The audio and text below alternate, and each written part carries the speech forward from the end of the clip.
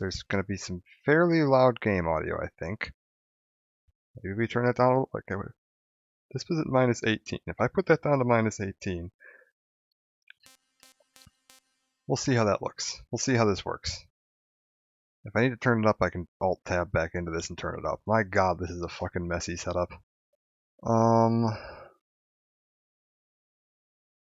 If I hit A... Okay, there's some music playing now, so I'm curious if that music is, like, deafeningly loud. It looks like it's lower than my speaking audio. Although I don't know by how much. It's hard to tell because there's a lot of bass in this, which throws the volume, like, way up, but it's usually not that big of a deal.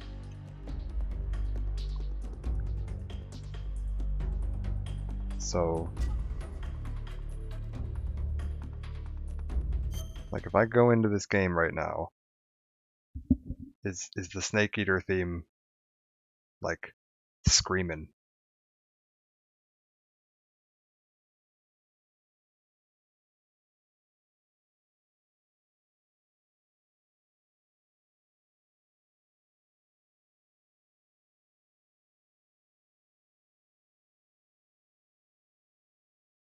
Let's see. There's still no audio. This is all silent.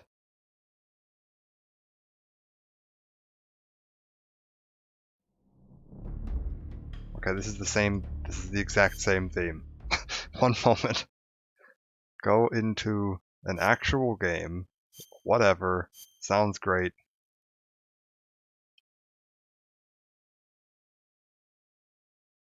After the end of World War II, the world was split into two. Okay, there's some Snake talking. This marked the beginning of the era called the Cold War. Is Snake screaming at me, or is he fine? Super quiet?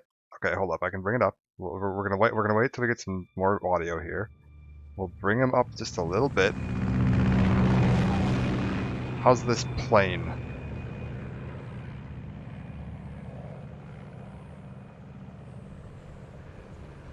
Like, was the plane okay?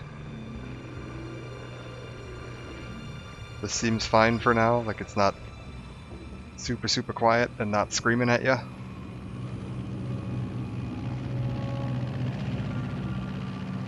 I'm waiting to see if I can get somebody, like, talking or something.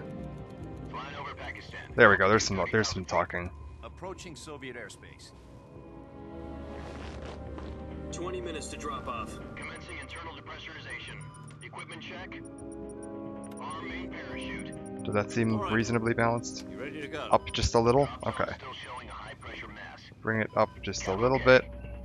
Good. We've got high visibility. Good, we've got high visibility. Should be the first thing you hear. It's louder.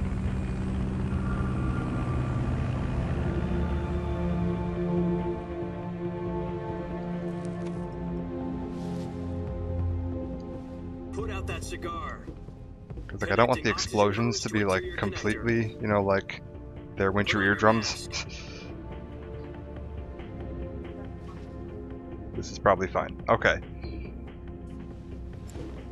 I think we're gonna cancel the cutscenes and just kind of skip back to the menus. Yep. It's fine. So hopefully this audio levels work. Dear Lord God, capture cards, messy pieces of work. Do you? Also, like, the brightness look fine. Okay. Like, I wasn't sure which brightness it's gonna be using, the horrendously dark TV brightness or the what appears to be fine, this brightness. Like, this looks fine to me.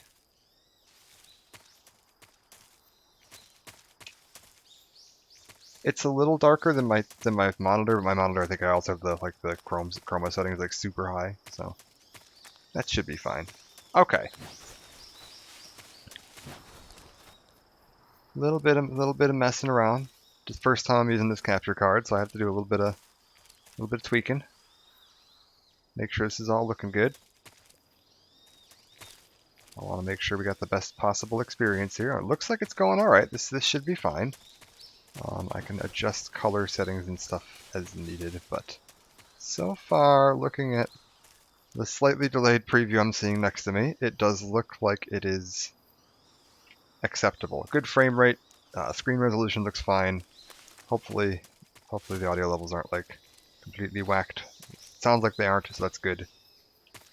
Let me just go shoot this frog and see what we get. One sec, I gotta get my backpack. In a second. You'll see when I'm gonna shoot the frog. The frog's a good volume test.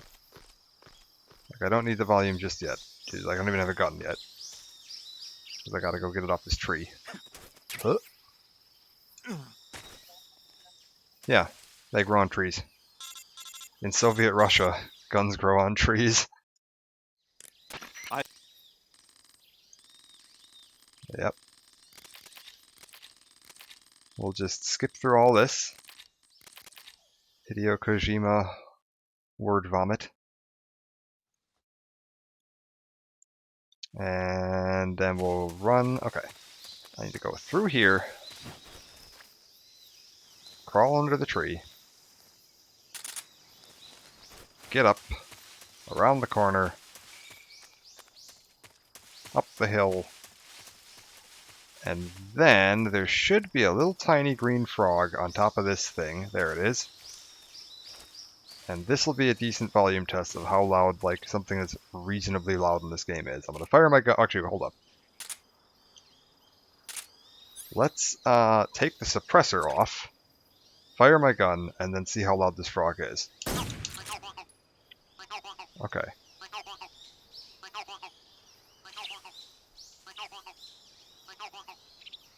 Fine. Alright, that'll be good. Well, like gunfire, as long as it's not, you know, like blowing out your eardrums, it should be fine. Okay. My God.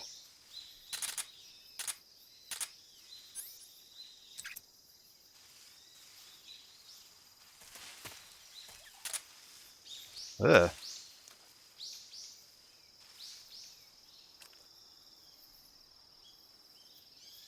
Alright, so we're going to cancel out of this then. Back to the main menu. How do you do that in this game? It has been a while. Return to title screen.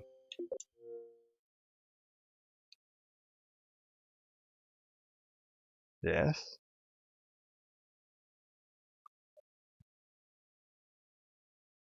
Xbox, are we alive?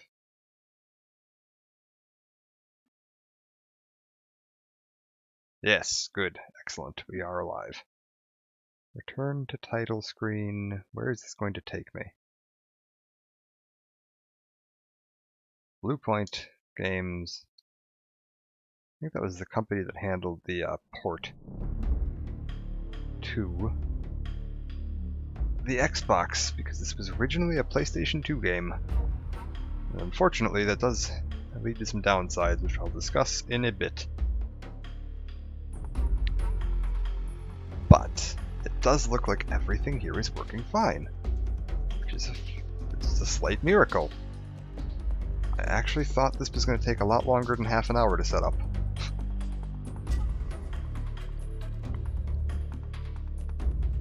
Okay, so if I go here and I copy that, go over here.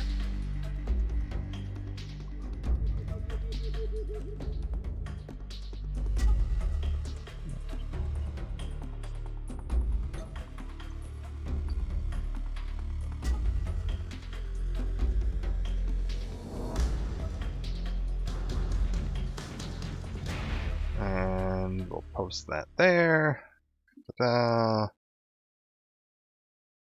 And we'll do one over here. Ta-da.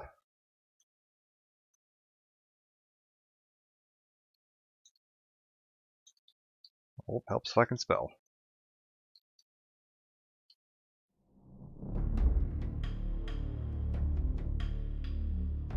Pew. And lastly, I can close this. Go into here. Good morning. I think got the capture card working. Hopefully.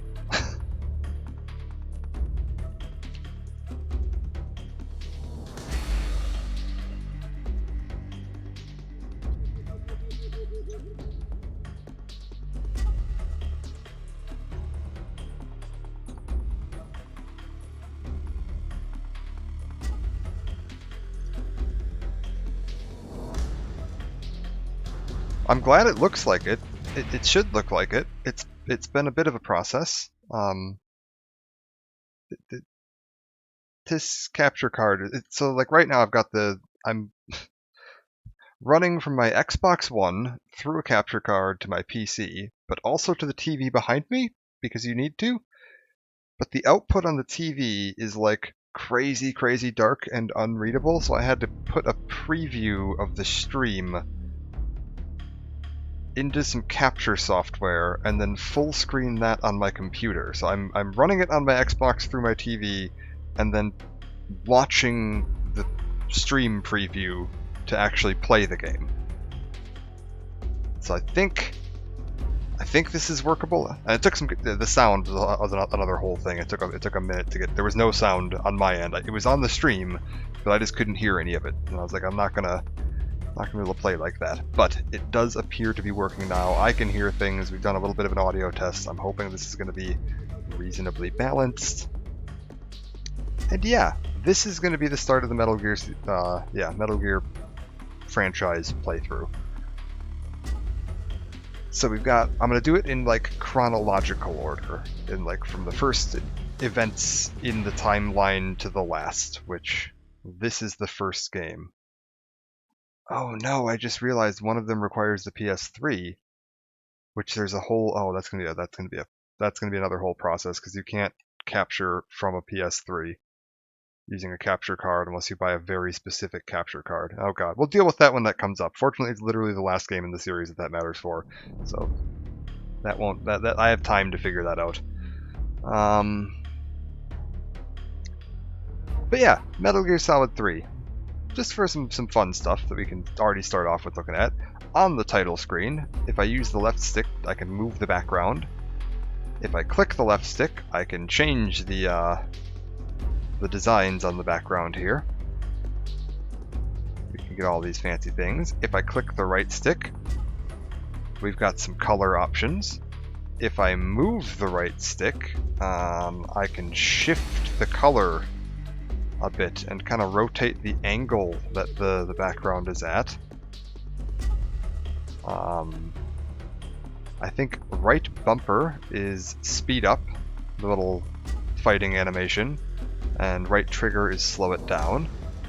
Left bumper changes which one is black and which one is colored.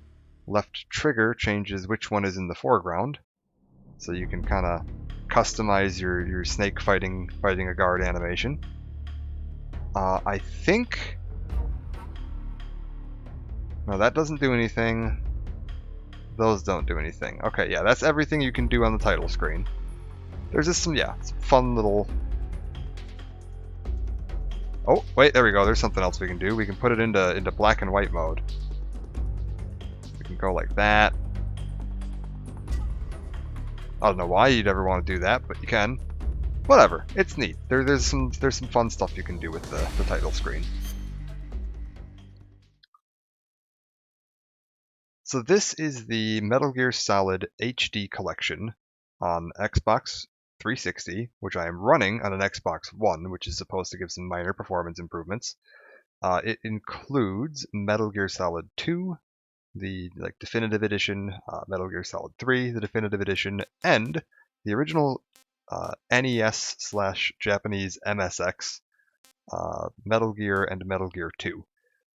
No Solid, just Metal Gear. These were the two that were originally released, the first two games in the series.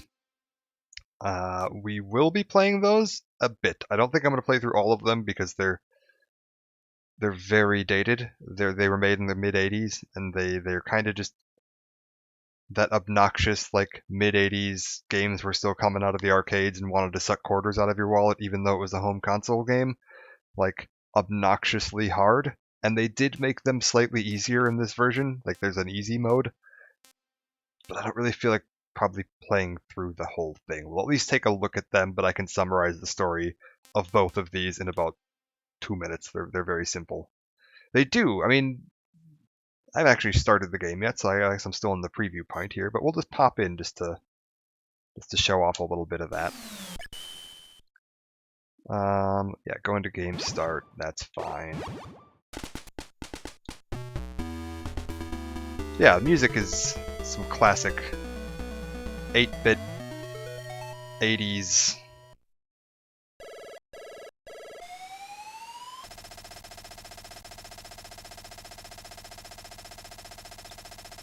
Some sound effects too, man. There's some noise coming out of that. Yeah, okay, that's fine.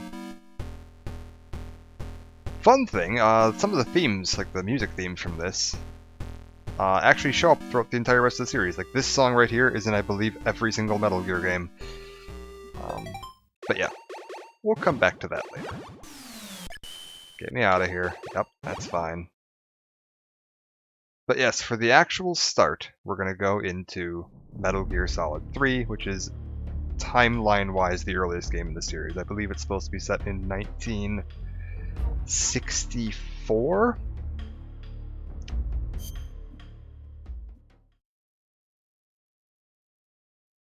I don't think there's really any like backstory or anything you need to know, even though this was the third game in the Solid series and the fifth game in the franchise. Because it's set as early in the timeline as it is, I don't think there's any like backstory or prep work or anything you really need to know going into this. You can very much just kind of jump in here and it's fine. Is there anything else I need to change or set up here before we go? I don't think so. I don't remember what this does. This is like an Easter egg thing. Like you could pick... It changes something about the game, and I don't know what.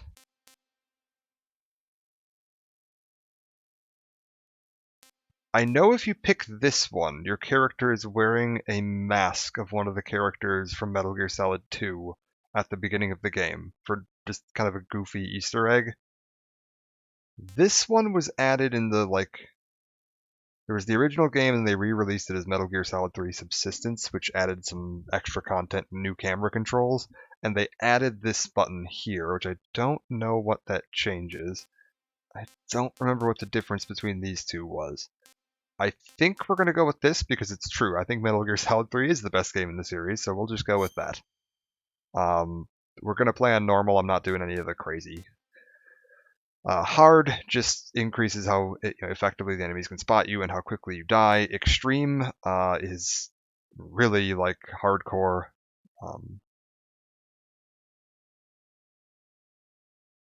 Okay. This gets you extra uniforms. Good deal. Yeah, I was like, I know the Rykov mask is the thing for Metal Gear Solid 2, and I didn't know if there was a difference between picking I'm new to the franchise or I like Metal Gear Solid 1. It's been so long since this came out that I don't remember the all the intricacies. I know European Extreme is game literally goes to game over screen if you're spotted. And Extreme is like the hardest difficulty. I think the only difference between Extreme and European Extreme is the whether or not the game immediately game overs. We're just going to go on normal. It's fine. I'm just kind of playing through the games for the story anyway, so that is fine. After the end of World War II, the world was split into two, East and West. This marked the beginning of the era called the Cold War. And the excellent voice acting. I miss David Hayter as Snake. He's the best.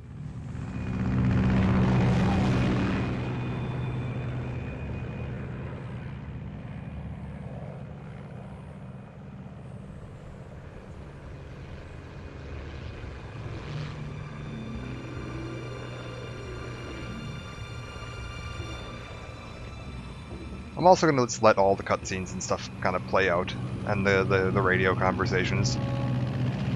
Hopefully there'll be some gameplay in this first part. But Hideo Kojima does like his dialogue. Pakistan, altitude 30,000 feet. Approaching Soviet airspace. 20 minutes to drop off. Commencing internal depressurization. Equipment check. Arm main parachute. All right. You ready to go? Drop zone still showing a high pressure mass. Cav okay. Good. We've got high visibility.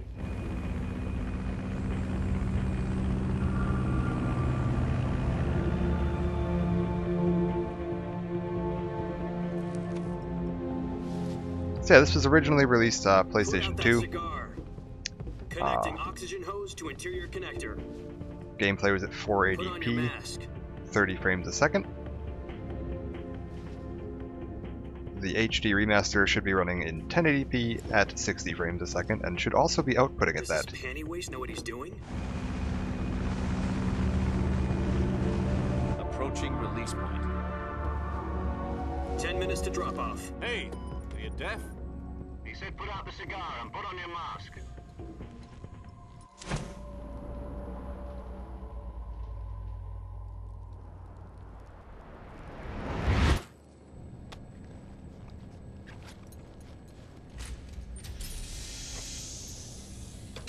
Depressurization complete.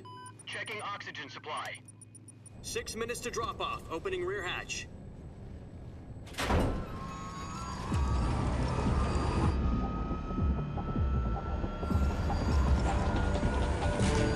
Sunrise.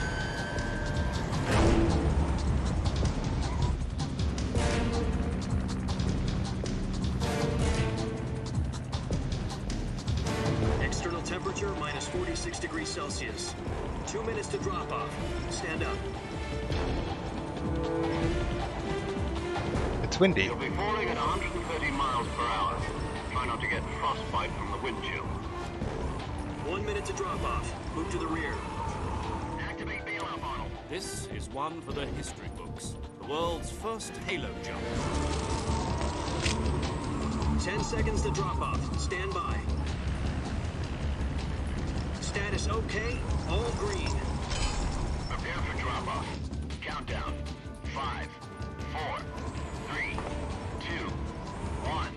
Spread your wings And fly. God be with you.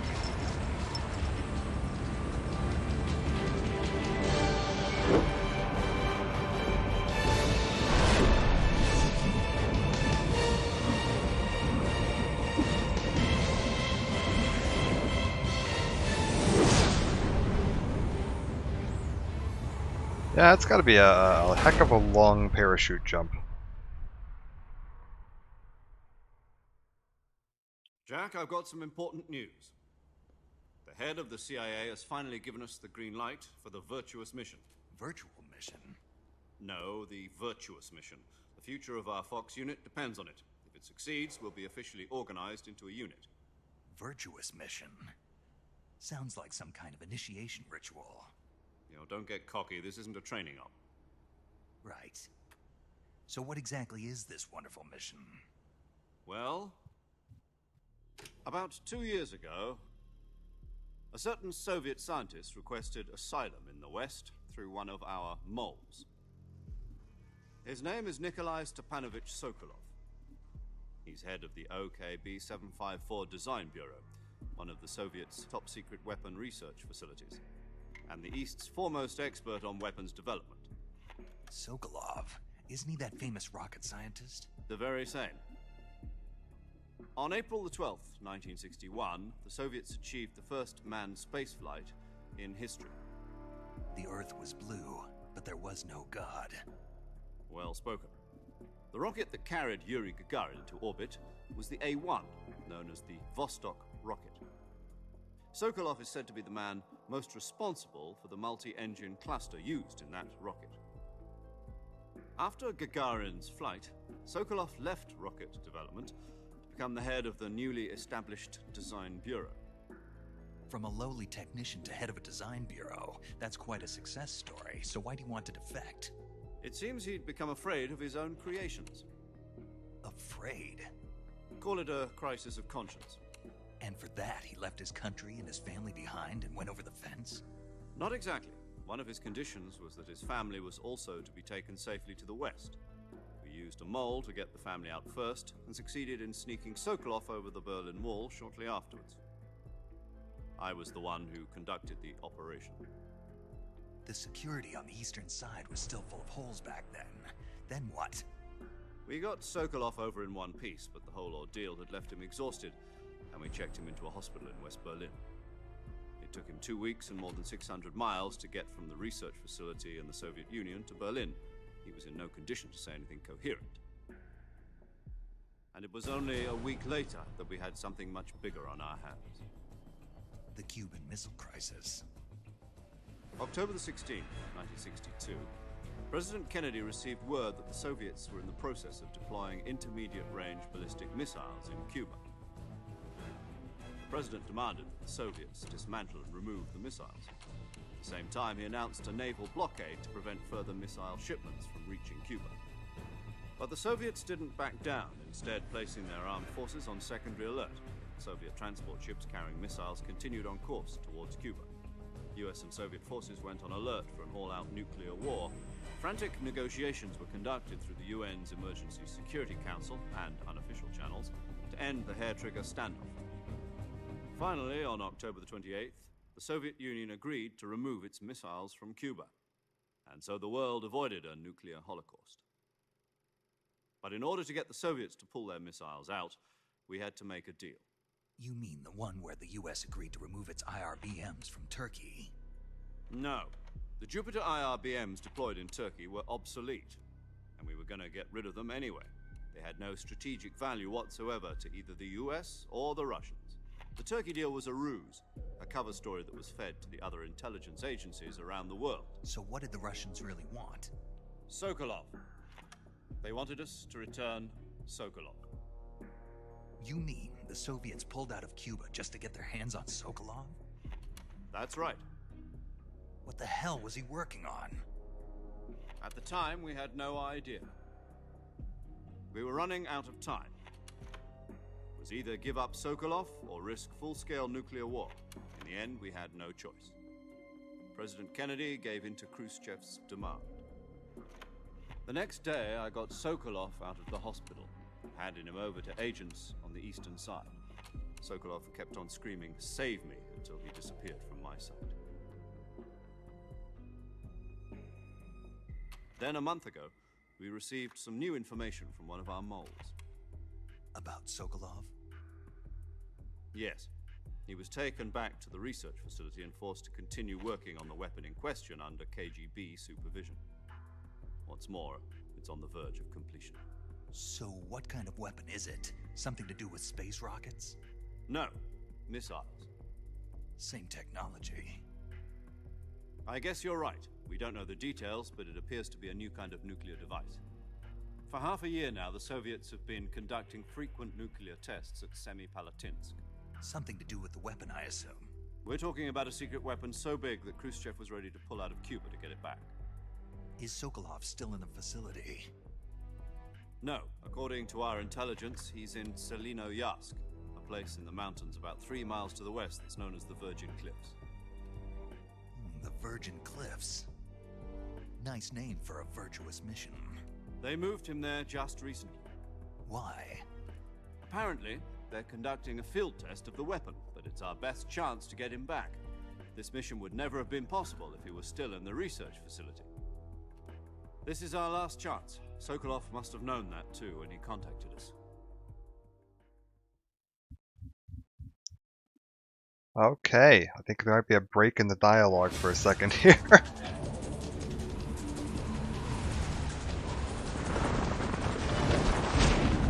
They get their money's worth out of these voice actors in this franchise.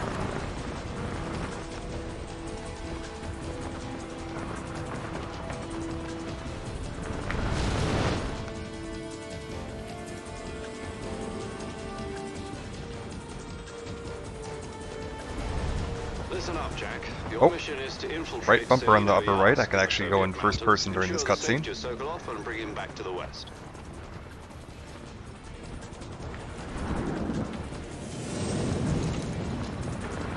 If we don't get Sokolov back before that weapon is complete, we'll be facing a major crisis. The clock is ticking.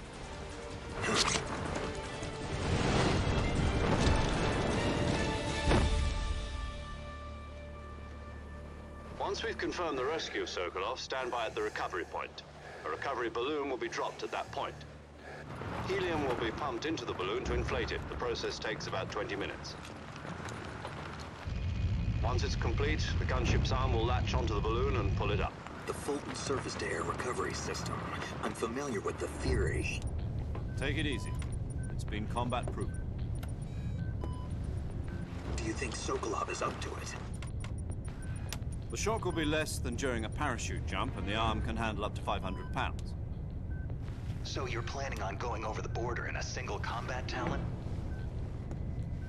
She's equipped with two 6-barrel 20mm Vulcan cannons, as well as two 40mm machine guns. Sounds like she could hold her own against a battalion of tanks. Even with the fuel in the reserve tank, we're facing a 4-hour time limit. If all goes well, it shouldn't take more than a few hours. Home in time for dinner. But if anything goes wrong, You'll be eating dinner, breakfast. and all the rest of your meals in the jungle.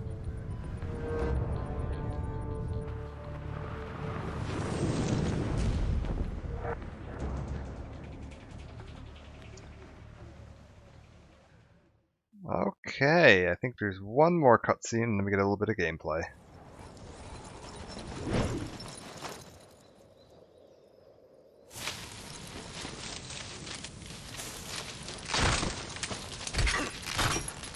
Oh.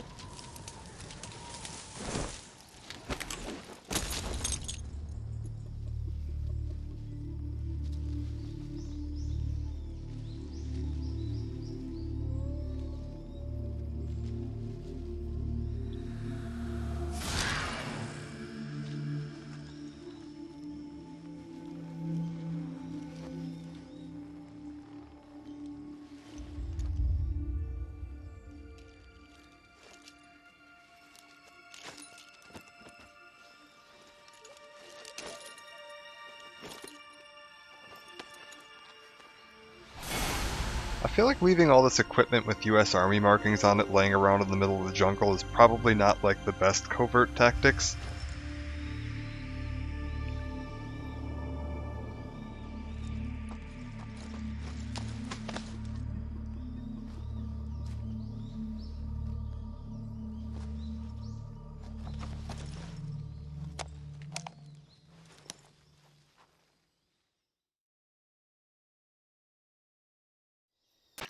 Do you copy?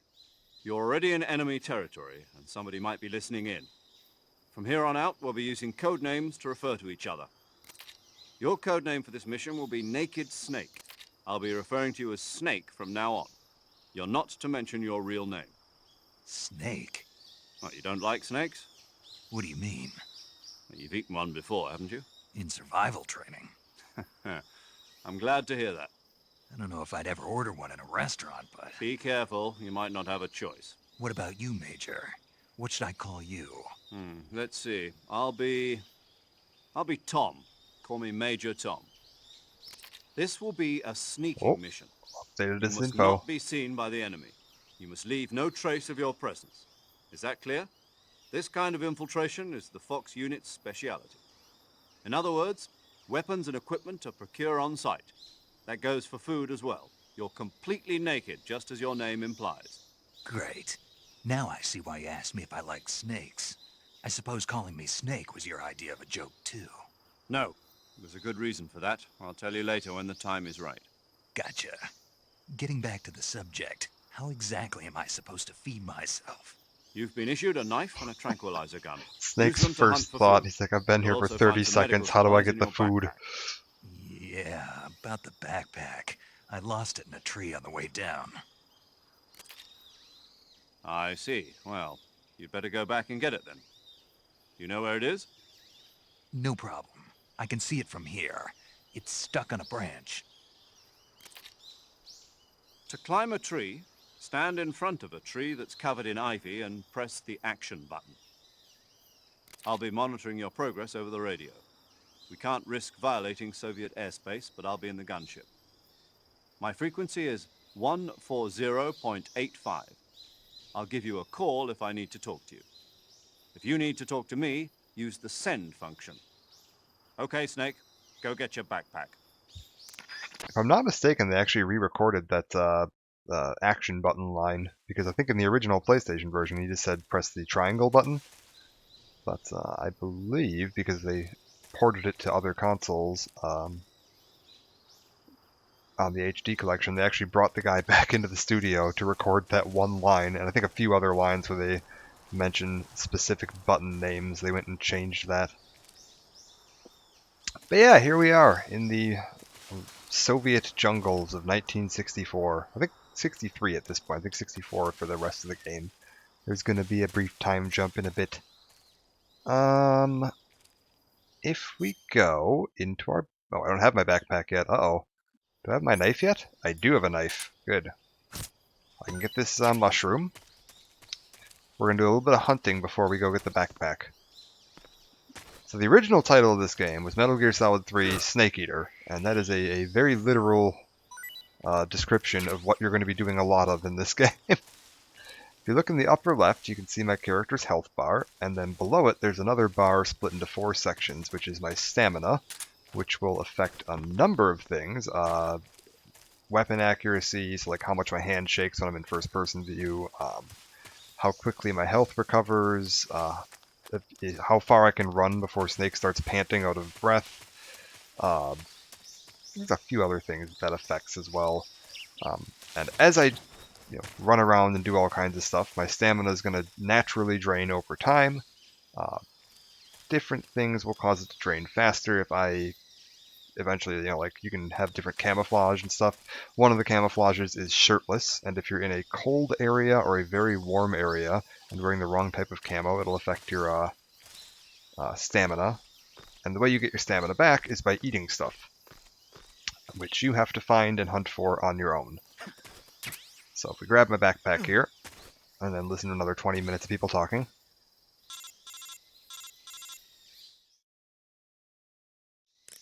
I see you've retrieved your backpack, Snake. To equip a weapon, it's necessary to take it out of your backpack. In the survival viewer, choose Weapon from the backpack. Your available weapons will be displayed in a window in the upper left. From that list, choose the weapon you want I would to also equip skip some and of the press like Enter tutorial stuff here, but button. unfortunately For they other weave equipped story items, bits in just the do middle same of it. thing from Item. Got it. Use the survival viewer backpack. Yep, that's right. Survival is fundamental to this mission.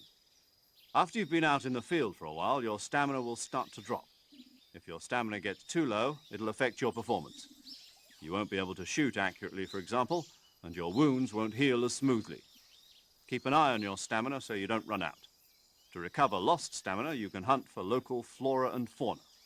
You can use either your tranquilizer gun or your knife to hunt. My only weapon is a Mark 22 Hush Puppy tranquilizer gun? That's right. It's been fitted with its own suppressor. However, the suppressor will deteriorate every time you fire. Once its durability reaches 0, the noise suppression effect will be gone. So don't get too trigger-happy with it. The suppressor's durability is shown in the icon. Any weapons and equipment beyond what you're carrying now, you'll have to find as you go. I have to find my own weapons and equipment? Whose crazy idea was this anyway? Solo covert actions are standard Fox operating procedure. You can't leave any traces of your presence. No weapons, equipment, footprints, sweat, or bodily waste. The same goes for bullets and cartridges, too. Your presence in enemy territory is already a violation of international I'd just like to point out that conventions of Snake already warfare. left a parachute, There aren't supposed to be any air American bottle, soldiers in Russia. gas Could mask, spark an international breath incident. mask, You can't full let helmet, anyone see you. altimeter, You can't let the enemy know you're there. This is a stealth and whatever mission. other things got You're a ripped ghost, off him as he Snake, was falling in down every through the sense of the trees, laying in the There'll be forest. no rescue if you're captured. The military and US government will deny any involvement in the affair. Then I'll just have to take care of myself. Yeah, no, Snake's not necessarily I'm the afraid best so. at this. You've been given a fake He's death pill fine. for that He's purpose. trying. SIS guidelines stipulate that soldiers on covert ops like this one be issued a potassium cyanide capsule. Tape it to your body so you can take it when you need to. How generous of you. Use it if you're taken prisoner by the enemy. It'll send you into a state of false death for a short time. Fooling them into thinking that I'm really dead. That, just So how do I FYI, come that back is to not how life? potassium Just cyanide take the capsules revival. work. You mean that thing they put in my tooth before the mission? That's the one. But be careful. If you remain in a state of false death for too long, nothing will be able to bring you back. Remember that. I'll keep it in mind. You said this was a solo mission, right? Right.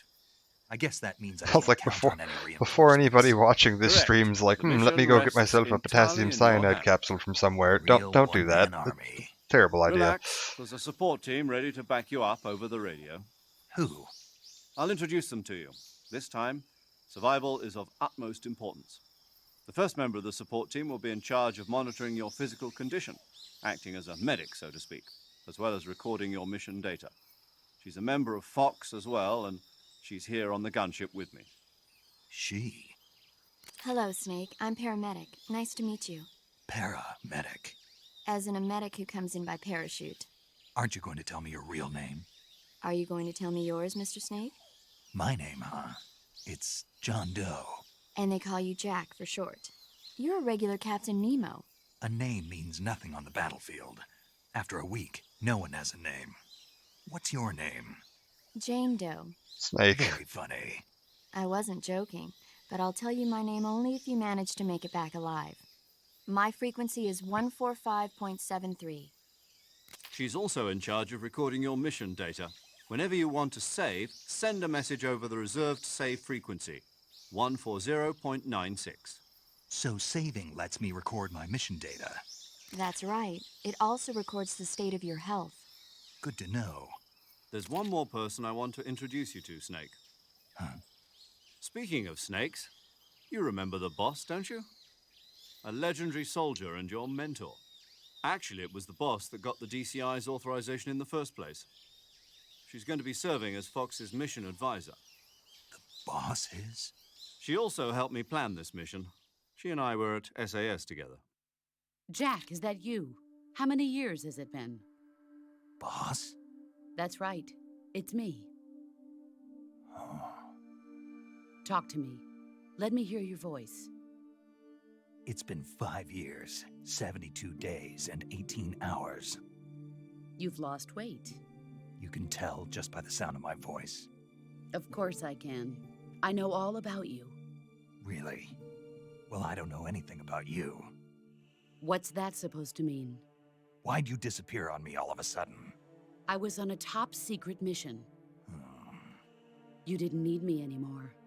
But there were still so many things I wanted you to teach me. No, I taught you everything you needed to know about fighting techniques.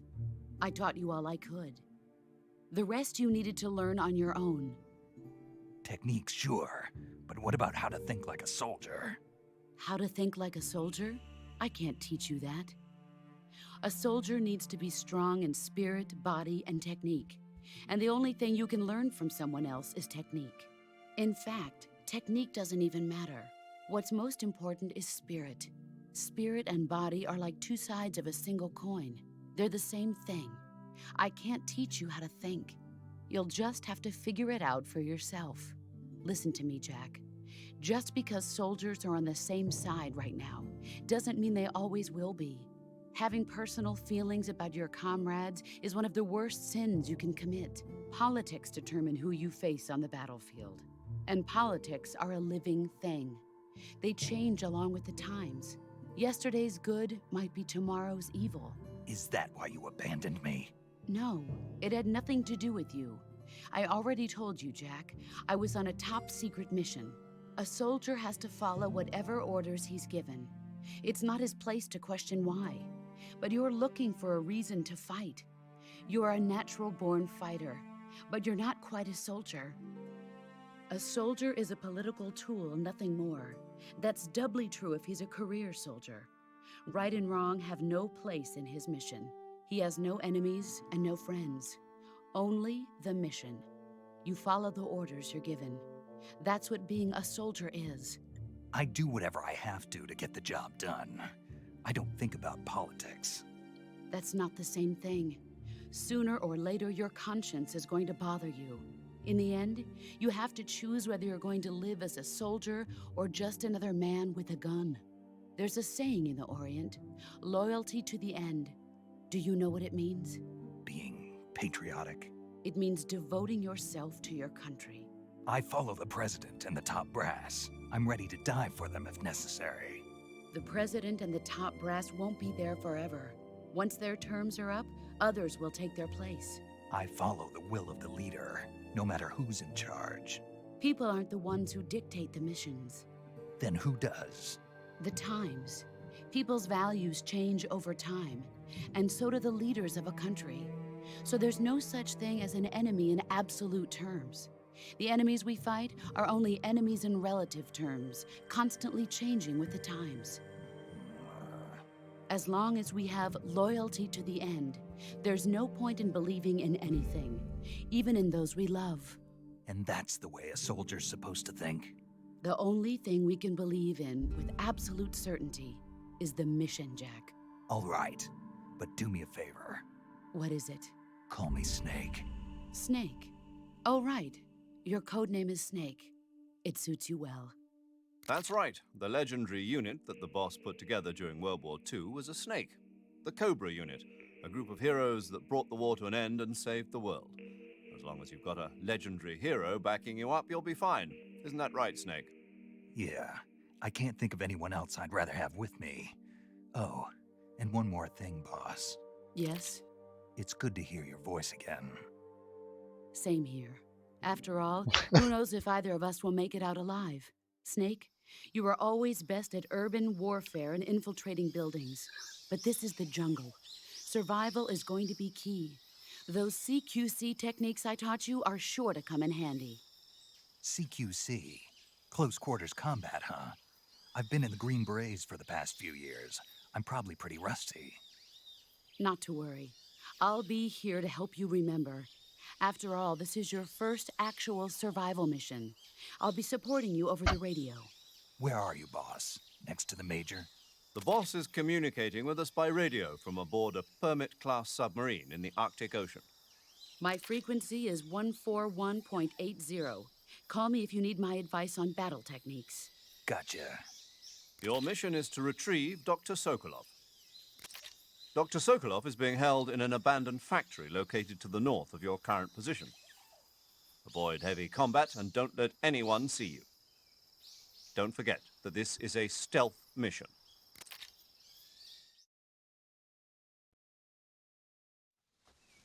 Snake, try to remember some of the basics of CQC.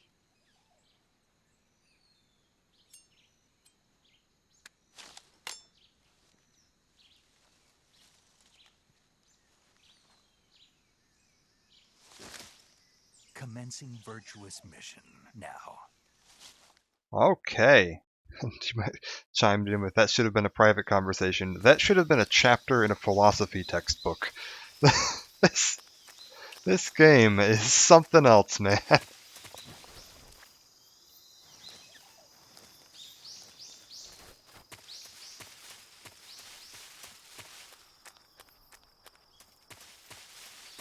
Alright, the first thing we're gonna do, now that we've got our tranquilizer gun and our equipment, I'm definitely not gonna get all of these, but there's a little secret in this game, that there are little frogs hidden in every little map.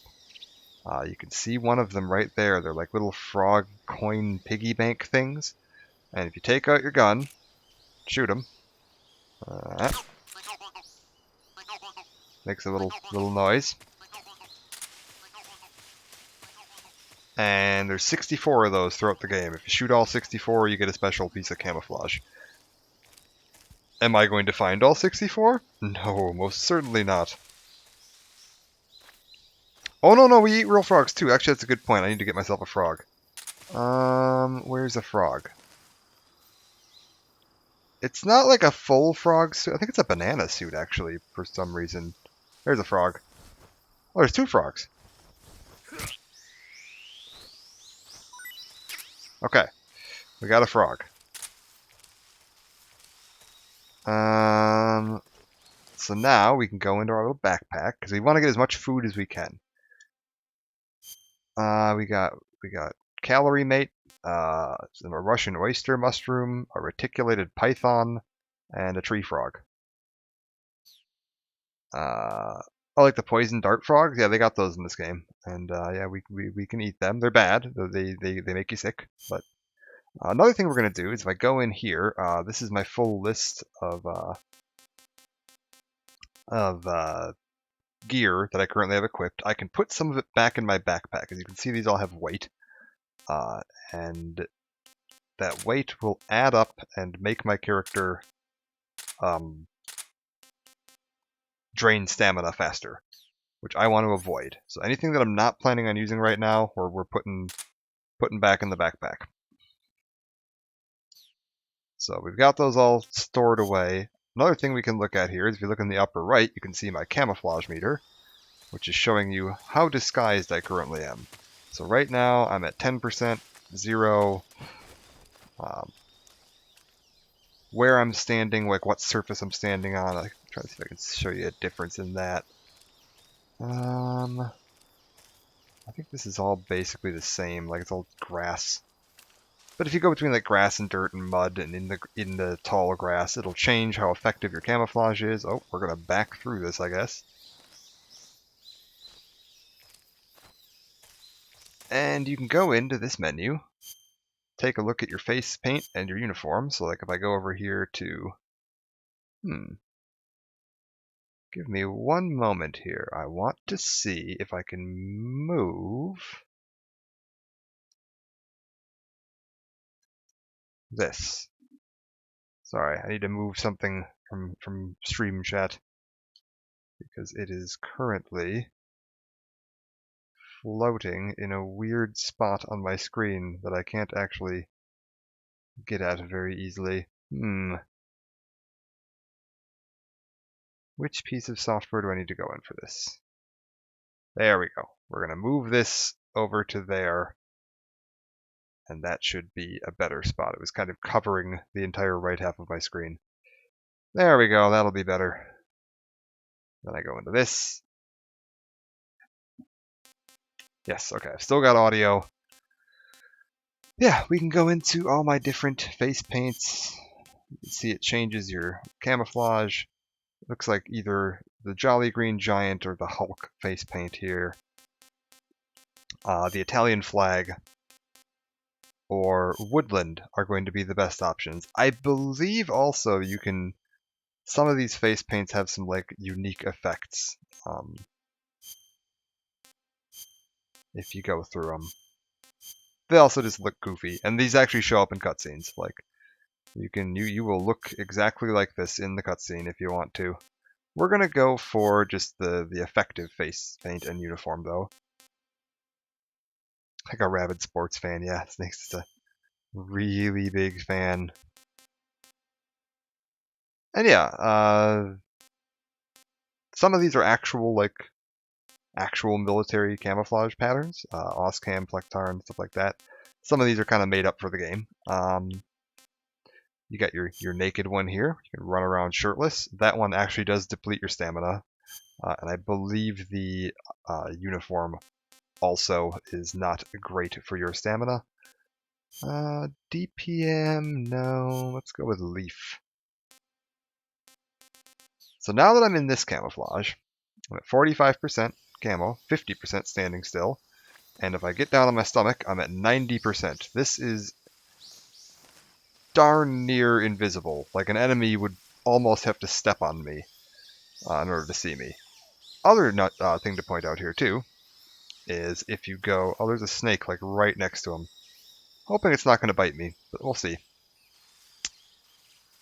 Oh, okay, he's fine. Right now I can move my camera around, kind of like a traditional third-person game. That is not how this game shipped at launch on the PlayStation 2. At launch, it was like this, and moving the right stick rotated the camera like that.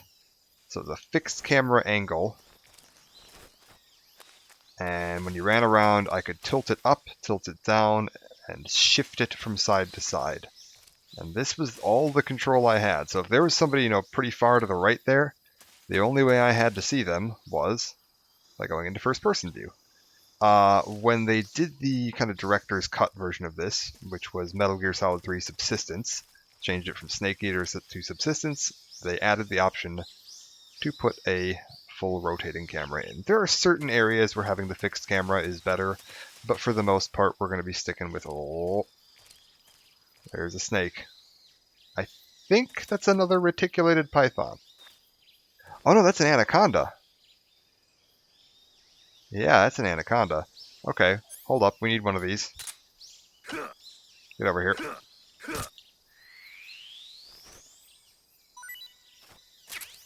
Yes. Fun thing you can do if we go into my radio and call paramedic. I see you've captured a giant anaconda. The giant anaconda is believed to be the largest snake in the world in terms of weight and diameter. It's not poisonous, but its large size makes it extremely powerful. They say it even eats crocodiles. Its only natural predator is man. And snake. And snake. The giant anaconda is a very large snake, but you should be able to capture it alive using the tranquilizer gun. Got it. So how does it taste? I knew you were going to ask me that. Glad I didn't disappoint you. So? Well, the guide says it tastes all right. Good. I'll have to try some. Ugh.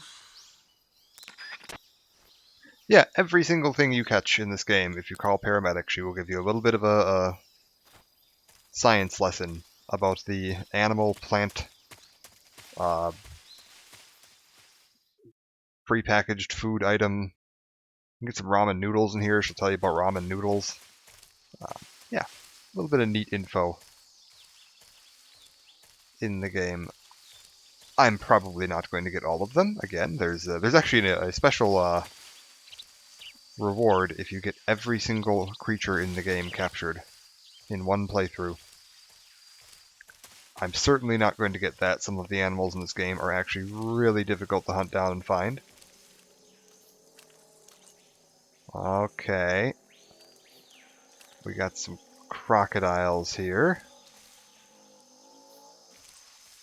Gotta watch out for that. Got some bug spray. Oh, there went a bird. That's one of the animals that I missed already. If we get over to this island here, there's this hornet's nest hanging from the tree. You can shoot that down. Get some hornets flying around. I see something over there. What is it?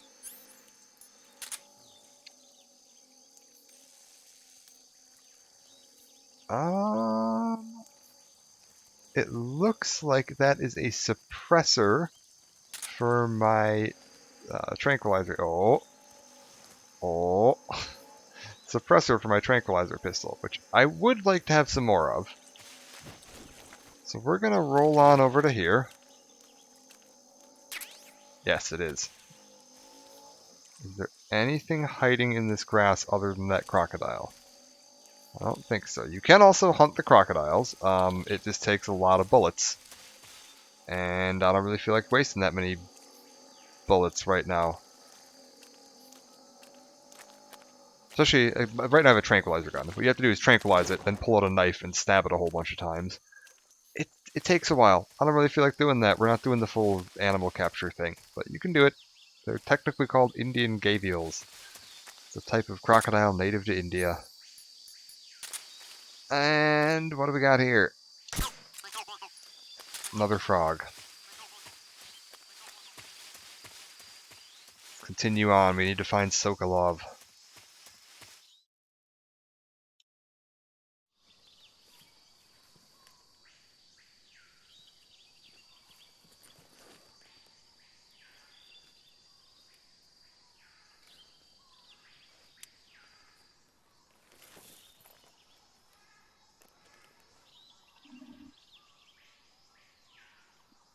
Oh, got some Major, soldiers. I've spotted 2 enemy soldiers. They're probably KGB troops sent to guard Sokolov. AK-47s and grenades.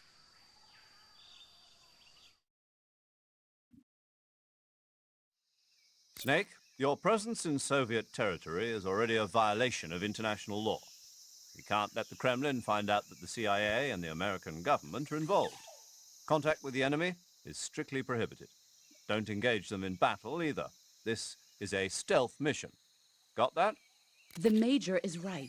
The point of this mission is to sneak through the jungle without being seen. The success of the mission depends on how well you use your camouflage. Change your camouflage by selecting Camouflage from the Survival Viewer. The Uniform option lets you pick your uniform, while the Face option lets you change your face paint. Choosing camouflage that blends in with your surroundings will help you conceal yourself more effectively. Also, don't forget that anything that moves will stand out in the jungle. If you just stand up and run around like an idiot, you're bound to be spotted. But if you crawl instead, you should be able to sneak by without being noticed. You can see how effective your camouflage is by looking at the camo index. The camo index shows how well your current camouflage blends in with the surrounding area. The higher the value, the harder you are to spot, and vice versa. The key is to make yourself one with nature. Keep that in mind as you go along, okay? Okay. Dead men tell no tales. Yeah, we're gonna try not to kill people though. I want to try to do as much of a non-kill run as possible. If I have to, I will. If I get pinned and I'm in a fight, it's the only way out. I guess we're killing somebody, but I'm gonna try to use my tranquilizer weapons and other tactics as much as possible, rather than just outright killing people. I'm probably going to screw that up immediately. I want to sneak up on this guy, grab him, and show off the interrogation system. And if I do this wrong, I'm going to accidentally slit his throat.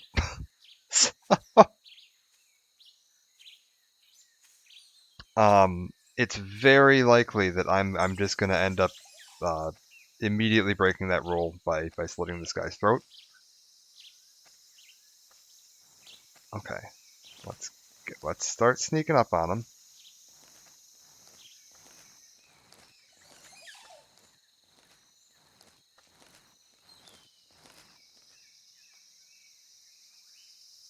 Man, if he turns around right now, I might be in trouble.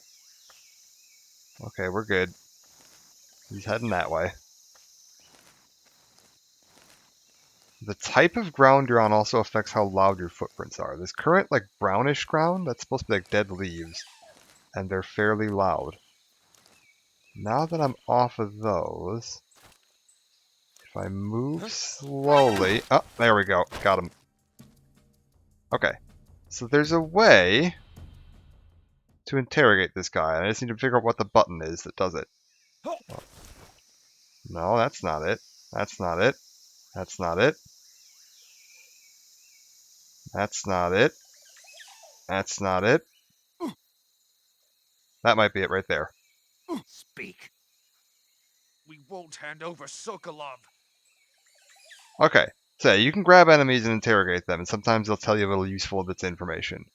Speak. Let go of me. I don't think he's gonna do it though. Speak. We won't hand over Sokolov. Nope. Okay, now if I press the wrong button here, I'm gonna use that knife to slit his throat by mistake. I'm gonna try to knock him unconscious though. There we go. Got him. Alright, he's not dead. He's just unconscious. And just for safety's sake, we're gonna put a tranquilizer around him. He'll be fine.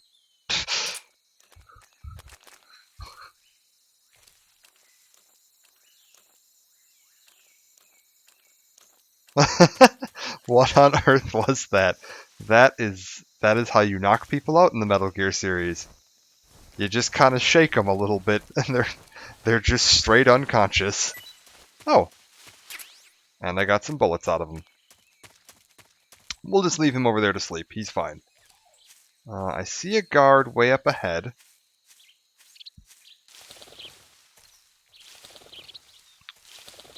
And I know where the frog is in this map.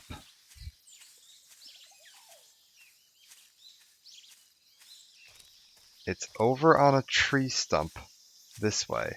But there is another guard here. Now, this is an area where I'm at 10% camo. That's probably not ideal. I should probably change that. I'm going to stand out a little bit coming over that hill. Let's go for apparently squares. And splitter. There we go. Okay. And now I'm back onto dirt. And it wants me to change my camo again. Good lord. Tiger Stripe tends to be... Oh my gosh. Never mind, I have some really good options here. Oh my gosh, we're at 95. I am basically invisible. I am a ghost. There, I see it. It's on that tree stump. But there is a guard here, and I can't see him.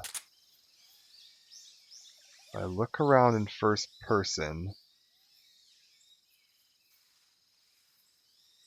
Oh, I don't like that I can't see him. We're going to try to take this shot and then just get out of here. What was that? Uh-oh. He heard it. We need to back up. Just back it up. Nothing here. Okay. I think we're good.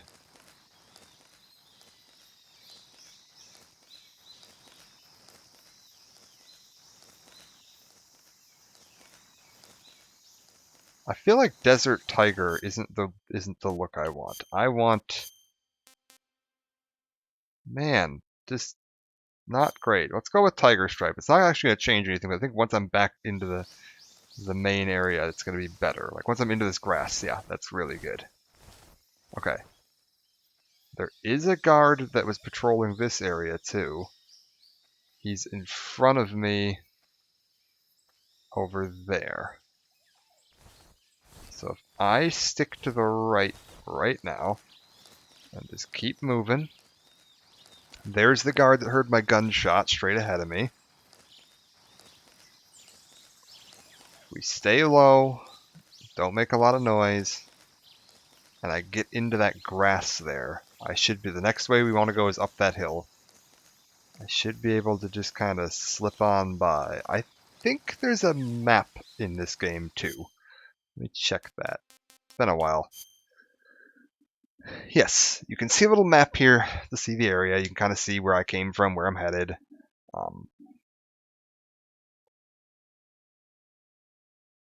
I think this should be fine for me to just kind of slip on up this way. I don't think that guard's going to see me, and I don't think anyone knew he's going to come into the map yet.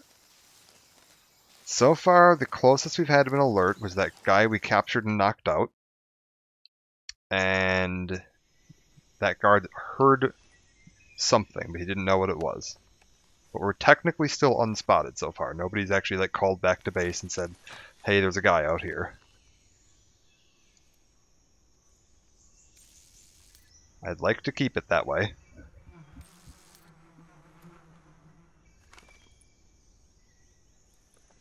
And Snake's got a look. He knows, he has an idea. So what the game's trying to do here is hint to you a way to bypass this guard. I've got to get across that bridge, and there's a guard that's kind of standing here. Makes it a little difficult. What you can do, though, is if I take my gun and shoot that hornet's nest down,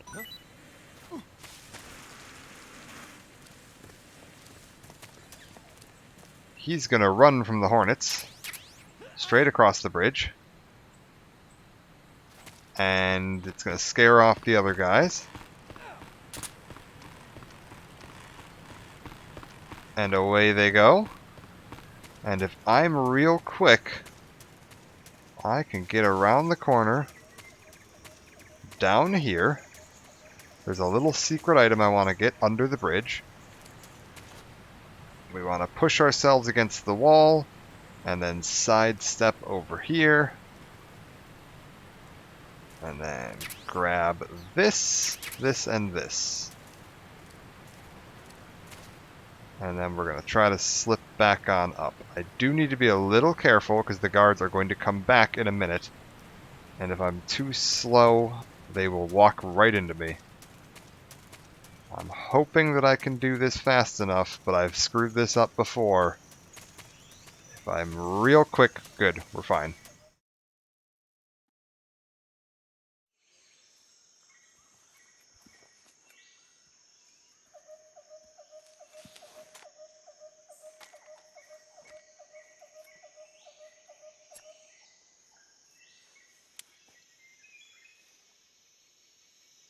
Major, I've reached the abandoned factory where Sokolov is supposedly being held.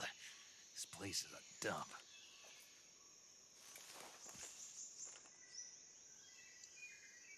can't see Sokolov from here.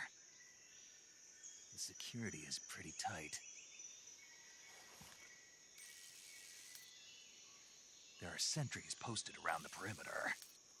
I wonder how many are inside.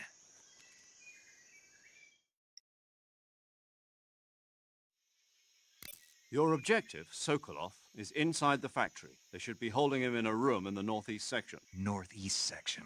Got it. Be careful. Your mission is to bring Sokolov back alive. He must not be exposed to any kind of danger. Do not approach Sokolov while in the alert phase.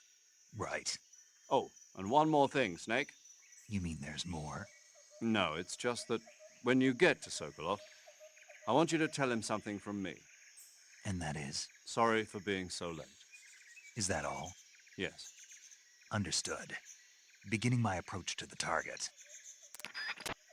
Okay, this area is kind of the big final test of the intro. This whole section of the game is sort of the like opening intro level. There's a bunch of secrets hidden around here. I don't know where the frog is in this area off the top of my head. So this might be... Did I get the frog in the last area? Yes, I did. Yeah, this might be the first frog we missed, because I honestly don't know where this frog is. I think you can get the same frog again later. I don't think you have to get it right now, because you can come back through this area in the sort of main part of the game. We're gonna slide along.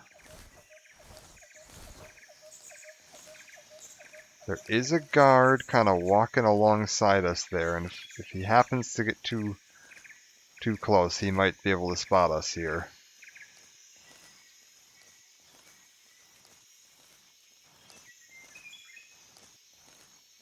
I think he's going to turn towards the building, though.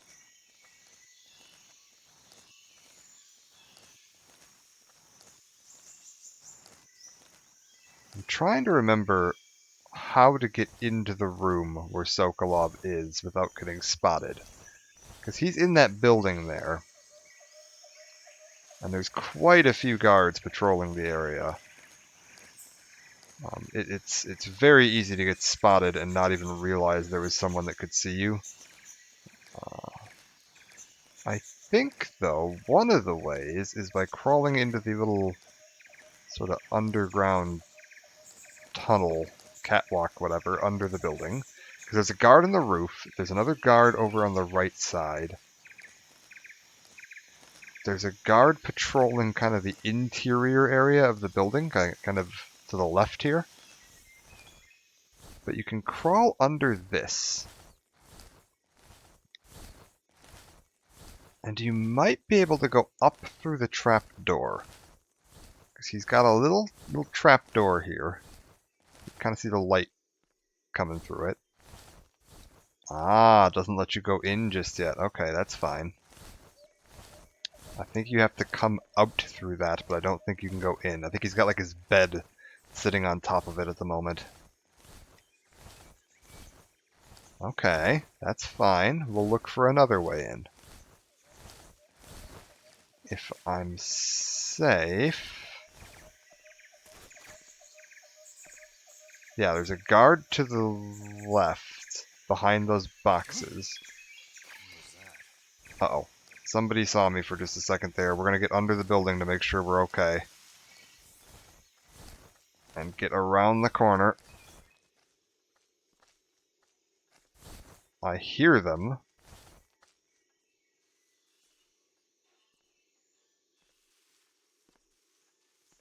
There's nobody here. I don't know who that was, which is concerning.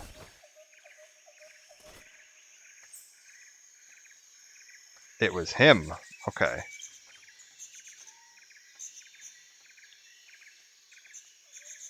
So we're okay for right now. There's these two here. I think I can climb over this wall.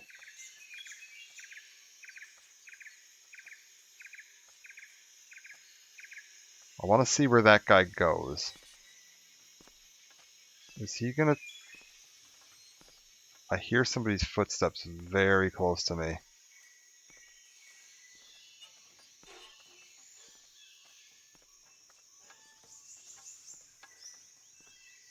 I think there's a guy like standing right on top of me there. How do I go over this wall? There is a way to do it. Maybe there isn't. Am I wrong? Am I losing my mind? Maybe I'm losing my mind. Okay, new plan. We're not going to go that way. That way was a silly way. We're going to go a completely different route that is much more dangerous.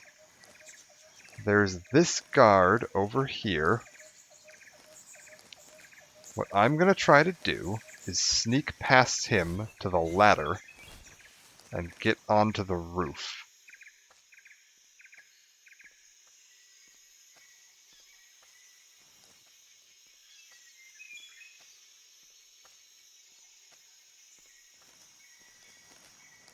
If we can get around, let him walk up there a little ways, and then I'm going to go over here. I don't know how long he stands there, so I don't want to start climbing just yet, because if he turns around while I'm climbing, I'm basically screwed. Okay, he's fine. You know what, though? I don't want to start, because I think he's turning back. Yeah, okay, hold up. We're going to wait back here for just a second, let him kind of do his little lap. And then I'm going to climb up onto the roof. And hopefully that there's not a guard staring directly at me as I go onto the roof.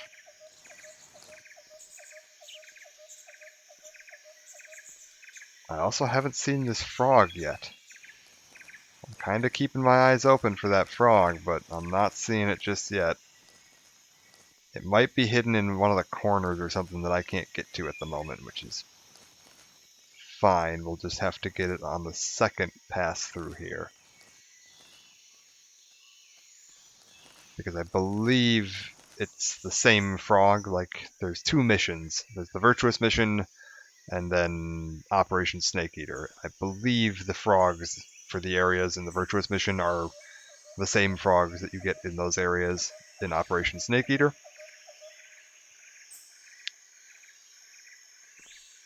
Is it like in one of the trees, maybe? Sometimes they put them in little weird areas like that. I'm not seeing anything if it is. So my plan here is I want to let this guy go past. And then I'm going to start climbing as soon as I can once he's gone past. I'm hoping that that's going to be good enough. So he's over there now. If I stand up and then hit the climb button, I'm really hoping that there's not a guard. There is not a guard up here. Good. That's an Operation Snake Eater. We are pretty safe on the roof. Let's just make sure my camouflage is set properly. Now that I'm up here, I can kind of take a minute to look around and assess the situation, figure out what we're at. German flag on the roof. Nobody's really going to find you up here. I mean, you'd really have to botch this at this point. I'm kind of looking around to see if I can spot that frog. I'm not seeing him though. For some reason, something is telling me that he's like behind the fence over there. So I'm just going to take a quick look and see if I see it. I don't though. Right? No, that's just a bit of tree. Also, fun thing, you totally are easier to spot while using your binoculars because of the reflection of sunlight off the lens. Enemies will actually react to that, and depending on the direction you're facing, like if I'm facing towards the sun, they're more likely to see you than if you're facing away from it.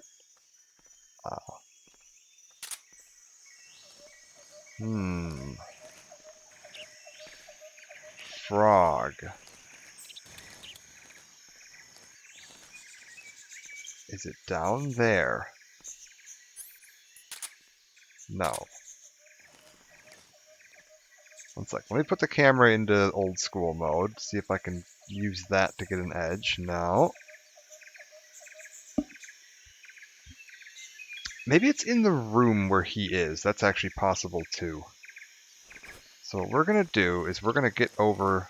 What I'm gonna do to get into the room is I'm gonna drop off this roof. The door to his room is basically directly below me right now. You can kind of see it there. I'm just gonna stand up, drop off the roof, and walk in. And if I do this right, nobody should be able to see me. The only guy that might is that guy over there. So I just kind of gotta watch where he's standing. Looks like I'm good right now. Down we go.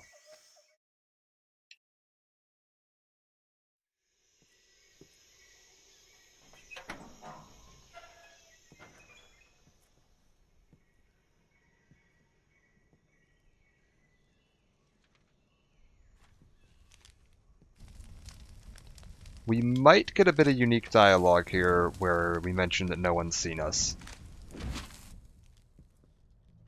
You must be Sokolov. Are you one of Volgin's men? I'm not sure if grabbing that guy is going to ruin it though. It's possible they're going to count that as I'm not a CIA agent. not perfect. I've come to escort you back to the other side of the Iron Curtain.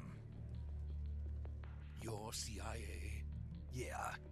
I was sent by Major Zero, the man who got you out 2 years ago. Zero? I have a message from him. What is it? He said to tell you sorry for being so late. Did he now? What does it mean? It means he's a man of his word. But we've got no time for this. You have to get me out of here before they arrive. Who's they? Colonel Volgin of Gru. You in the West know him as Thunderbolt. Thunderbolt? Never heard of him. He's a member of the Army's extremist faction, a man who seeks to seize control of the motherland. Ever since the Cuban Missile Crisis 2 years ago, Khrushchev has been pursuing a policy of peaceful coexistence with the West. Despite resistance and criticism from hawks in the army and the provincial authorities, Khrushchev has managed to suppress the opposition so far. But the failure of his agricultural policies has put him in a precarious position. And on top of that, the tragedy last November. President Kennedy's assassination. Precisely. In a sense, Khrushchev has lost his biggest partner, and his power base is rapidly crumbling away. A certain group is plotting to use this opportunity to seize power by rallying the anti-government forces, overthrowing Khrushchev, and installing Brezhnev and Kosygin in his place. The mastermind behind this plot is Colonel Volgin of the GRU. He has control over another secret weapons research facility much like this one, OKB-812, known as the Granin Design Bureau, and is using it to further his plans. But that is not enough to satisfy him. Now he's plotting to seize the secret weapon I have been developing here and use it as leverage in his bid for power.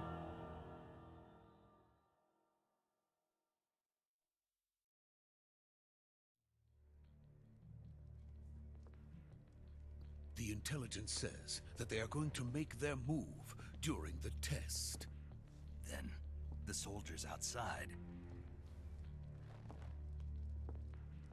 Exactly. They wouldn't need that many men just to keep me inside. Their orders were to prevent Colonel Volgin from capturing me. Even if it meant killing me in the process, or so it would seem.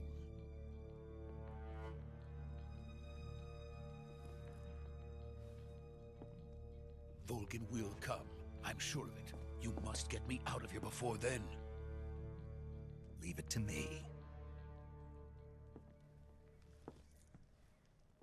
By the way, your Russian is superb. Where did you learn to speak it? From my mentor.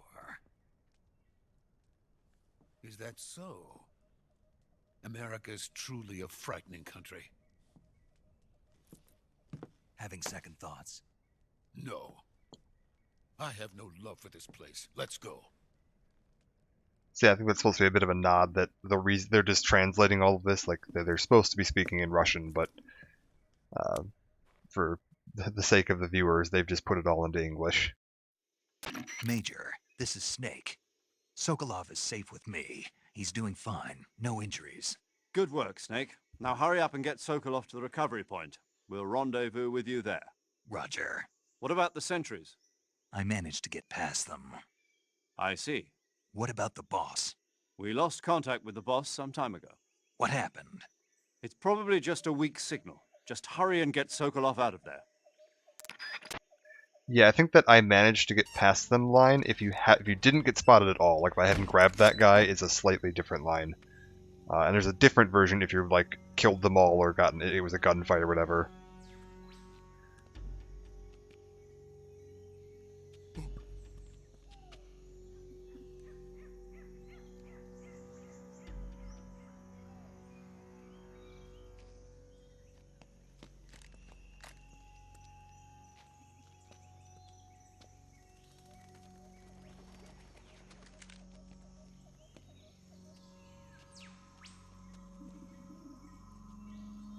Sokolov, what are you doing?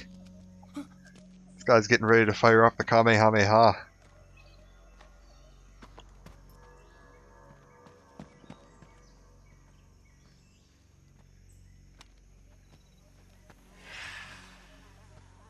Oh.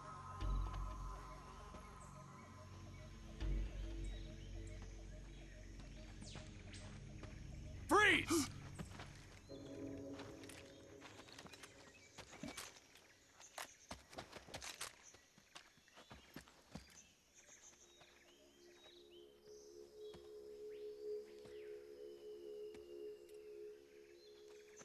So this is the legendary boss. Huh?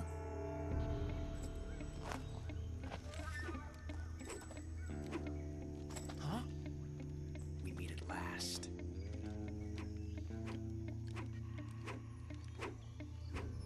You're from the Ocelot unit of Spetsnaz. Huh. What's a GRU soldier doing here? Soldier?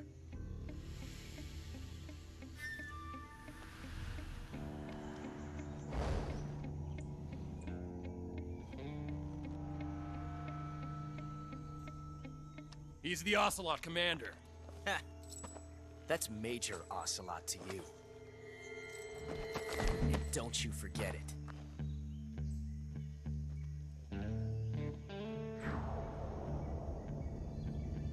Sokolov is ours. Now get out of here. And Ocelot never lets his prey escape. What?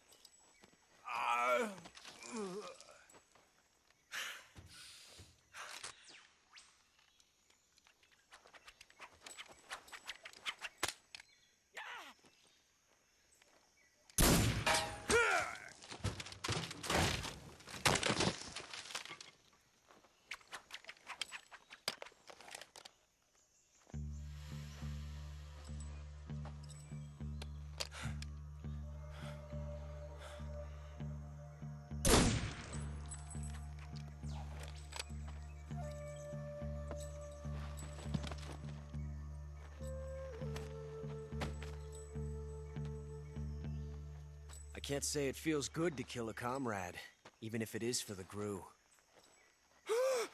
Sokolov, take cover.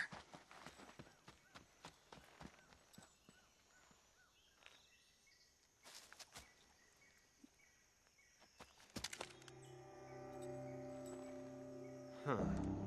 Why am I using an unsuppressed pistol in this cutscene? I just noticed that. You're not the boss, are you?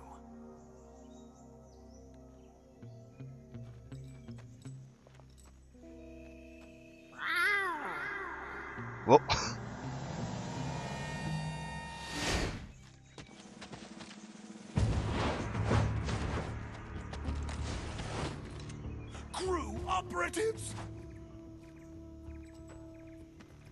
What is that stance?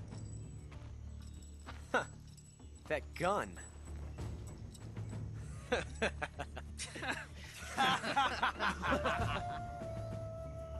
If you're not the boss, then die.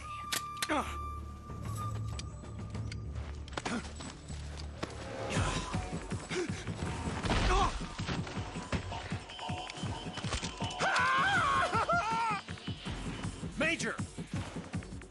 Leave it! Shoot the other one! Whoa!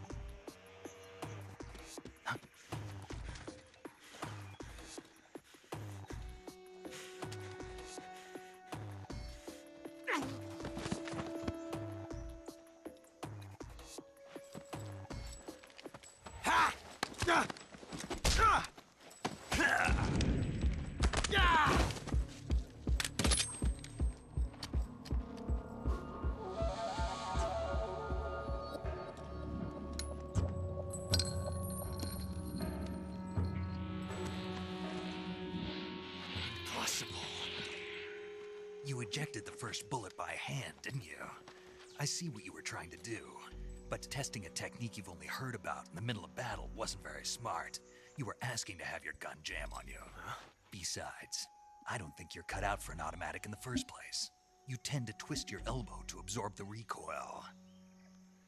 That's more of a revolver technique. You filthy American dog!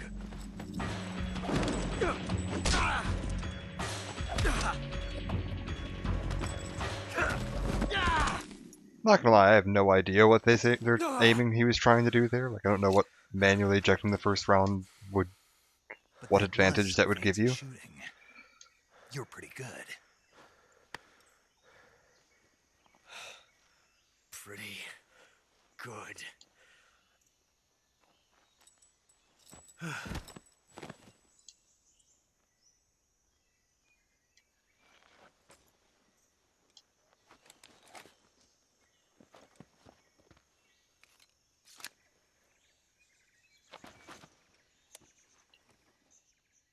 Yeah, well, it's a secret technique. It's a secret Soviet KGB, Major, or the GRU, I guess, Spetsnaz technique.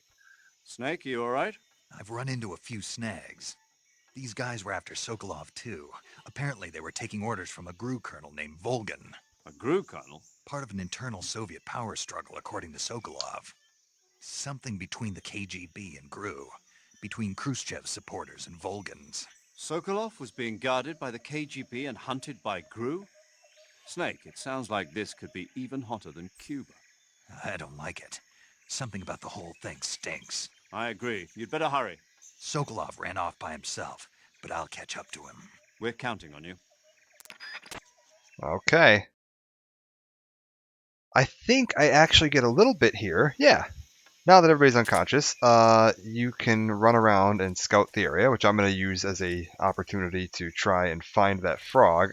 Fun fact, if you kill Ocelot here, like pull out a lethal gun, which you can find a couple of around the area, and kill him, you get a game over screen where the game over text slowly shifts into the word time paradox. Because that is the same Ocelot that you see in pretty much every Metal Gear game. If you were here when I did that little test of the Metal Gear Solid 5, the guy that rescues us on the horse is that guy.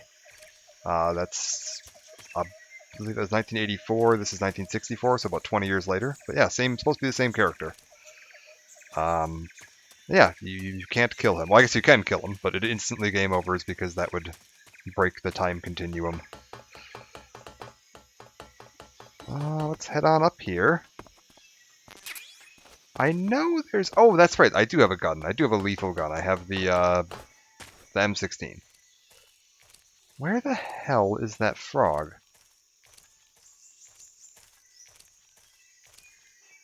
I found him. He's there. I knew he was outside the fence.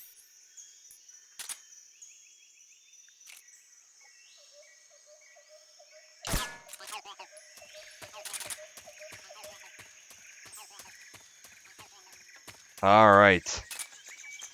So far we're doing pretty good. I haven't had any unnecessary times being detected. I've gotten all my frogs. We're doing alright. Snake is getting a little hungry there. If you look in the upper left, we're almost through our first quarter of a bar. So let's just go ahead and eat something first. Let's try well, it's called Snake Eater. Let's try a snake. It's good. He liked it.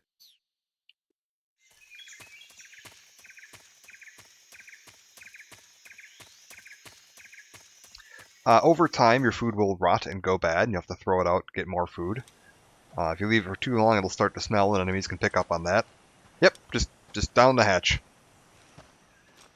Yep. Well, there's actually sometimes you'll see a video of how he eats them. Unit Spetsnaz. Yes. The best crew has to offer.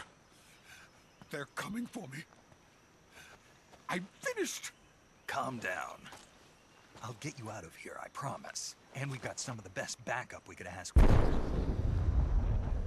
Look.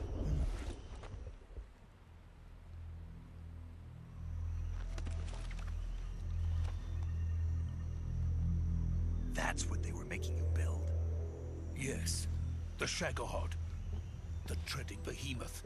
A tank capable of launching nuclear IRBMs. It can launch nuclear missiles from that kind of terrain? Oh, yes. And without support from friendly units. A nuclear-equipped tank capable of operating solo.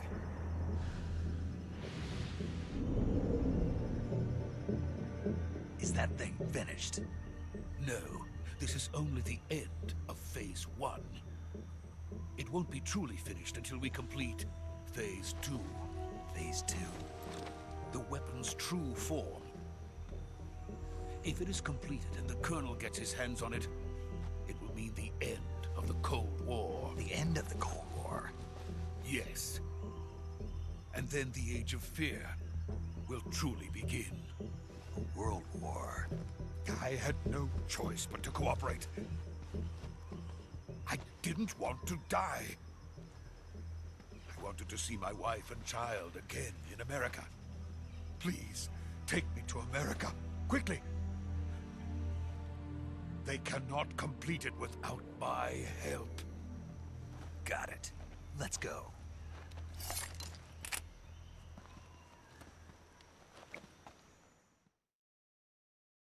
Okay, we're about to get to our flaming whale moment.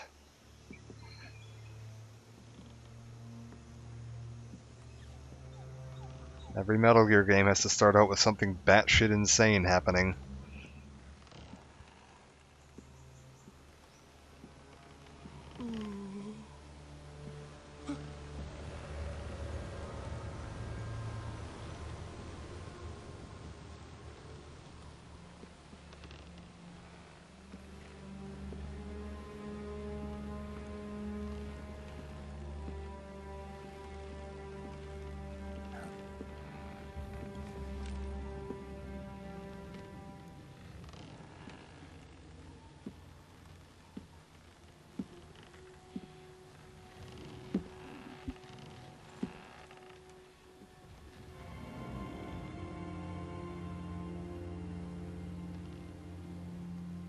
Boss?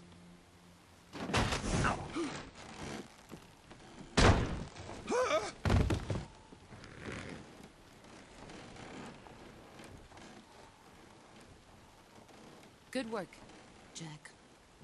What are you doing here? Sokolov comes with me.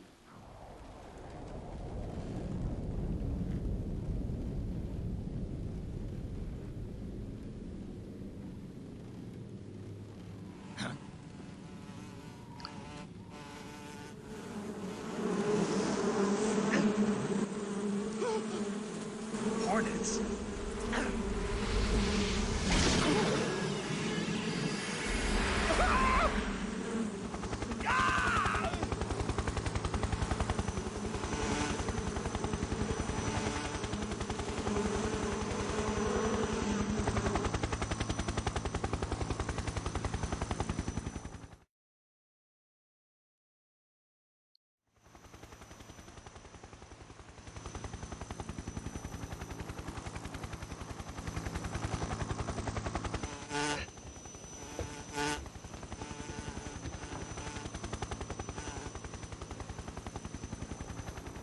My friends, let us fight together again.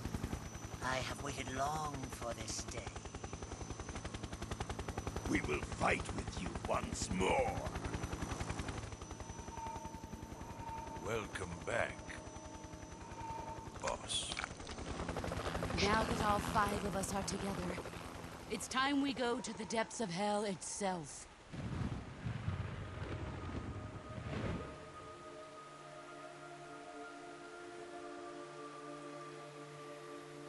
It's raining blood. Is he crying?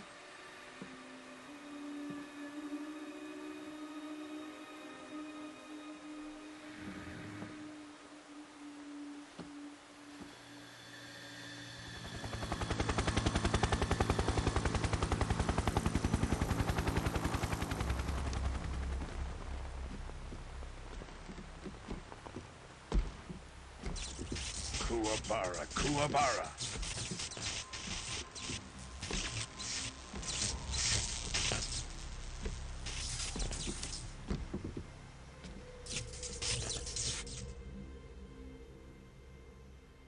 Ah, what a joyful scene. Colonel Vogan. Welcome to my country. And to my unit.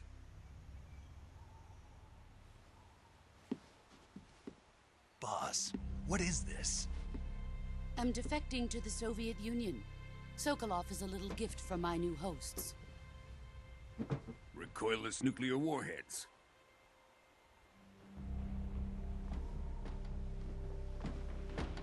These will make a fine gift for me. This can't be happening. Who is he? Another one of your disciples? Are we taking him with us? No, this one is still just a child. Too pure for us Cobras. He has not yet found an emotion to carry into battle. What are you talking about? Think you can pull the trigger?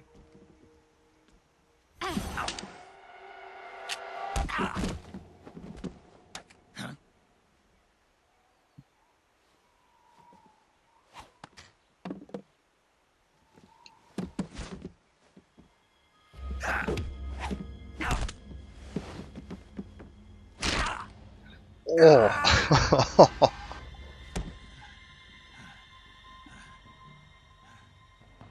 He's seen my face. We can't let him live.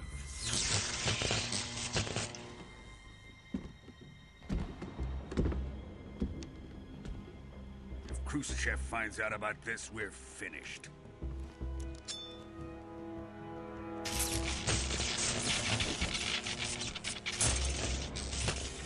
He must die. Wait. He's my apprentice. I'll take care of him.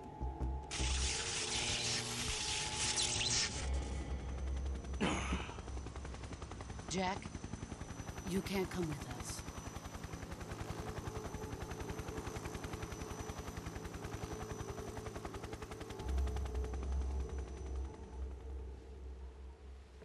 Snake, what are you doing?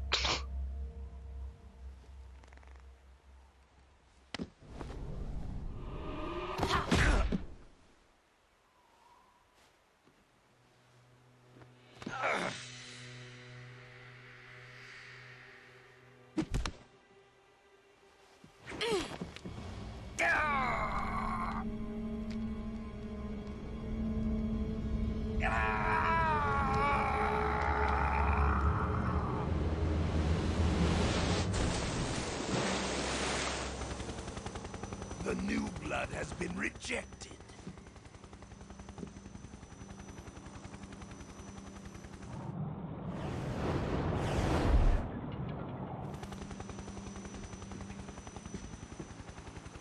Are we done here? Now, onto Sokolov's research facility. Shagohod is ours.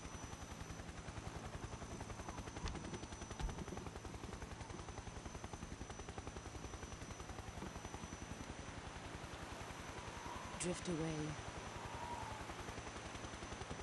My place is with them now.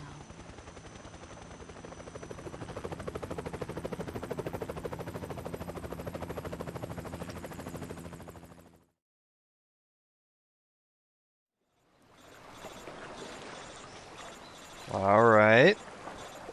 We've washed up on shore after having our arm dislocated and being thrown 500 feet down a ravine into a river. You know, it's the kind of thing that any normal person can survive.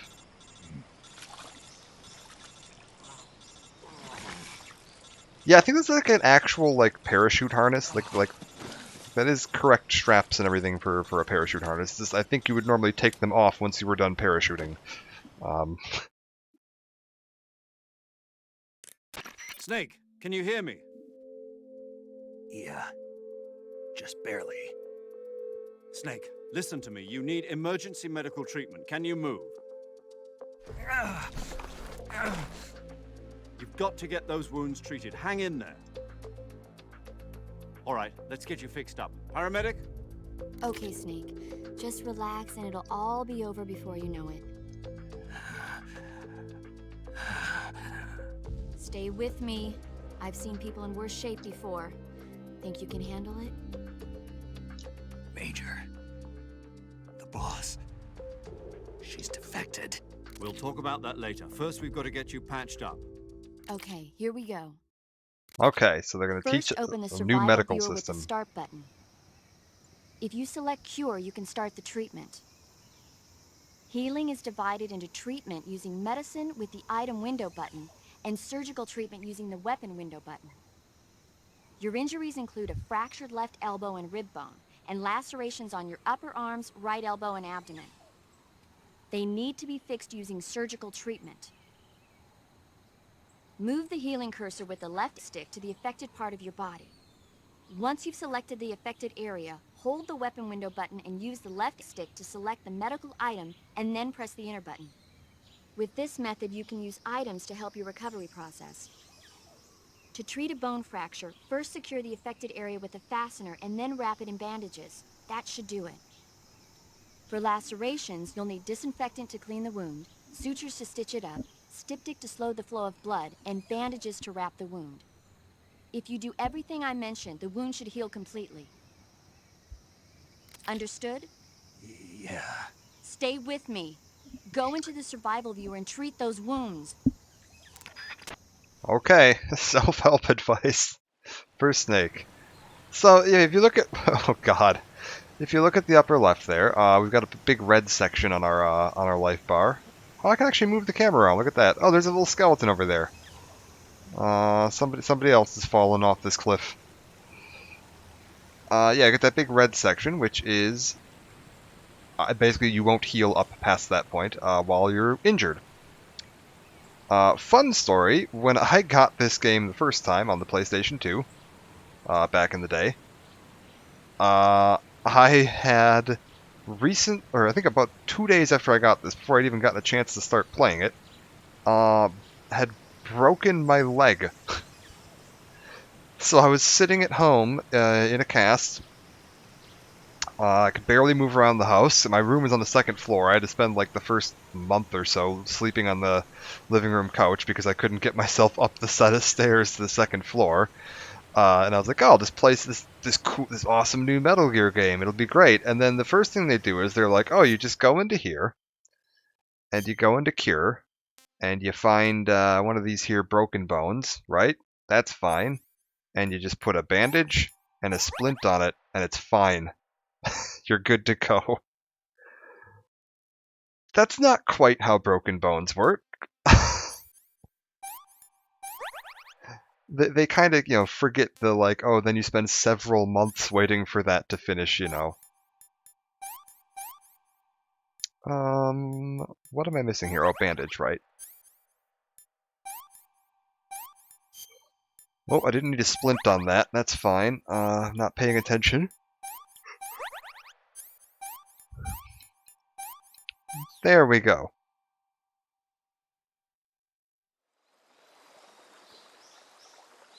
So now we've healed all of his wounds.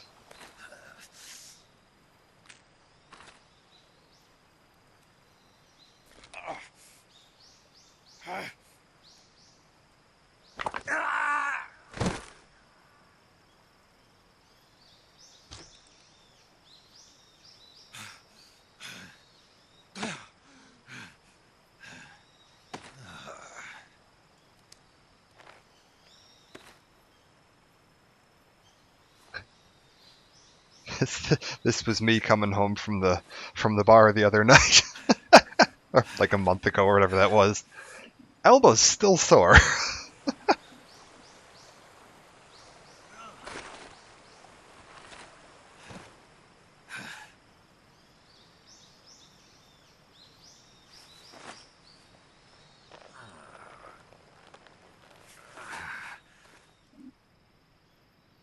Good job, Snake. We're coming to get you now. Just stay where you are. We'll drop a recovery balloon. Can you set it up? They're asking a lot of this guy. Like, you just fell off a cliff. We're gonna drop you a balloon, though. You think you can take care of that, man? Okay, we got a skeleton.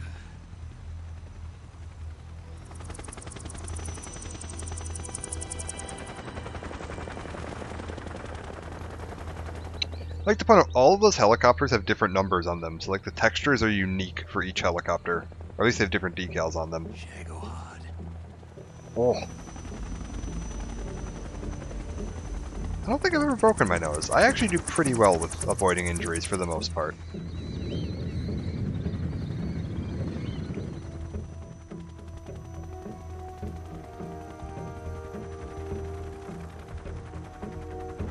But again, like, yeah, PS2 game, and this is like, the attention to detail here. They didn't just have one helicopter texture that they just repeated for every helicopter. But they were like, oh no, they would make sense. They'd all have a different, you know, identification number on them.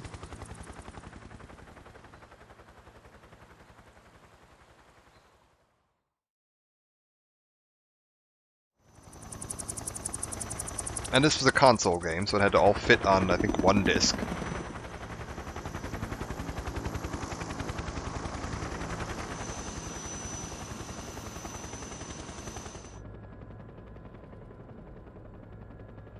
Ocelot thinking over his life.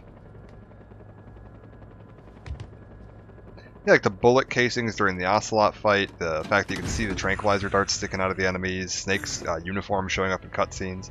Fun thing too, this weapon here, this handheld nuclear missile launcher, nuclear warhead launcher. Excellent. This is a real thing that the U.S. Army was developing in the 1960s. Thanks to the boss and her cobras, I have both Sokolov and the Shagohod.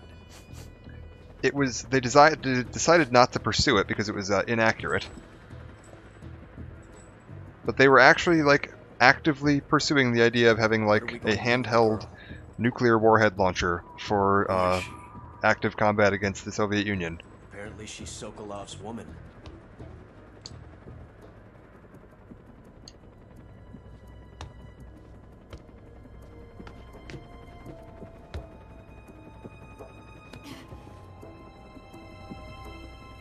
Nice catch.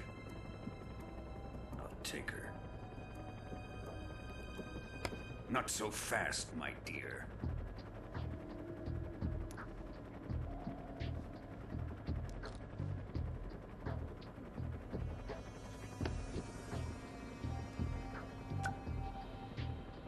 A kiss of death. Are you KGB? We may be able to use her.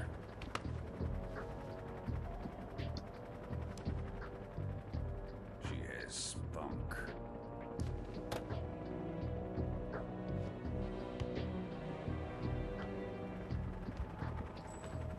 Shall we take her back to the base?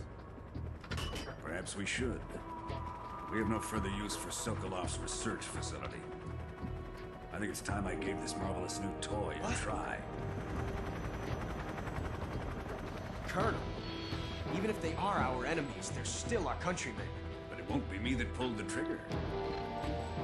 It'll be our friend, the American defector. You're going to nuke your fellow Russians? Remember the Alamo. Colonel!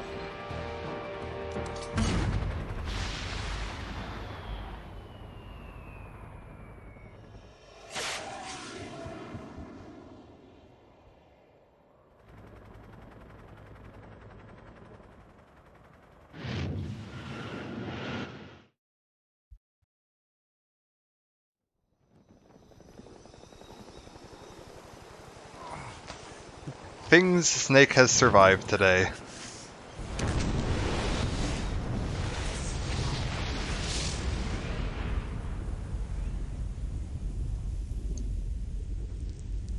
Paramedic, what's the home remedy cure for fallout and radiation exposure?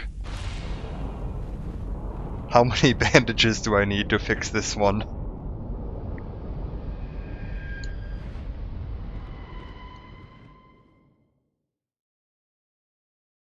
Okay, that's the end of the Virtuous mission.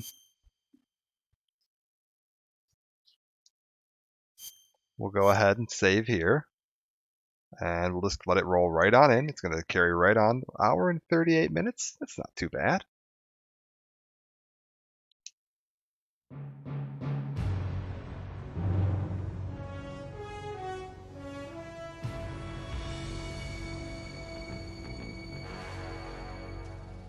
What a thrill,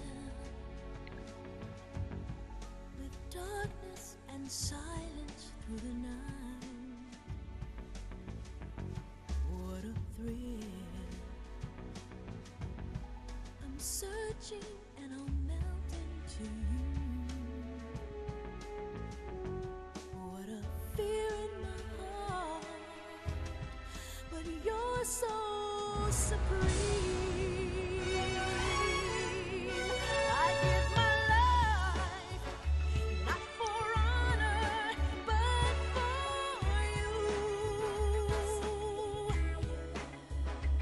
In my time, there'll be no one else. Crime, it's the way I'd like to you. I'm still in a dream, snake eater.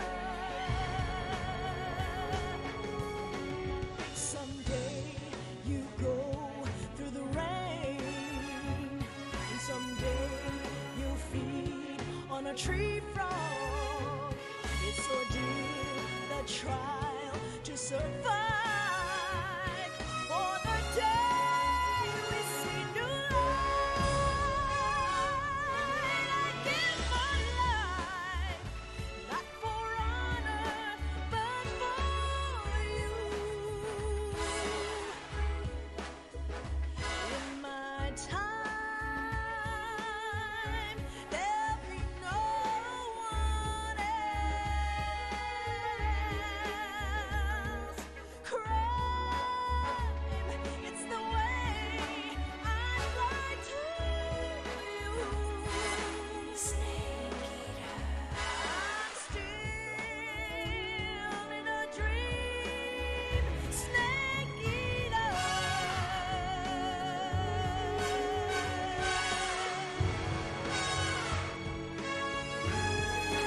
I'm still in a dream, snake eater.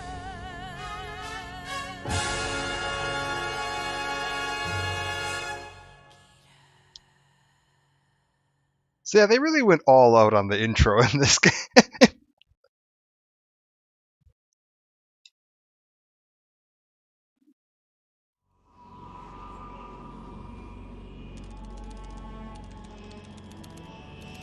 Okay, August 30th, 1964. 1 week later.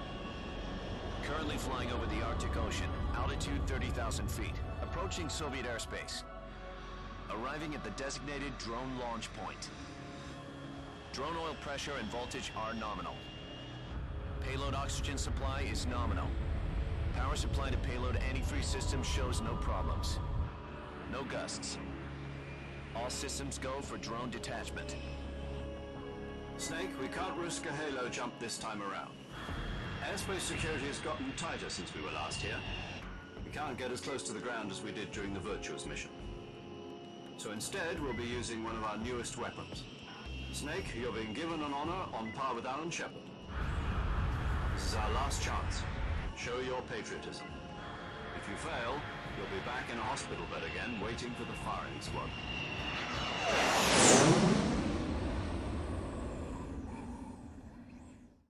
So how does it feel to be a patient in one of the most advanced ICUs in the world?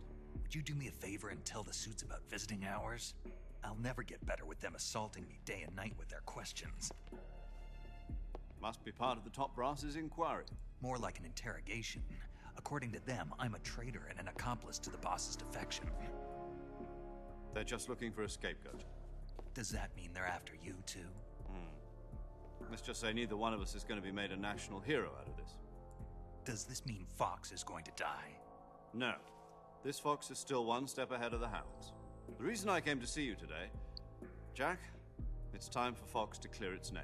What are you talking about? The situation has changed. We've still got a chance to come out of this one alive. Yeah, what kind of chance? Don't get too excited. Here, have a cigar.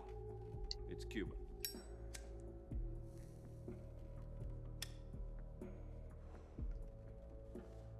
This morning, I had a meeting with the CIA. They decided when they're going to execute us? No. Something even bigger. Yesterday, the White House received an unexpected call. President Johnson? Yes, I hear you, Mr. Chairman. It was a hotline call from Khrushchev to President Johnson. From the head of the Soviet Union? That's right. A few days ago, one of our country's main design bureaus, OKB 754, was destroyed in a nuclear explosion.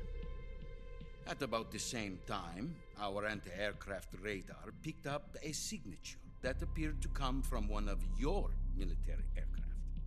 Does any of this sound familiar to you?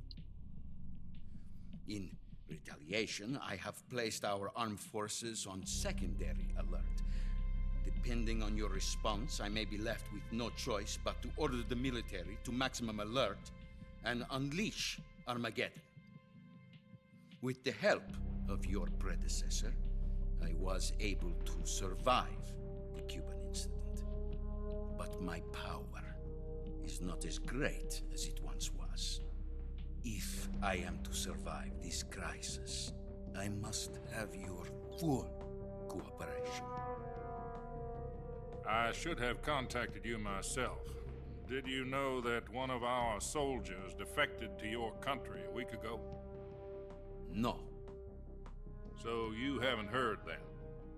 The man who arranged the defection was a GRU colonel by the name of Yevgeny Borosovich Volgin. Volgin? Of the Brezhnev faction. Go on. Who is the soldier? Her name is the Boss. She's a living legend. During World War II, she was the one who led us to victory in that war. In Russia, you know her as Voyevoda. You mean the Boss? The mother of your special forces? Yes, that's the one.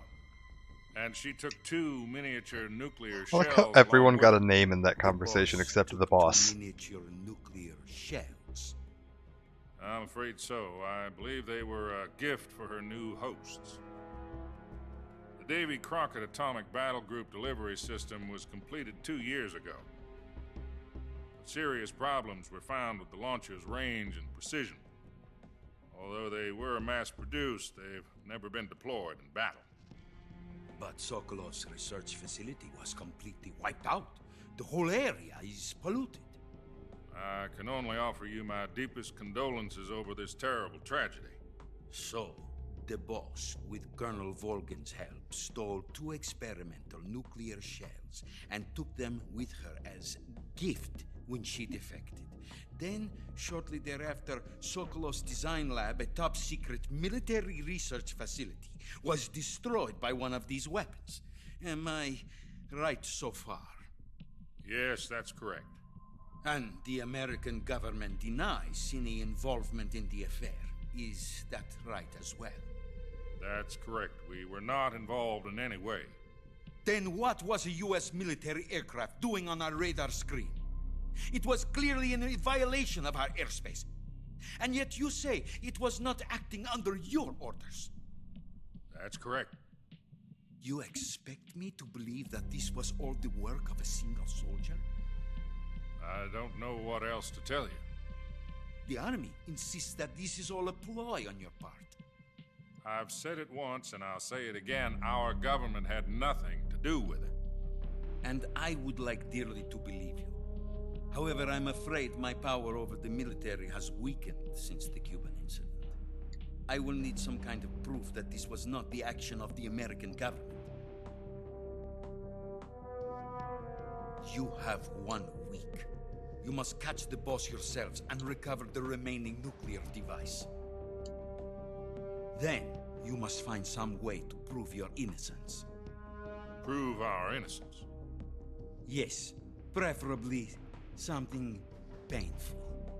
Prove to me that this is not merely another one of your tricks. The boss should be close to Colonel Volgin. How about a little co-action? I would not expect too much if I were you. The political situation here is unstable. And Colonel Volgin is a member of the Brezhnev faction, which seeks to topple my government. 1 week. You have only 1 week. And if it is not too much to ask, do something about Volgin as well. What is that supposed to mean? Nothing. It means nothing. Call it a modest gentleman's agreement to ensure our continued relationship. What if we can't prove our innocence? Then I will be unable to restrain the military. I will be ousted, and they will seek their revenge. A nuclear attack on the United States? I leave the disposal of this situation entirely to your discretion, Mr. President. Disposal? If you fail, it will mean the beginning of a new world war. To put it simply, in order to avoid a full-scale nuclear conflict, we have to prove that America was not involved in that explosion. And eliminating the boss ourselves will prove America's innocence? Right. The higher-ups have decided that you're the only one capable of pulling this off. You were her last apprentice. Screw this one up, and we'll both be 6 feet under. There's no choice.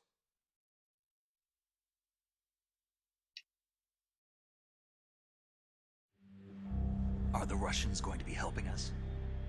The KGB has promised to lend us one of their communications satellites so that you and I can talk to each other. That's it? They've also put us in touch with a couple of insiders. Insiders? There was a defection in September 1960. Do you remember it? You mean the 2 NSA codebreakers who went over to the Soviet Union? Precisely. Since then, they've apparently been training with the KGB for exactly this kind of situation. Their code names are Adam and Eva. I've been told that Adam has infiltrated Volgin's ranks. We've also arranged for him to provide you with an escape route. You'll need to rendezvous with him when you get there.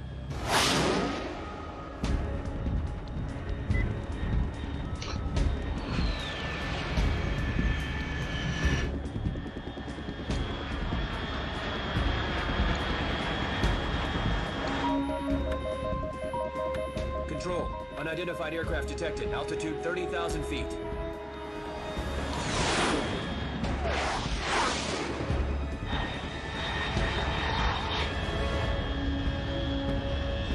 It's fast. Estimated airspeed exceeding Mach 3. Bearing south.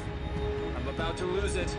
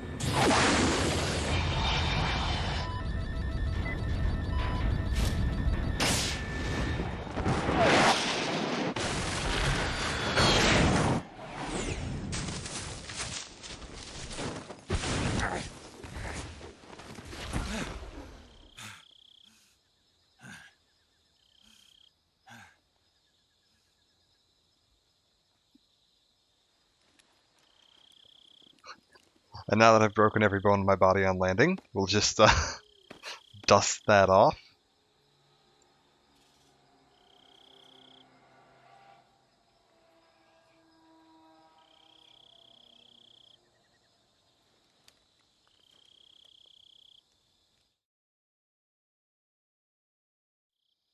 This is Snake. Do you read me? Loud and clear. Glad to see you landed safely. I got blown pretty far off target. Snake, let's go over your mission objectives one more time. Rescue Sokolov. Find out what's happened to the Shagohod, then destroy it. And finally, eliminate the boss.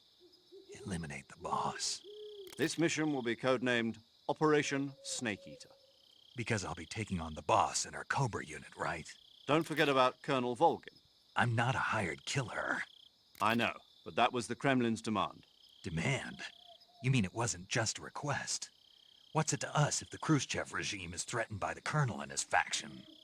If supporting the current regime helps us avoid a nuclear exchange, then that's what we'll do. And what are the CIA's demands? Our priorities are the rescue of Sokolov and the destruction of the Shagohod. Roger that, Major Tom. Hold on, Snake. What now? I'm changing my codename. It turns out Tom wasn't the most auspicious choice. What do you mean? Well, the truth is, when I chose my codename, I picked the wrong one. The wrong one? Did you ever see the movie The Great Escape? It came out last year.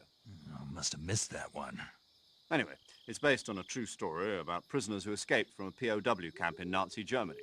The prisoners dig 3 tunnels as part of their plan, but the Nazis find 2 of the tunnels before they're finished. The prisoners succeed in escaping by using the last remaining tunnel. The names of those 3 tunnels were Dick, Harry, and Tom. I get it. You used the name of the tunnel they escaped in as your code name because you thought it would bring you good luck. Yes, that's exactly right. At least, that was the plan. But I got the name wrong. The one they escaped in was Harry. Tom was one of the unlucky tunnels. It was discovered by the Nazis before it was finished. I watched the movie again just to make sure. In fact, I even ordered the actual film from the movie company. yeah, it doesn't sound like the greatest name to use. So what should I call you? You know, let's just use Zero, like we've been doing all along. All right, then. Major Zero it is. We'll start over from square one. From square 0. My frequency is 140.85. Oh, I almost forgot. Paramedic is with us again on this mission. Is this her last chance, too? If we fail, she'll have her medical license revoked. It's more or less the same kind of fate. Her frequency is the same as during the Virtuous mission, 145.73. She'll be recording your mission data as well, just like the last time. That frequency is also the same, 140.96. And there's one more person on your support team. His name is Mr. Sigint. He's an expert on the latest in weapons and equipment technology. You'll be going up against some of the world's most advanced weaponry when you infiltrate the research facility. If you have any questions, just ask him. His frequency is 148.41. Mr. Sigint. Got it. Adam, your KGB contact, is waiting for you at the abandoned factory up ahead. The same factory Sokolov was being held in last week. Yes, meet up with Adam first. He's cleared the way for you to rescue Sokolov. How will I know this Adam guy when I see him? You'll know once you reach the factory. The whole area's been polluted by the fallout from that nuclear blast. No one else would dare come close. The password is, "Who are the Patriots?" and Lali Lule Lo. Lali Lule Lo. Gotcha. You've been equipped with a 45 for this mission. Be careful, it's noisy.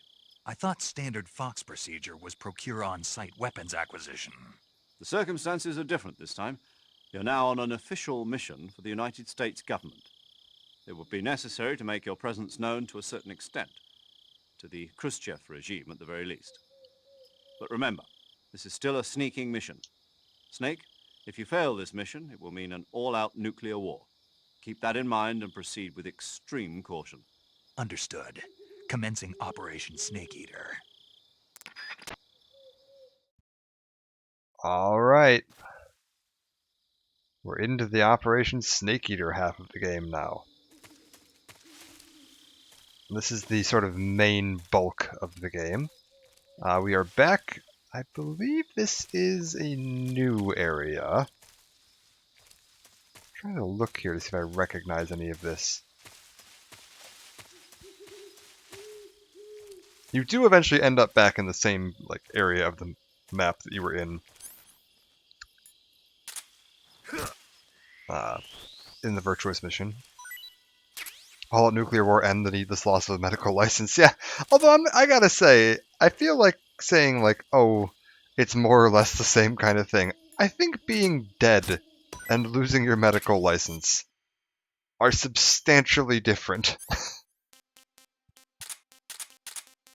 1 sec here while I unequip all my unnecessary crap. I don't need this and I don't need this. Do I have a Mark 22? I don't. Uh-oh. Like, it's still not good. Obviously, losing your medical license is terrible, especially when you didn't do anything, wrong. But I think Zero and I are definitely getting the worst end of this bargain. Oh, I know where we are.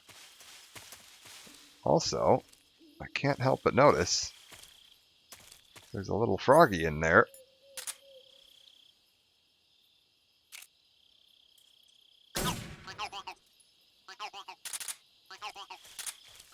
I mean, like, I feel like Snake is gonna die because if he doesn't do this right, he's gonna get killed by Russian soldiers.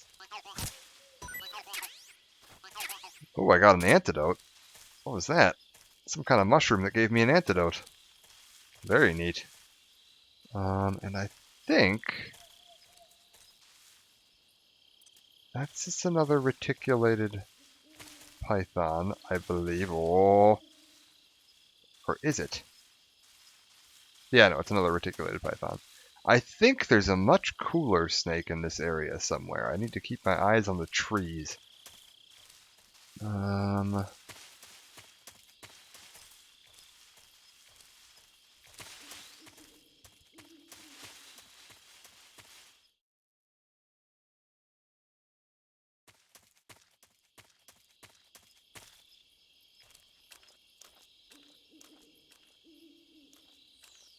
What have we got?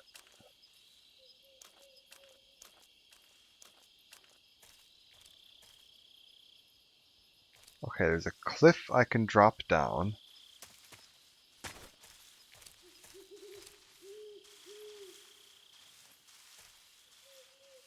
I'm trying to see something here. So that's the slowest I can walk with the stick. This is slower. Okay, I can use the number pad to walk, or not number pad, D-pad, directional pad, to walk even slower, which should help me stay hidden. Oh, I'm surrounded by snakes.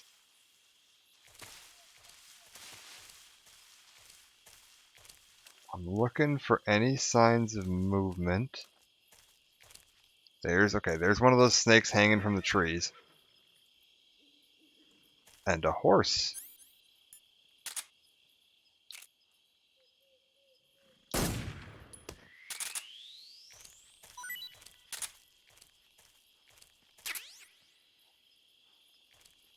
And yeah, I've actually had pet snakes before, and yeah, they are pretty chill, as long as you're not bugging them when they don't want to be bugged.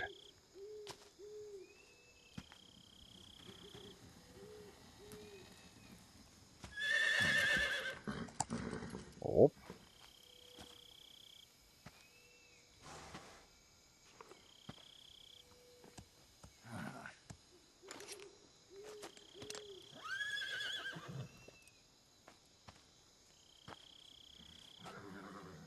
I had a ring-tailed boa, and it was pretty laid back. Looks like death wasn't ready for you yet.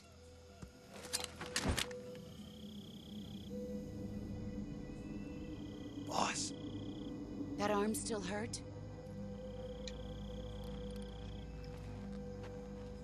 What are you doing here?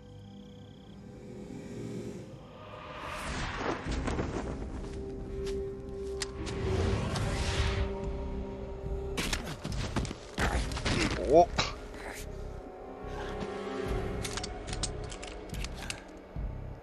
Quit taking my guns apart. Go home. Gru and my sons are waiting up ahead. You don't have a prayer of finishing your mission. You're not even armed. Boss.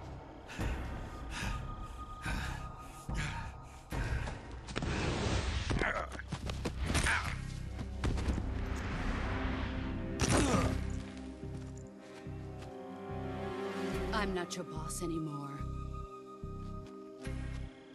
There's nothing for you here. Go home. Go back to your boss. There's no need to prove that you are virtuous here. This isn't America.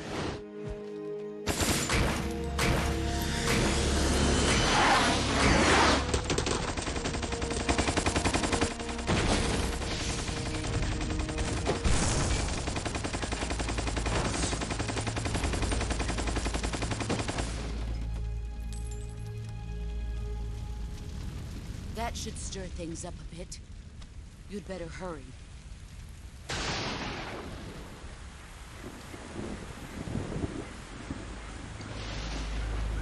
Oh. The border is 60 miles south of here. You ought to be able to run that far.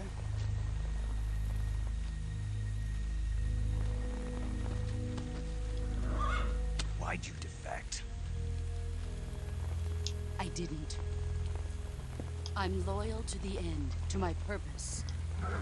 What about you, Jack? What's it going to be? Loyalty to your country or loyalty to me? Your country or your old mentor? The mission or your beliefs? Your duty to your unit or your personal feelings?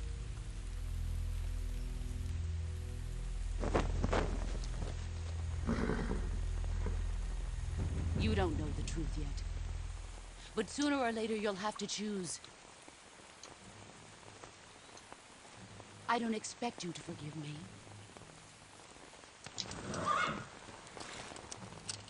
But you can't defeat me either. You know me too well.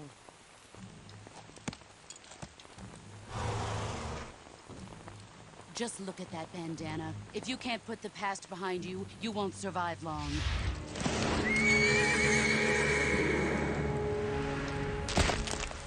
Oh. If we meet again, I'll kill you.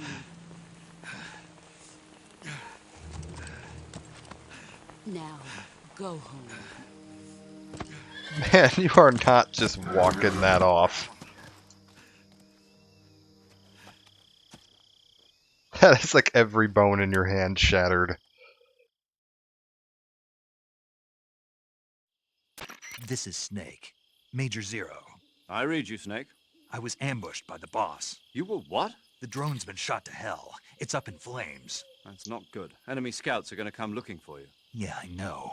But what was the boss doing here in the first place? There's got to be a leak somewhere. No, that's impossible. The man the boss is working with, Volgin, isn't exactly on speaking terms with Khrushchev. I lost my gun. The boss destroyed it. Snake, I know how you're feeling. It's hard for me to believe, too, that a legendary hero like the boss would go over to the Russians. That she'd double-cross us like this. But that's how it is, and if you don't accept it, you'll never be able to beat her. That's not the problem. In terms of sheer technique, I'll never be able to beat her. I know that all too well. You've got to do it, Snake. She's your enemy and your objective. Enemy? We were together for 10 years, and now you tell me she's my enemy? Enough. Hurry to the factory where Adam is waiting. Scouts have probably already been sent out to investigate the explosion. You've lost your weapon, right? That means you've got no chance of winning in a battle situation. Whatever you do, don't let them see you. Okay. So yeah, he's not joking. There are literally enemy soldiers on the way here right now. I need to get ready to hide. I believe if I... Okay.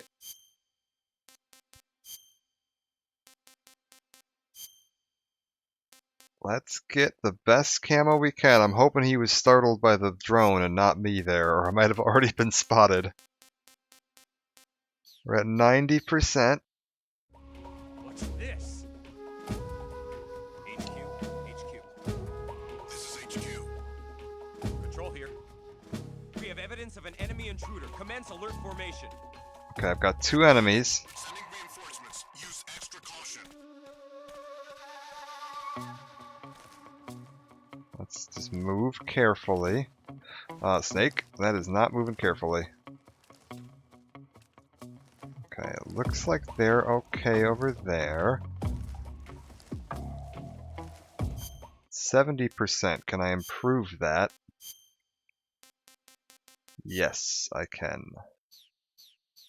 95, that's pretty darn good. Okay, we need to get through this area. And you might recognize this. This is the same map that we were on when we encountered our first enemies in the game. That drone kind of crashed in the patch of grass I was hiding in when the first guy was walking up. So we're going to go through this bit of grass.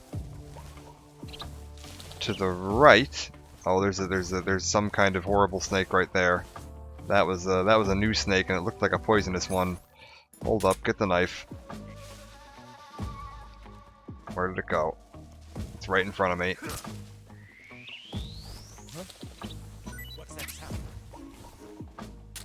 Oh, there's an enemy right on top of me.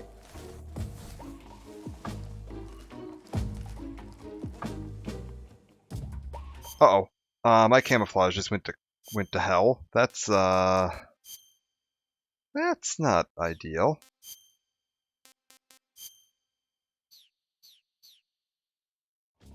We need to get out of here.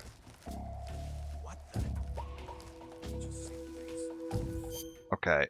We need to be very careful here. I am very, very close to being spotted. And yes, venomous, I suppose, would be correct, not poisonous. You are correct.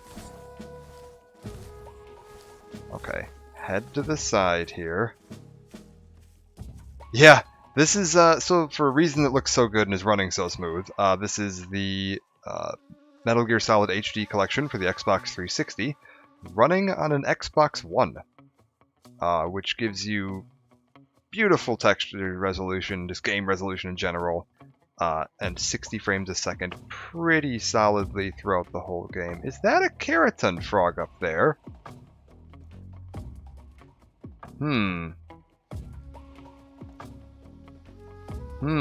That might be a frog up there.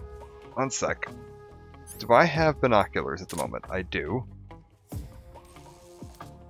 Oh, it is. But I don't have a pistol at the moment. We're gonna have to come back for that. Okay, we're good.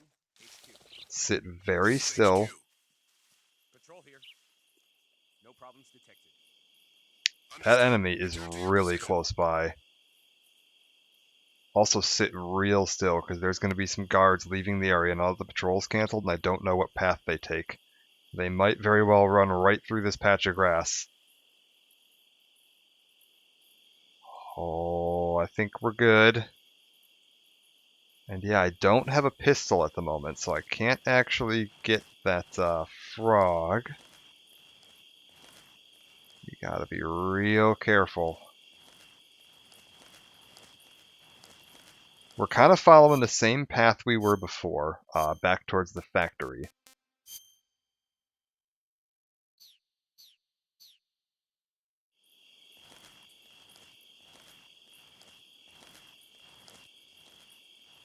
So we're gonna cross these dead leaves and hopefully not stumble across any guards. There's still one patrolling back by where the drone blew up. I could see him walking around there.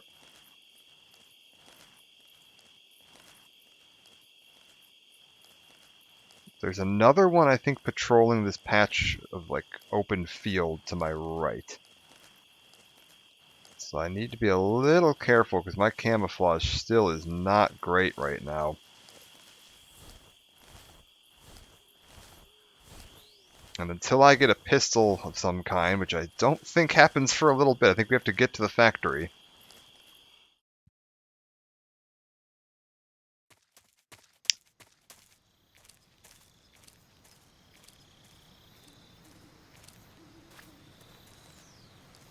I can't actually do much in a fight. I have a knife and CQC, which is actually pretty good. If you know what you're doing in this game, CQC is honestly just broken.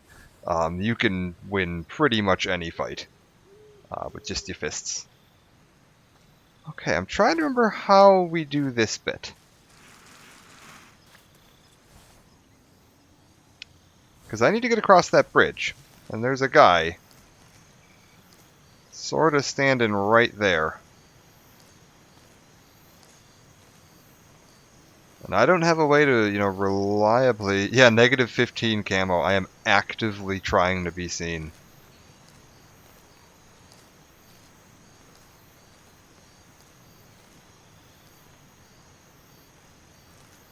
I don't know how far he goes once he gets to the other side of the bridge, because if he turns around right at the other side and I'm in the middle of the bridge, that's it. Like, I'm pretty well screwed.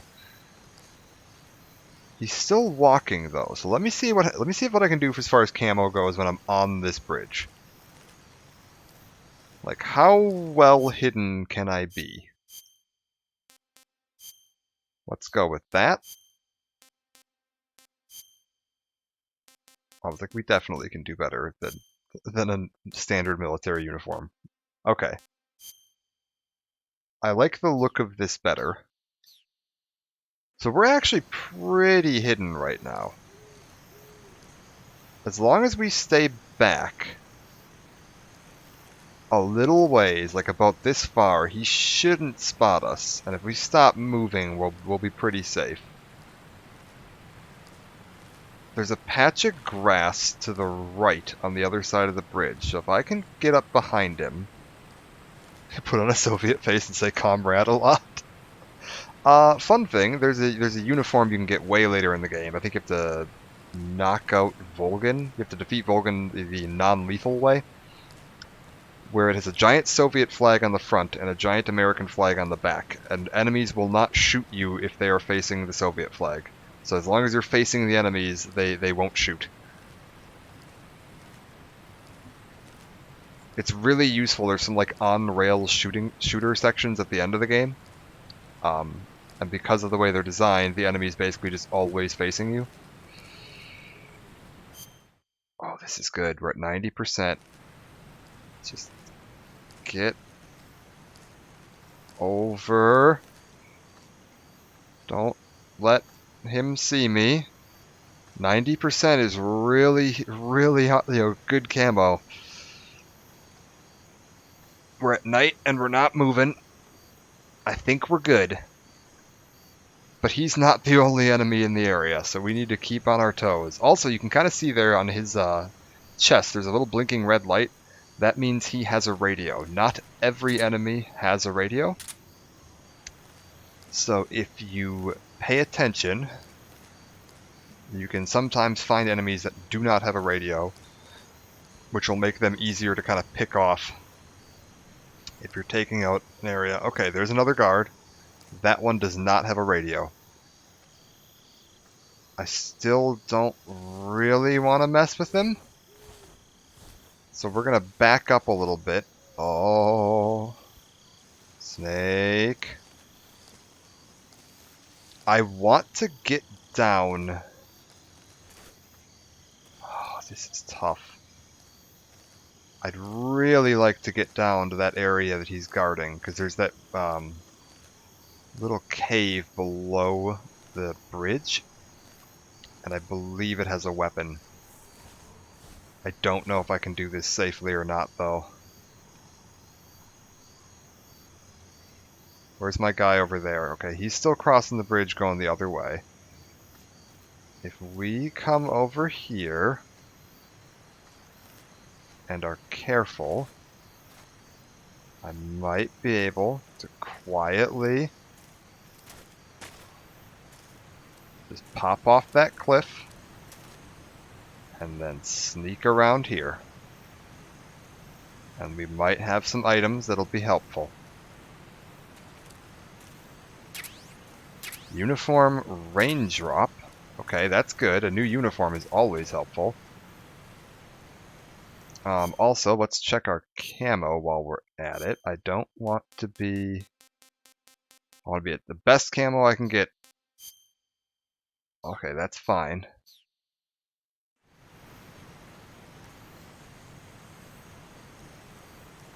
Because I have to wait for that guard to be in a very specific position before I can start heading back up. And I don't want the guy on the bridge to patrol down this way and potentially see me. Ah, Snake.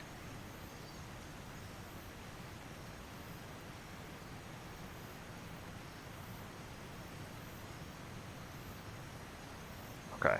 He's turning around. we are gonna go back over to crawling. And we're gonna try to slip past him. He turns to the right up ahead here. And we need to go to the left. So if I can slip past him on the left, we should be fine. Just stay slow. He's not gonna hear us like this. Uh-oh.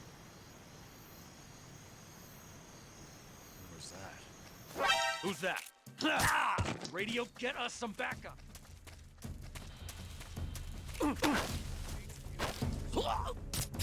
Okay, well, we've had to kill a guy. That's fine. I need to get out of this area before the new guards show up. Okay, we're good. We're fine.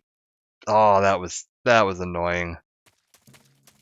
Last time he didn't turn around that fast. I didn't think he would turn around that quick. I need to get into some grass, like, right now.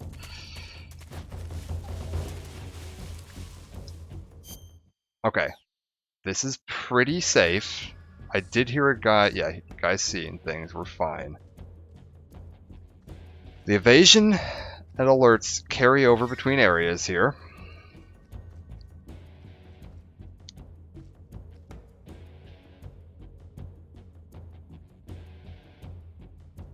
But we should be alright.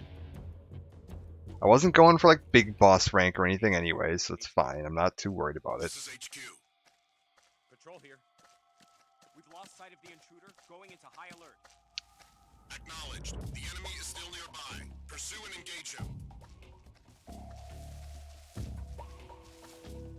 Oh, they are very close.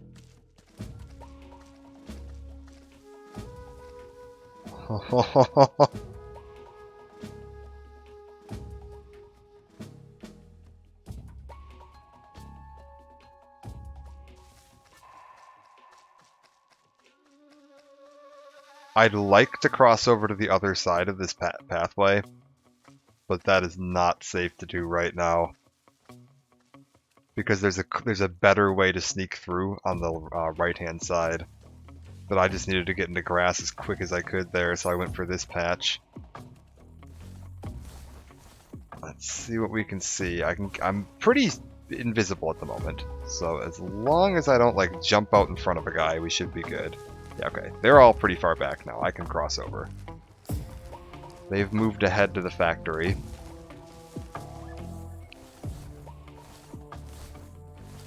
We can now come along here. Sneak along this side. They are not gonna see me over here. Again, just keep an eye on where they're moving. I don't think they really come up this far on the hill. So I can kind of just... Oh, watch that guy though. He's moving around a little more than I'd like.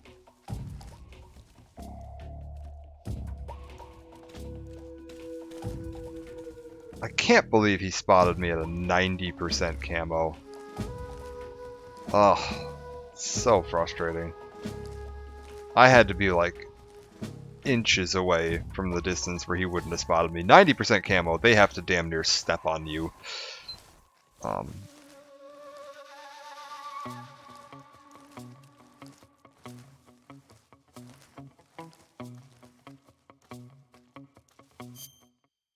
Yeah, that was a good guard. And this is on normal. I'm terrified. I'm really very glad I didn't pick extreme. Like, I've done that before because you have to play on extreme if you want to get the, like, big boss rank at the end, or Foxhound, I think it is in this one. Oh. Huh? Oh god, it's happening again! Okay, we're gonna disappear now. It's time to run. I still don't have a gun.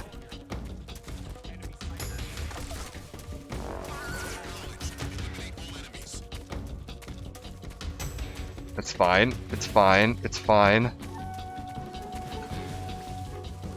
Get on the ground and under the building. Oh, that's so frustrating because I can't be in alert status for the next bit. I have to get into the building out of alert status. I was like literally done with the alarm. Ah. That's so frustrating. I really want to stab this guy in the shins, but I'm not going to do that. Patrol here. We've lost sight of the intruder, going into high alert. Acknowledged. The enemy is still nearby. Pursue and engage him.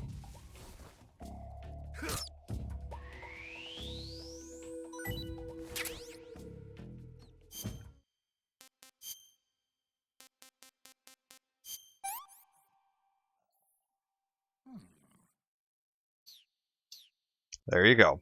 One rat snack.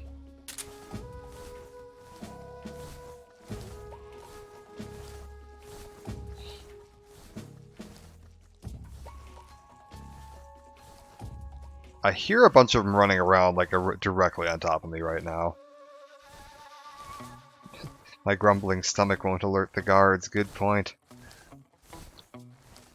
I don't think my stomach would be rumbling just yet. I did actually find on YouTube the other day, there was that that meme going around a few months ago about Major, I'm dummy thick and the clap of my ass cheeks keeps alerting the guards. Someone told David Hayter, the voice of Solid Snake, about that meme, and there's a YouTube video of him reading the meme out in the Snake voice, which is just phenomenal. David Hayter's a really good sport about people having fun with the Solid Snake character and voice quotes and stuff. Unfortunately, he is not the voice of Snake in Metal Gear Solid 5. They switched the voice actor to... Oh, what's his name from 24?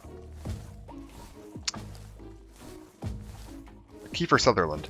Yeah, they switched the voice to Kiefer Sutherland. And for whatever reason, David Hayter didn't even get a call. They didn't, like, touch base with him on why they were switching. Or they just changed the voice actor, didn't say anything to him about it. He was a bit annoyed. I don't want to say he was mad. Like, it's a job, and sometimes they have to make creative decisions that, you know, move in a different direction. I think he's fine with that. I think he was just a little disappointed that he wasn't, like, contacted at all or asked.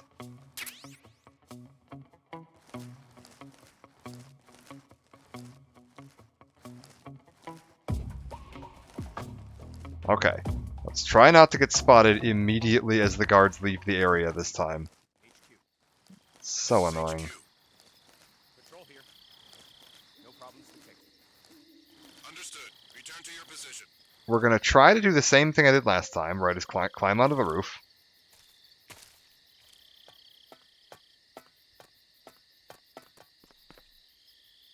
And drop down. Because annoyingly, if I remember correctly, once these like emergency alert guards leave, there aren't actually any guards in this area.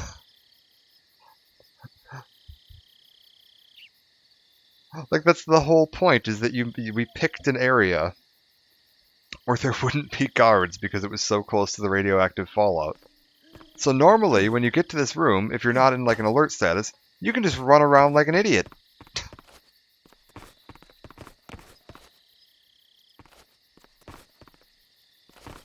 Oh my god, Snake. Work with me, man. Which means you can take all the time you want to grab these items. So you got a little cardboard box here. We'll call Sigint in a minute too. I'll introduce Sigint, the weapons and equipment specialist they mentioned. Yeah, I can just take... Oh, found a Keratin frog.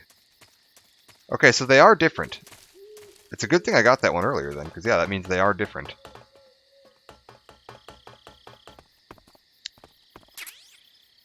An AK-47. Do I have any ammo for it? Because if I do, I can shoot this frog, like, right now. I do. Well, let's see if I get spotted again as soon as I do this. How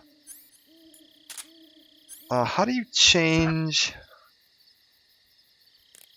Yeah, you can change between semi-auto, burst, and full auto. Or is this semi and full auto? Yeah, semi and full auto. There's no burst fire on the AK-47. Dear. Alright. I thought there was, there we go. I was like, there's a way to go full on down the sights. This was really awkward. Okay, this is something I want to talk about. Differences between the Xbox and the PS2 versions. And the reason that I am not just emulating the PS2 version, because I have the disc for the game, like right next to me, like the original PS2 disc. And I typically prefer to play the original version. I think the original version is actually just better for one very important reason. On the PlayStation 2, every button on the controller is pressure sensitive. This isn't used by a lot of games, but like all 4 of the face buttons, all of the shoulder buttons, the start, the select, and the sticks, and the D-pad are all pressure sensitive. Depending on how hard you press, the console can actually, back off Snake, can actually pick up on it and read those as different inputs. So in the original PS2 version, you have a much greater range of motion as far as like controlling your speed on the sticks, as well as you can, if you go into first-person view, the way you ready your weapon is by lightly pressing and holding the square button, which is the attack button, and that will bring your weapon up like this. If you hold the L1 button, so right now you're lightly pressing and holding the square. If you hold the L1 button, it'll pop it into this, and then if you press down harder on the square button, like really squeeze down on it, you'll fire off a shot. And then if you lightly let up but don't let go of the button, you'll keep it in this view. Right now, the way it works in this version, because the Xbox controller is not pressure sensitive, is that I have to bring my weapon out, hold RB to go into first person view, and then if I click the left stick in, I will bring it out like this, and click the left stick to go back. The problem is that once I fire a shot, it puts it back down again. And I have to click the left stick to bring it back up again. And then I fire a shot and it goes back down. And then I fire a shot and it goes back down. So you have to re-click the left stick every time you want to bring the weapon back up, which is really clunky, especially if you're having to do a lot of quick, precise shots. Because if I want to do like a... Yeah, it's really clunky, and that's because this controller doesn't have fully pressure-sensitive buttons on every button. And unfortunately, the PS2 emulators, even if you are using a PS4 controller, which I have plugged into my computer, I think this is like the only game I know of that really made use of that, but they're all pressure sensitive. Even if you're using a PS4 controller, which is still pressure sensitive to this day, every PlayStation controller from the PS2 on is fully pressure sensitive. Unfortunately, there's no way to get your computer to read that because the native like X input configuration for controllers, because it was designed by Microsoft and is designed to basically support Xbox controllers. The fact that it works with PS4 controllers is a bit of a fluke. Doesn't support pressure sensitivity. There is a way to do it, but you have to download a custom like controller software, like a driver for your software, but that means that you have to uninstall the driver every time you want to use the PlayStation controller for anything other than the PS2 emulator. And I use my PlayStation controller when I'm playing Hollow Knight, and I don't want to have to reinstall a driver every time I'm using a controller. So this is the version I've opted to play, which is if you're not able to do the PS2 original PS2 version, the best version is the HD collection on the Xbox One. The only downside is you have a slightly clunkier first-person aiming controls because of this game's odd things. It's also, in the original PlayStation version, when you interrogated someone, you would grab them with the circle button, and you'd hold them, and then if you lightly pressed, I believe it was triangle, you'd bring out your knife and start to interrogate them, and then if you clicked in triangle really hard, it would slit their throat. They had to switch that in this to, I believe it's left stick interrogates them, and then triangle slits their throat, because they, again, pressure sensitivity isn't a thing, so they had to kind of work around every control that was designed for that. That's how you get over the wall. I knew you could do it. If you do a little forward roll, you'll dive over it. Yeah, there's a number of like weird control changes that came about as a result of the lack of pressure sensitivity on Xbox controllers. So get on that, Microsoft. A mine detector? I didn't know you could get a mine detector here. Alright, let's look for... We're looking to meet with Adam. Let's find Adam.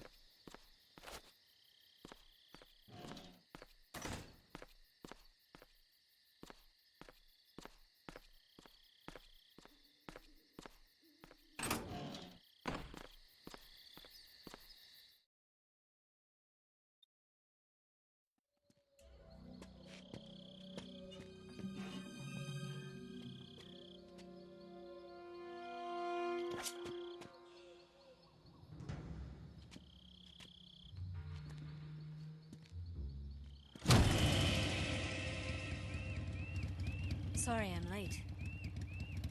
Cut the engine. They'll hear us. Are you the agent they sent? Are you Adam? I thought you were supposed to be a man. Adam couldn't make it. All right, say the password. Who are the Patriots? Who are the Patriots? Answer me!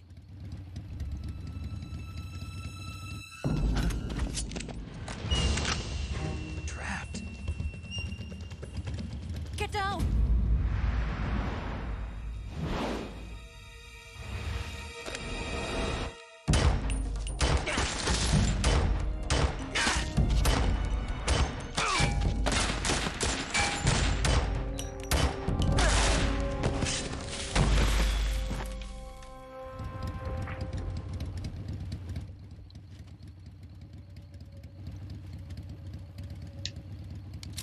There is your answer.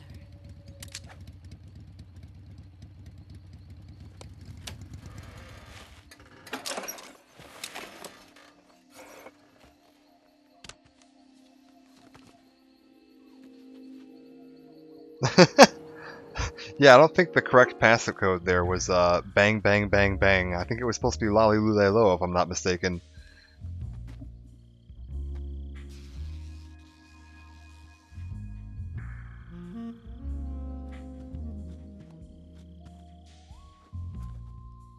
The name's Eva.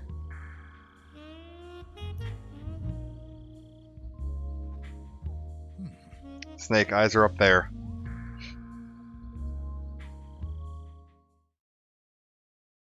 And why? Hideo Kojima is why.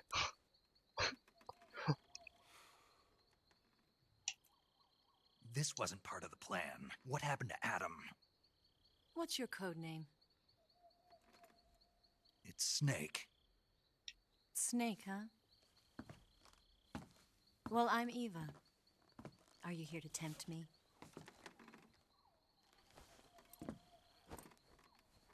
What happened to Adam? Colonel Volgin is a very suspicious man. He decided Adam wasn't the right person for this mission. And you were. Yes, Why? because I can do things he can't. I heard you used to be a codebreaker for the NSA. I was. 4 years ago, I defected to the Soviet Union with Adam. Mauser military. The broom handle. It packs quite a punch. Nice to have when you're on a bike. You held it sideways and used the muzzle jump to create a horizontal sweep. That was impressive. Bet you've never seen that technique in the West. It's imitation, isn't it? Yeah. It's a Chinese Type 17 pistol. Around here, even that's hard to come by. Don't worry, though. The one I've got for you is American-made.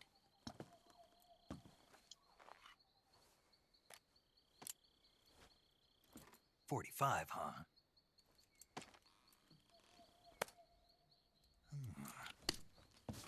Incredible. Do you like it? The feeding ramp is polished to a mirror sheen. The slide's been reinforced, and the interlock with the frame is tightened for added precision. The sight system is original too. The thumb safety is extended to make it easier on the finger. A long type trigger with non-slip grooves. A ring hammer. The base of the trigger guard's been filed down for a higher grip. And not only that, nearly every part of this gun has been expertly crafted and customized.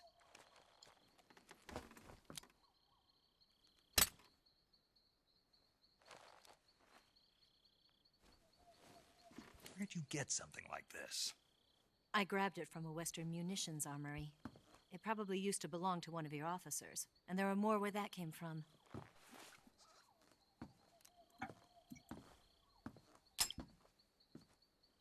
You had this with you, didn't you? Better take this too. What's that? A disguise to make you look like a scientist. A disguise? Yes. You're here to rescue Sokolov, right? Sokolov's still safe then? Yes. He's being forced to continue his work on the Shagohod. Where? At the lab. They've got a whole army of scientists there developing new weapons. Security is tight, but if you disguise yourself as a scientist, you might be able to sneak in. Can we get Sokolov out of there? We'll see, won't we? Tell me how to get to the lab. The safest way in is from the rear. First, you'll need to head north through the jungle. You'll come to a heliport used for shipping materials. Pass the heliport and continue north, and there will be a large crevice. Descend into that area, and you'll reach a cave. Move through the cave, and you will arrive at a mangrove swamp. After the swamp, there'll be a warehouse. Make your way through the warehouse, and you'll come out just south of the lab. Got it. And just what are you doing there? In close-range combat, a knife can sometimes be more useful than a gun. By doing this, I'll be able to hold a knife at the same time and still keep the gun steady. That way, I can instantly switch between a gun battle and a knife fight.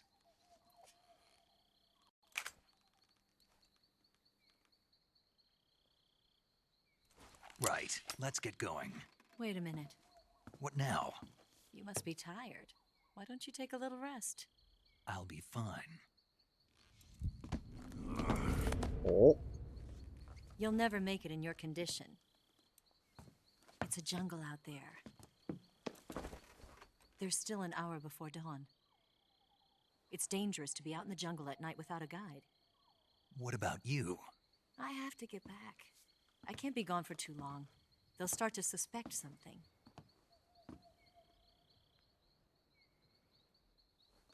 Don't worry. I'll keep you updated over the radio. That's it?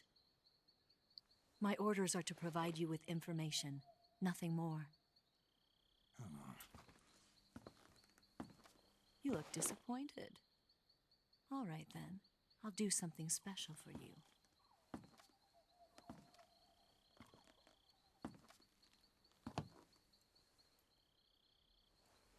I'll stand watch until dawn. Now be a good boy and lie down.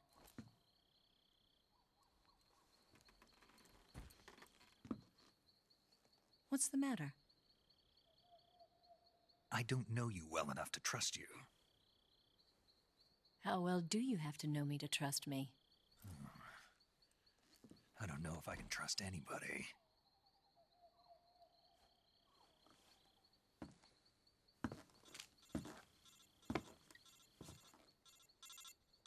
Gonna get that?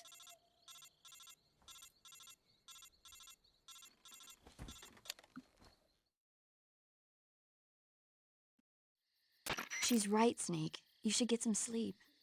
Although in your condition, you really ought to be back in the ICU. Whenever you save the game and quit, you'll go to sleep. Sleeping allows you to gain back stamina naturally. Depending on how long you sleep, you may also recover naturally from sickness and injury. When you're tired or hurt, the best thing to do is just get some sleep. So do yourself a favor and take a nap. Doctor's orders, okay? Yeah, okay.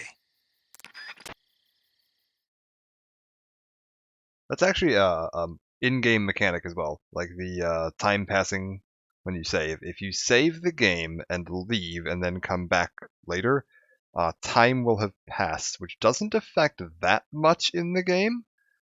But things like your food rotting, that can be affected by how long you take between the game. And there is a particular boss in this game.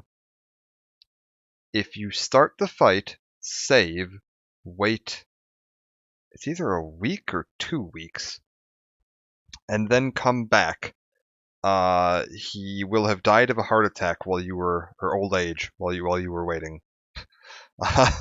Like, you get a special cutscene where Snake wakes up from a nap in the middle of the boss fight, and then goes and finds the guy lying dead on the ground from old age. It's based on the system clock, and I'm assuming that that is still true on the Xbox One version, so in order for that to work, I would have to like disconnect my Xbox from the internet and manually adjust the system clock or wait 2 weeks. So we're not doing that, but yeah, it's a thing in the game.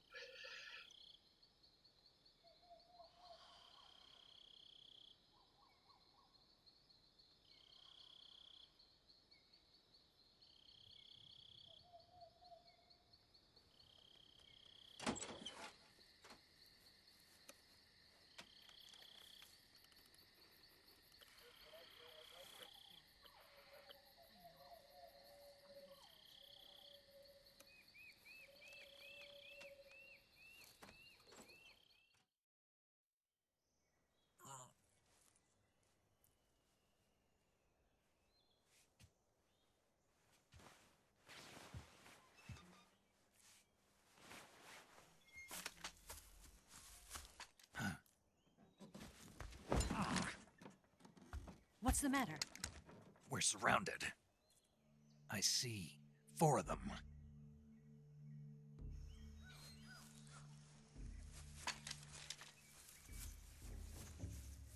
We've got company. It's the Ocelot unit. Let's get out of here. Hurry. Don't forget your gear. Here, give me a hand. Let's just drag this steel frame bed across the floor. No one will hear it.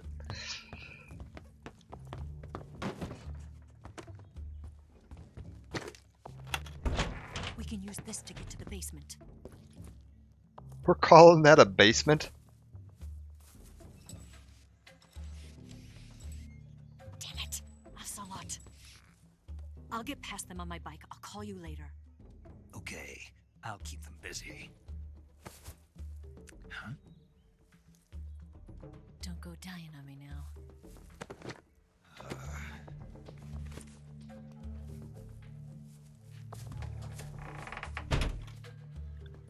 Okay, we've got to take out all of the Ocelot team. Ideally, without getting spotted. They are going to clear the area, and this evasion is not going anywhere. So I believe right now they are moving up into that room and they're going to throw a grenade in.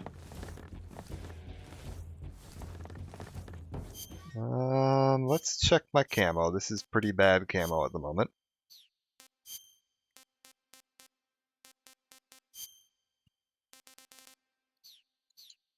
That'll work.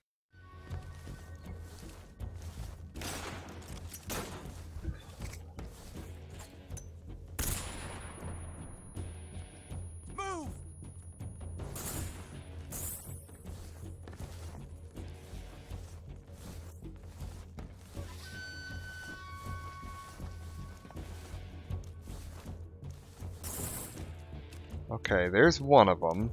Did we lose him? What? Not here? He's not here? Keep looking. Move!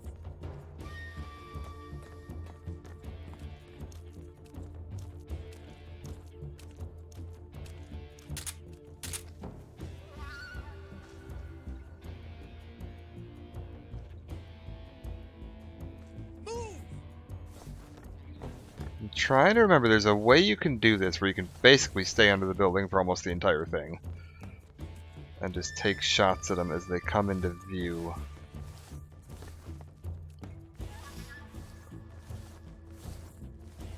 Yeah, why is he so certain we're here? It's almost like someone told him.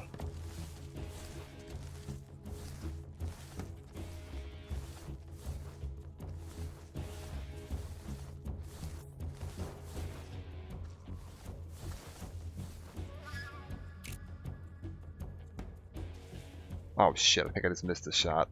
Oh well. That's fine. We will get more chances. I need to take out 8 enemies.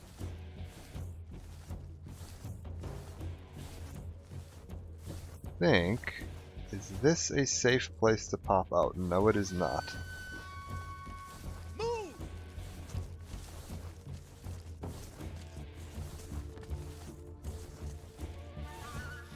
I don't like this. There is definitely one of them on the roof during this part too, so climbing up that ladder to get onto the roof is really dangerous. Because you don't know where he is until you've poked your head out too far. Okay.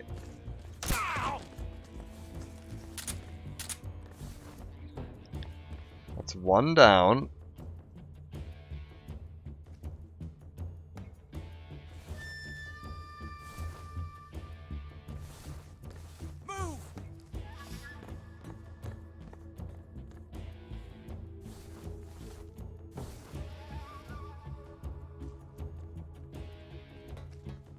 Trying to remember where the rest of them are. There's some of them that are patrolling, which makes it a little difficult. And there's some of them that are in stationary positions.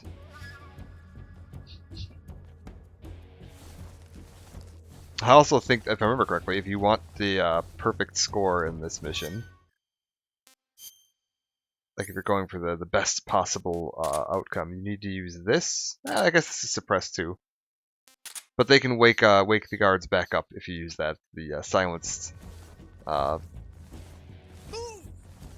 tranquilizer pistol you had from the first mission. How do I want to do this?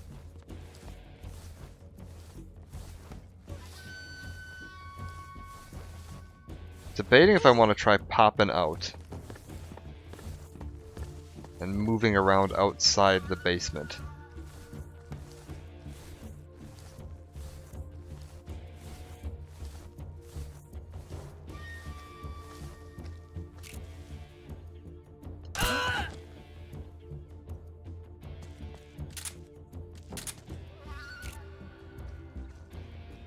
If I can get the patrolling guys, I'll feel better about life. Nothing here.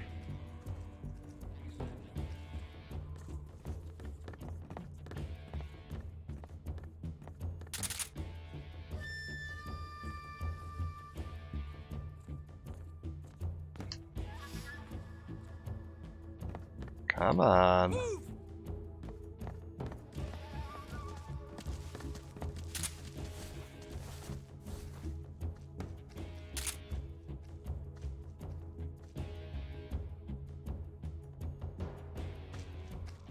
Is he gonna do the same thing where he puts his head down? He is.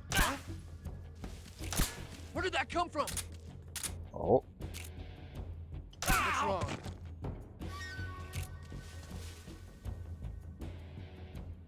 How smart are they? Are they gonna chuck a grenade in here, or no? I could shoot this guy square in the dick right now, but I don't think that's gonna help.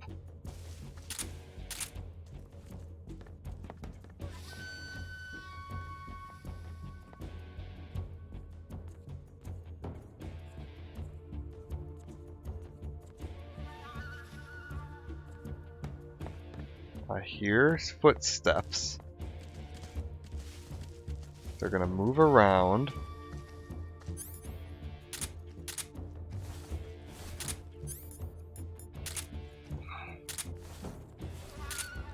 Move! Got him. There's only one more guy patrolling. If I can take out that last guy patrolling, the last two are kind of in a fixed location, which makes them much easier to deal with. There's a guy on the roof, a guy kind of outside the room that I can see the legs of. There's another guy kind of along the front of the building, and there's this last guy right there who is patrolling. He moved off before I could get a good shot at him.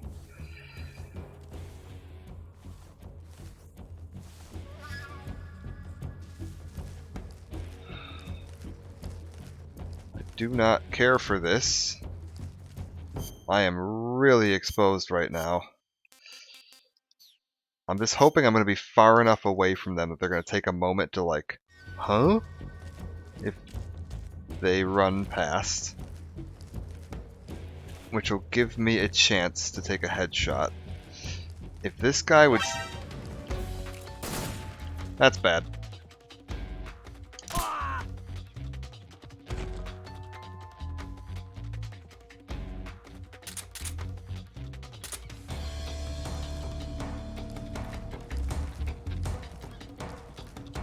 Okay.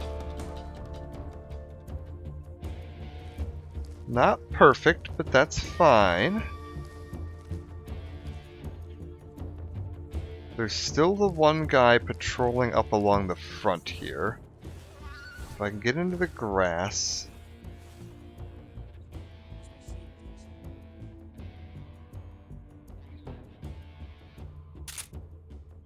There's the glint on that guy's scope on his rifle. There we go. The guy on the roof taken care of.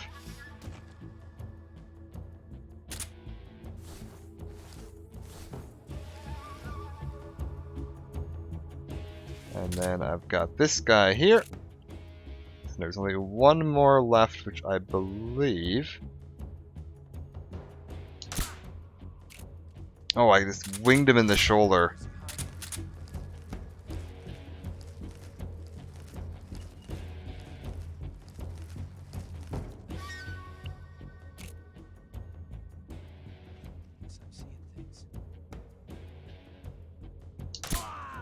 Got him. Alright.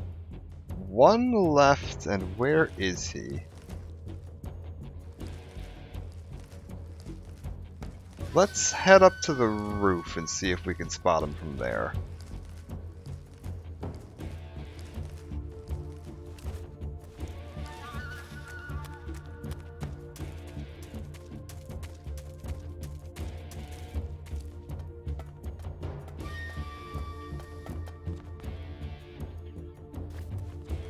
Stay nice and low. There's only one guard left.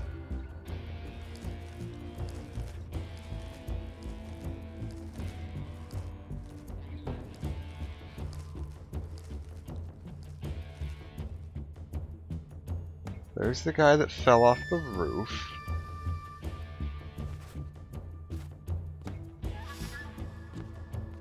If I take up a position... Oh, snake. Don't fall off the roof. If I take up a position here, I've got a pretty good view of the whole area. Why don't I see him?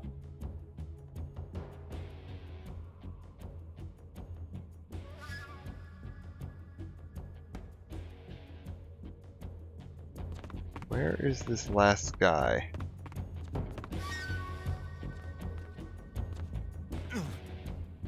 Oh, Snake, you need to get back up. We're not doing pull-ups right now.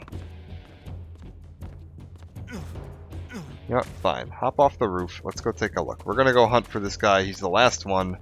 I've already gotten spotted here, so I don't really care about getting spotted again. Worst case scenario is he spots me, I pull out my gun and shoot him in the head. Where is my last guy? Is he back in this corner? I bet you he is. Yep, there he is.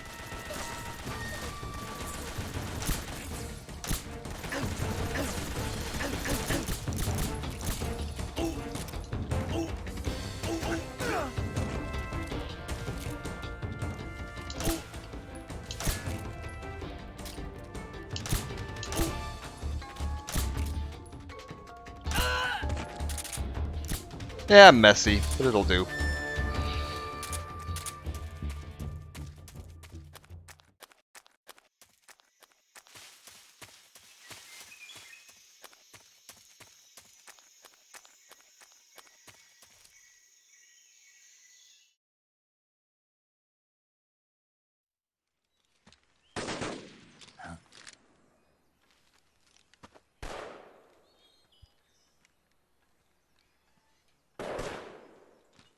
I've been waiting for this moment.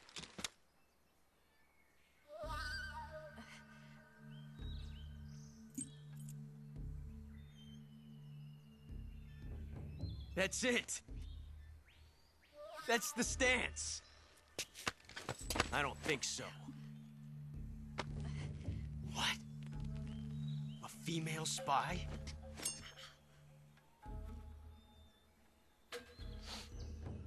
This bitch is wearing perfume. Stay where you are. I've had enough of your judo. I see you've got yourself a single-action army. That's right. There'll be no accidents this time. You call that an accident? Well, it wouldn't have happened if you hadn't been showing off. What did you say? It's a nice gun, I'll give you that. But the engraving gives you no tactical advantage whatsoever. Unless you were planning to auction it off as a collector's item. And you're forgetting one more very basic thing. You don't have what it takes to kill me. We'll see.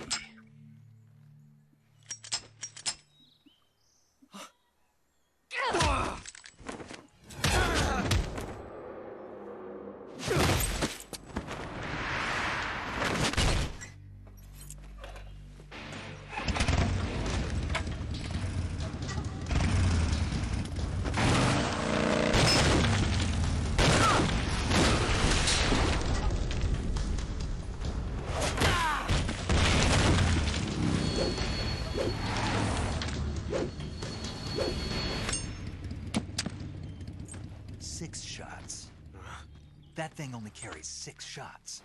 The Makarov carries 8. You have to get a feel for how many you have left.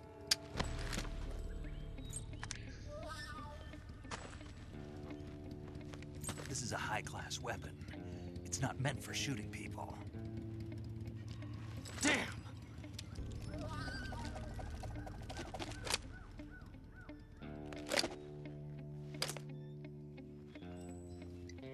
This isn't over yet. Don't. Why? He's still young. You'll regret stopping me. Damn it! I've got to get back before he does.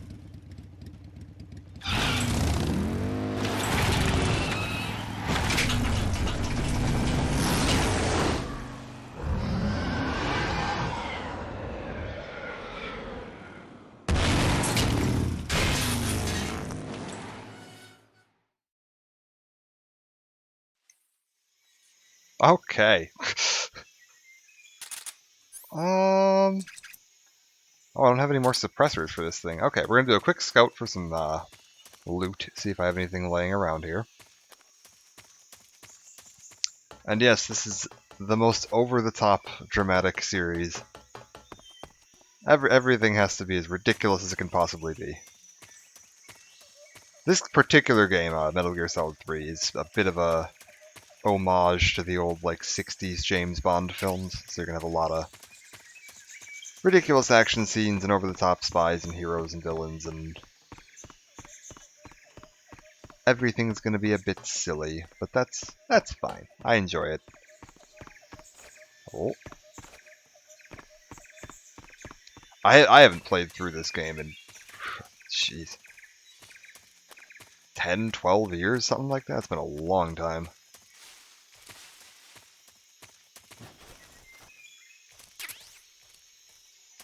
Ocelot should quit and become a movie star. No, he becomes a real bastard, though.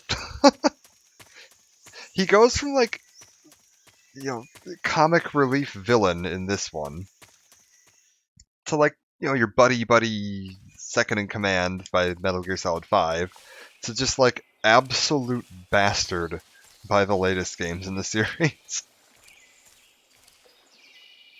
Okay, and this is, I think, the first new area we've seen now, because now we're getting out of areas that we were in the Virtuous mission into some new areas, including new snakes. Oh, you stay back, you. I can't remember if this is the coral snake or the milk snake. One of them's venomous and one of them isn't. And you can tell by the order of the stripes, like it's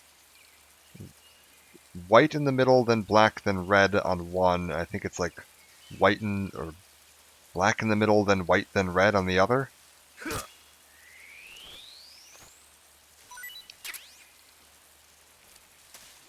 Like there's the two snakes, one's venomous, one's not, and they look almost identical, but they're both from the American Southwest, I believe, and they're, yeah, well, you can tell them apart. Yeah, here's the other one.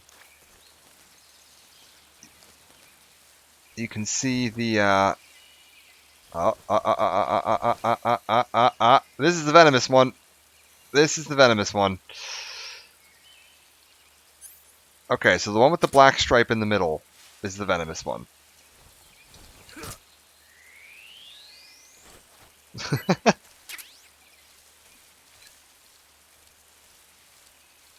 Matter of fact, let's get some info on those snakes, because now that I have both, we've got the, where are they? Milk snake and the coral snake. Yeah, milk snake with the stripes in the middle, coral snake with the black stripe in the middle.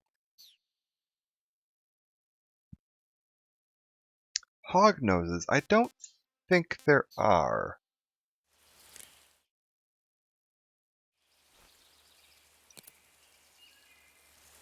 The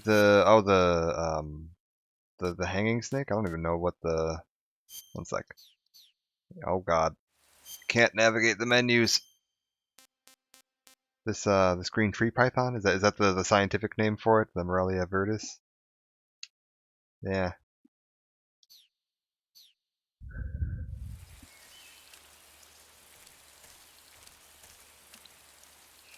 Okay, I'm trying to remember. Oh, okay, wait. That's a milk snake. Those are mostly harmless. As long as I don't like step on it, it shouldn't bother me. That's a coral snake. We don't want to get too close to that. I'm trying to remember this area because there's a trick here. You can get a really cool item if you know where you're going. I already lost the coral snake. That's not a great start to the day. There is a fish. And that's an actual crocodile, I believe. And some items. So let's get the items. We also gotta watch out for... Oh, that's a good point. I should do that right now. We gotta watch out for leeches. Because there will totally be leeches in this water. And I need to get the bug spray out. Pull that out and then apply some bug spray. And now we should be safe from the leeches.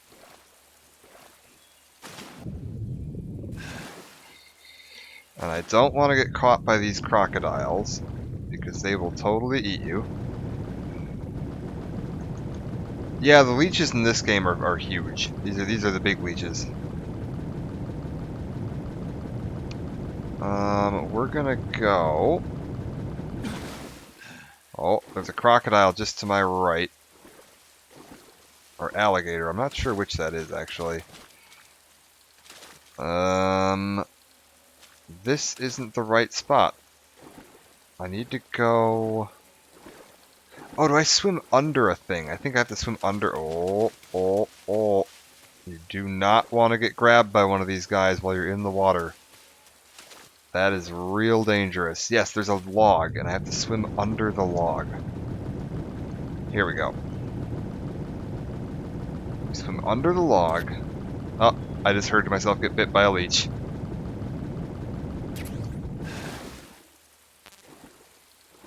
That's annoying. So if we watch, now that I've been bit by this leech, my stamina is going to start going down at an alarming rate. So we need to get rid of that thing quickly.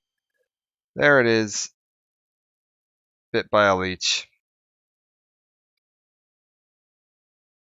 The cure for getting bit by a leech in this game is your cigar.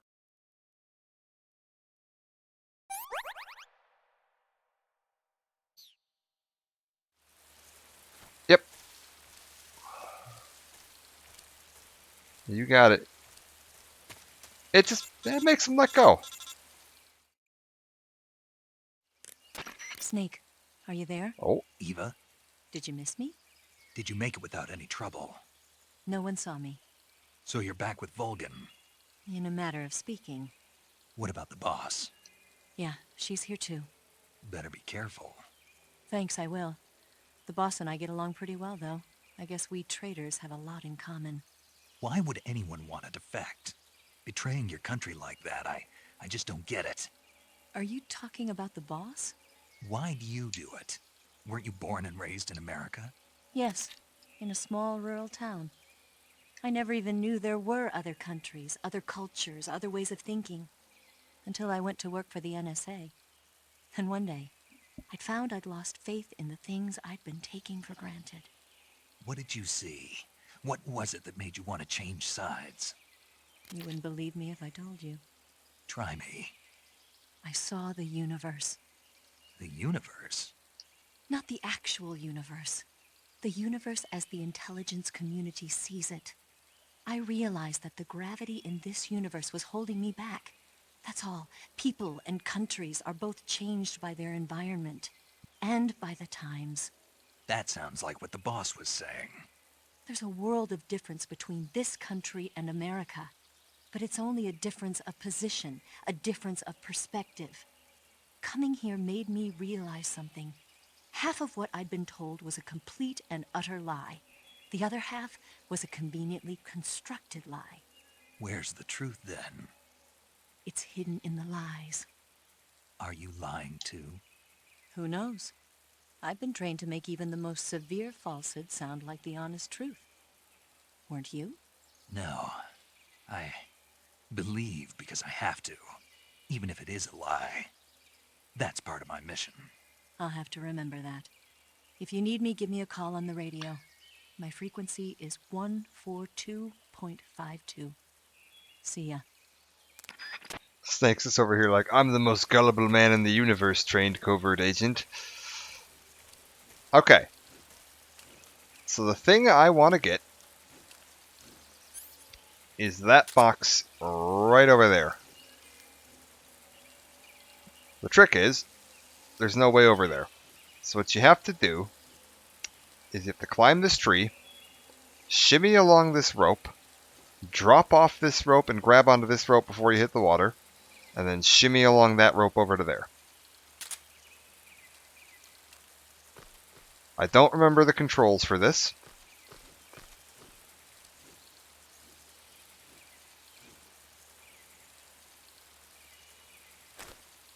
That wasn't it. The box is worth it. The box is absolutely worth it. Give me just a second, and we're going to figure it out. It's this right here. There we go. Oh, actually, you know what? I just noticed this is going to rely on my stamina. So we better eat something first. We'll have another python. Oh, we get a cutscene.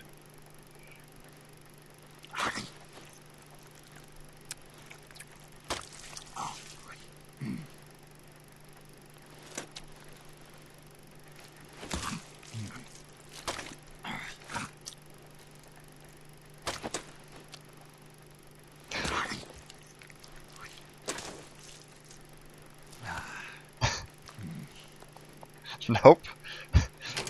Cooking it? What? Oh, he was a big fan of that one. Excellent.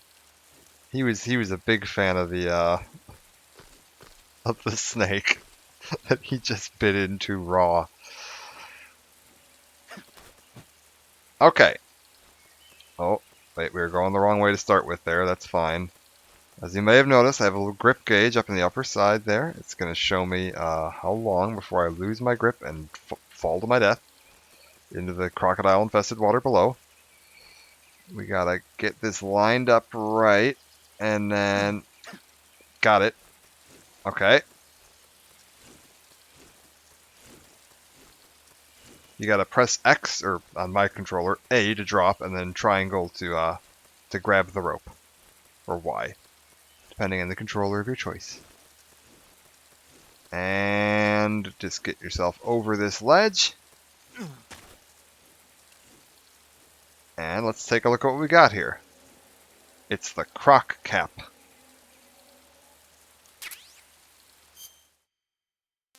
So, if we go into this, I think it lives under here. Yes.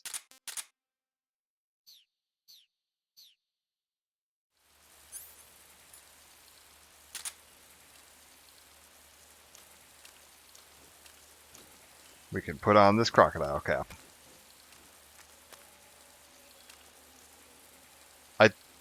I don't actually know if this does anything. I think it's supposed to make it easier, like you're less likely to be detected when you're swimming in the water because enemies will mistake you for a crocodile. I think. I don't actually know if it works.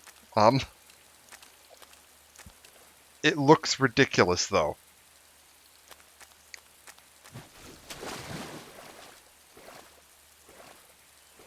And that's really all I need to know. Oh, I just heard a leech.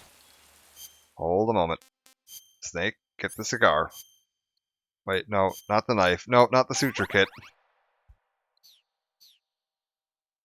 Oh yeah, that's true too. I can just go into here and we can just view Snake in his glorious croc cap.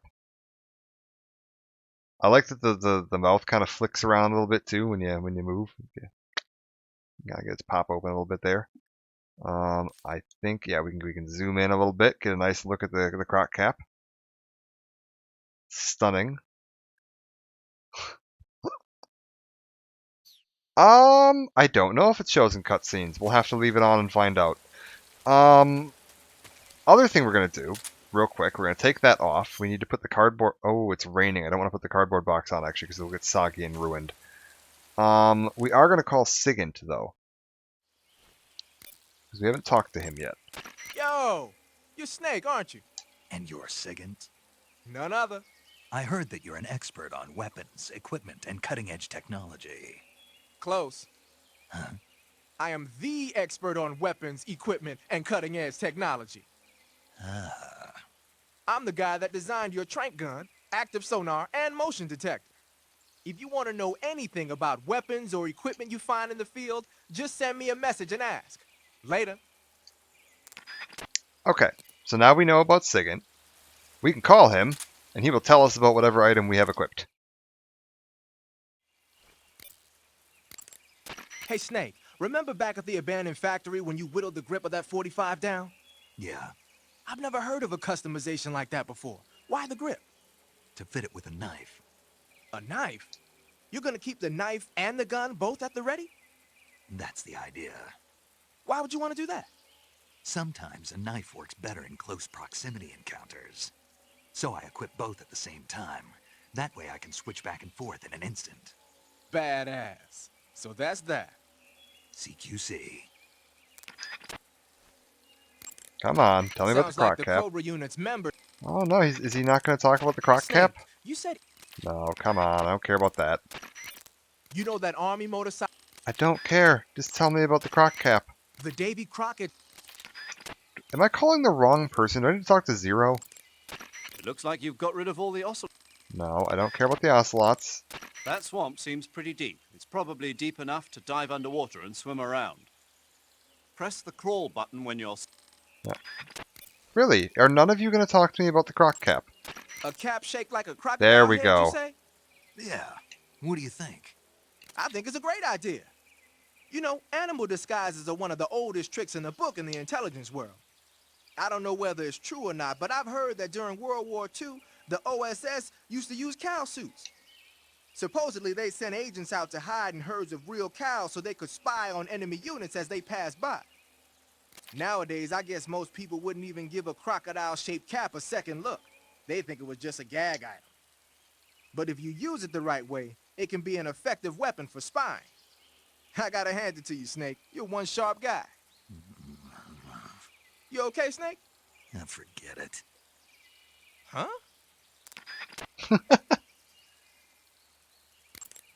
Looks like you've got the squares pattern on. I think. Screw it. I'm never gonna use this box. We're gonna risk equipping the box for a second just to see if I can get the conversation about it.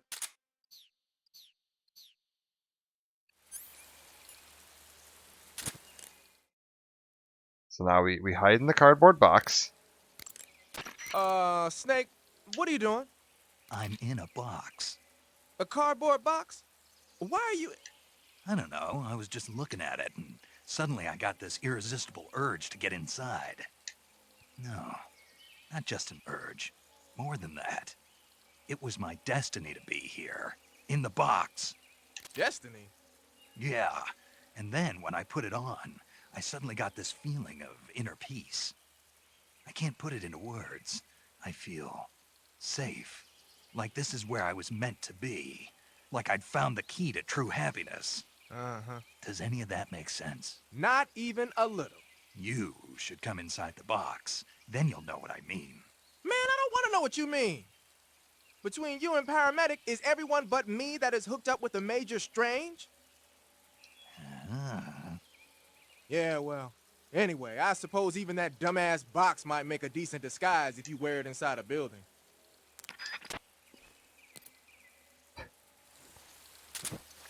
Alright, so we've got the box taken care of, and there's a little wire here hanging from this tree trunk over to that wall.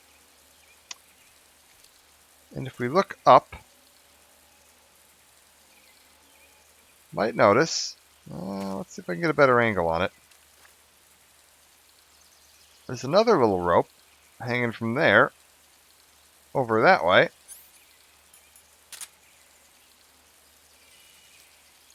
To that big spiky log. Also, I'm going to get this cardboard box out of my inventory before I accidentally use this thing. Alright. And if we accidentally trigger this little tripwire,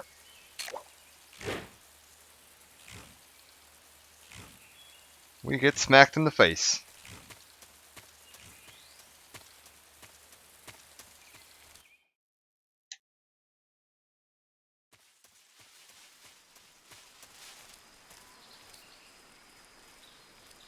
Let's see what we can do about my camouflage too. I'm not very camouflaged at the moment, and that's not ideal. Yeah, that'll work, and this'll work for now. Alright. I've got an electric fence lined with barbed wire.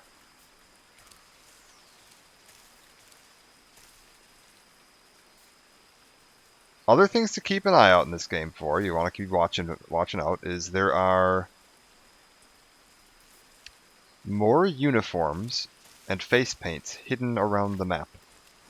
So exploring can help you find new bits of camo. You can kind of look for bits like this where the ground's a little worn down. Use that to crawl under the fence. And then other things to watch out for are, pull the scope out here, that little box right there.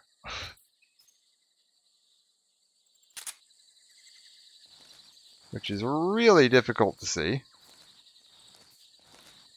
But if we sneak up on it,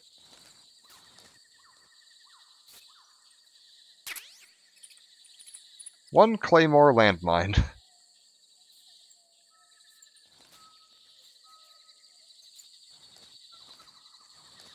So we're just going to be real careful. As long as you're crawling, you won't detonate the landmines.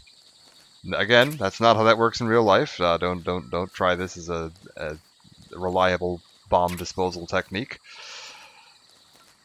But we can just real carefully crawl along. Pick up the landmines. And watch out for the guard dogs.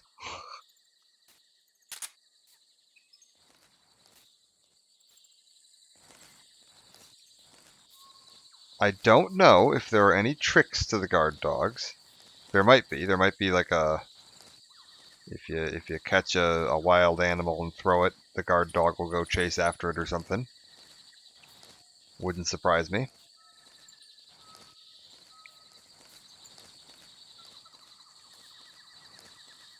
But I don't know of any of those tricks, so we're going to be real careful around here.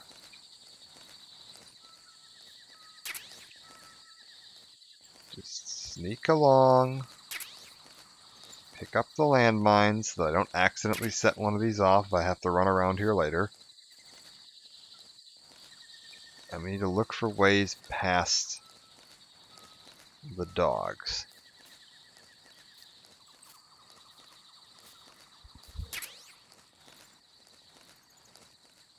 Okay, I think I can climb this tree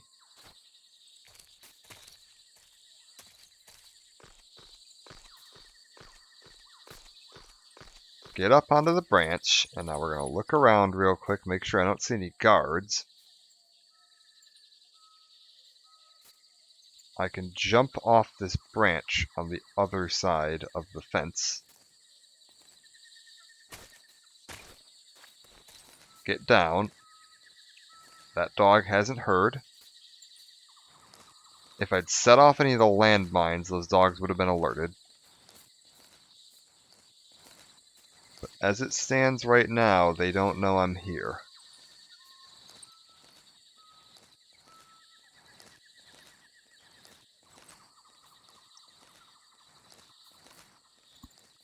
So we're going to keep on moving through this area nice and slow. Watching out for dogs, landmines, electric fences, and eventually patrolling guards. I can see one of the guards up ahead. 2 of them, 3 of them.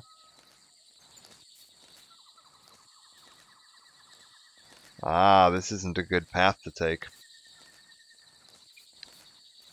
So there's a hole in the fence here. If I run and jump, I can dive through that hole. But there's 2 guards right there that'll totally see it. This is a bad path. We need to go around the other side. Unfortunately, there is a dog there. So I need to sneak past that dog. My options that I know of, I believe if I'm moving slow enough and I stick to the side, I can just kind of slip past him. Alternatively, I can hit him with a tranquilizer gun and it'll knock him out. I think there's a second dog that patrols the area a little farther down. I don't know if he's active until... I think this one has to be alerted first. We're just going to move really slowly here and watch our camo. Granted, I don't know how effective camouflage is against dogs. I mean, they don't...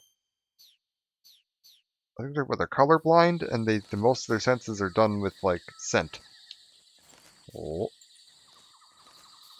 So I don't know how efficient face paint and camouflage would be against a dog.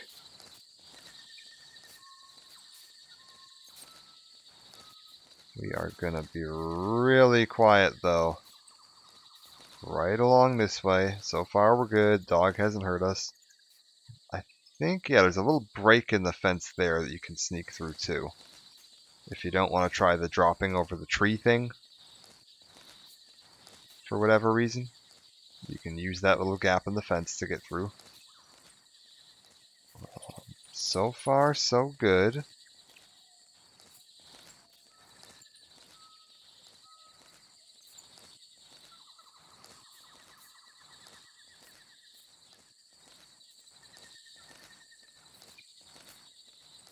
There's going to be 2 little pools of water here, and there is a guard that patrols this area, so I need to watch out for him. I don't want to come around the corner when he's like right here.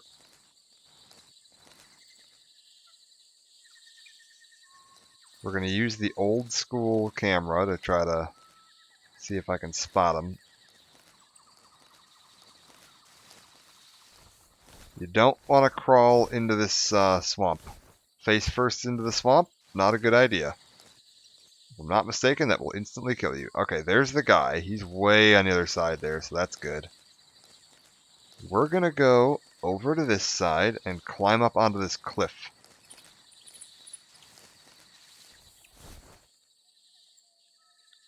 There's an item near here somewhere. It's been like 10 years, but I distinctly remember that there's an item somewhere in this general area. Okay, we need to also check our camo because he can look over and see us here if we're not careful.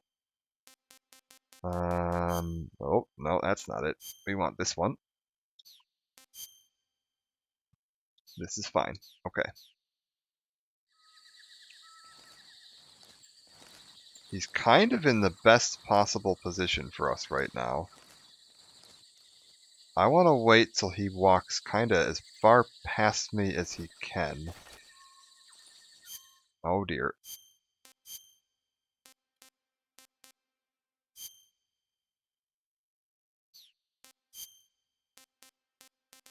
Any of these better? No?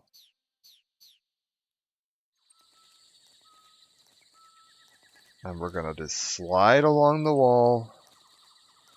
Right on past. He's heading the other way, so I don't think he's going to look back and see us right now. Just slide along, shuffle along. So it gets about here. Get down as quick as you can to make sure none of the other enemies in the area spot you. Like that guy over there. Oh, this is very tense. Do not like. Okay. Get my camo back up.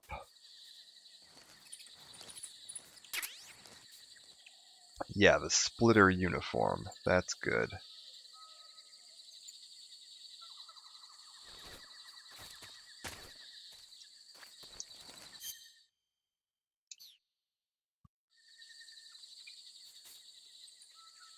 There's 2 guards there.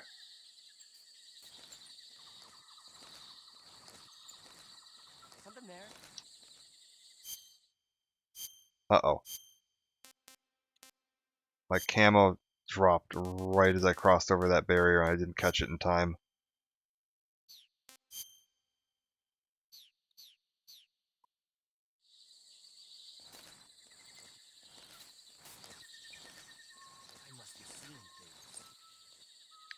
He must be seeing things. Good.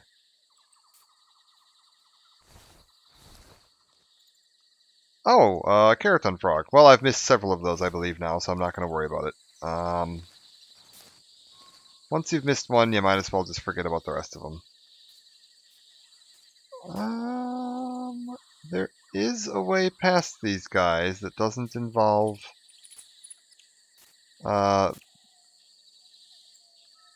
like taking them out. I think it might be at the very, very far side though, so we're gonna have to go kind of wide around. That's okay. Just watch my camo meter. There's another tripwire here. Gotta be a little cautious of that. Where's that guy? Okay, the guard patrolling the lake is kind of coming back around my side. So we're gonna just slink along here. Try to be careful.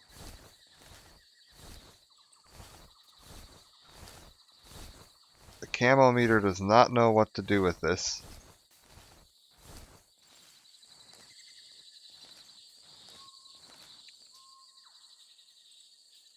Apparently I'm far enough back that 60% is good enough for it. I wouldn't agree with that, but...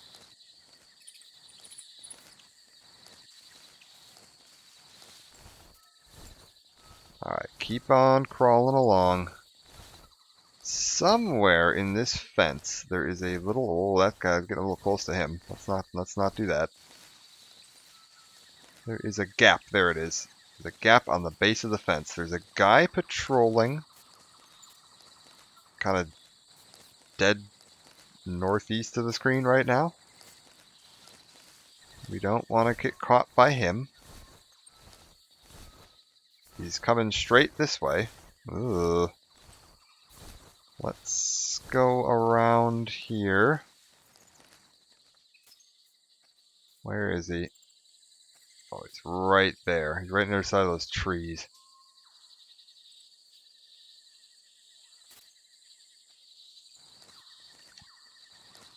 Okay, good.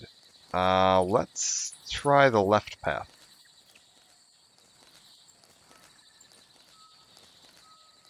I don't know if that's the right choice or not. Again, I don't remember a lot of the little kind of ins and outs details of this.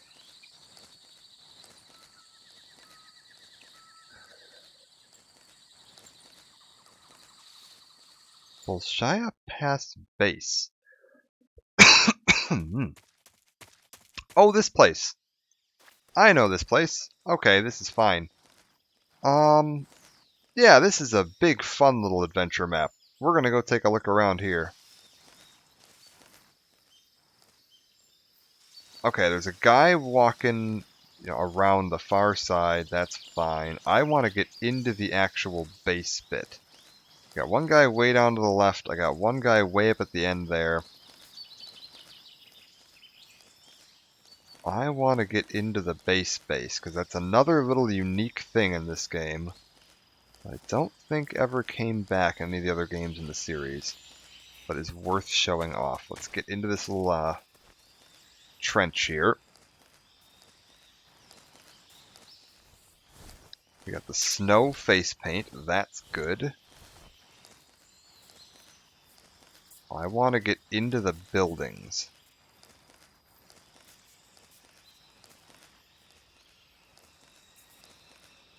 You can climb up here, but is that a good idea? I don't think so. Because there's a guy right there. Yeah. So we're going to go a little farther around and go in a different way. Just stay low, crawl along the ground. Be the snake. Taking this code name a little too literally, but that's fine. Okay. There's a guard right there. Oh, I am... Huh? Who's that? Radio, we need backup. You don't need anything, guy. You're insane. There's no one there. Patrol here. Enemy sighted. Requesting backup.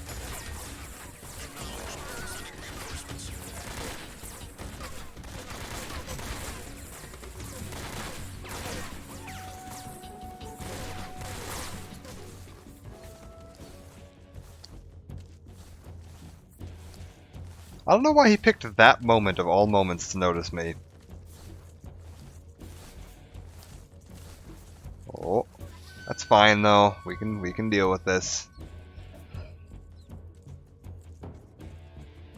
I'm definitely gonna get spotted here at least once because I'm showing off something that is almost certainly going to cause an alert. I don't think there's a way to do this without causing an alert. This is HQ. Patrol here. We've lost sight of the intruder. Going into high alert. Acknowledged. The enemy is still nearby. Just for the sake of trying to avoid any more additional attention, though, let's make sure we get the best camo we can get. I hear a door.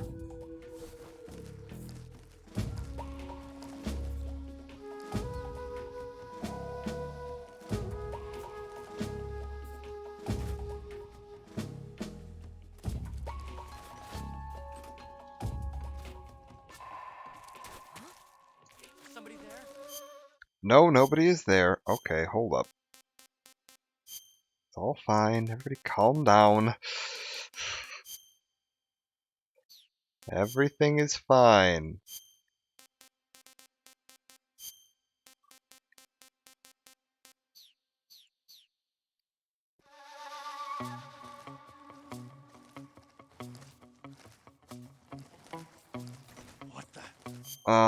Okay, the camouflage instantly changed again. That's good. Let's stick with this.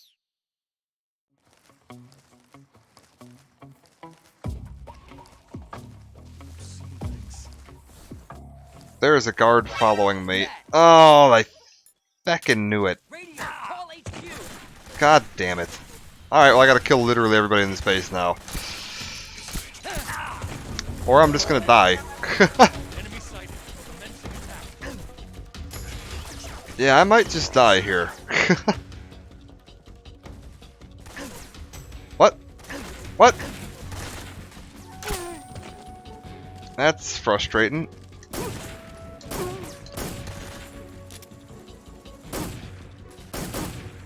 Cover! I'm out of ammo. Oh yeah, I'm totally gonna die here. You know what? Just take it. Just take the death. That's fine. We will just take the death and try this again.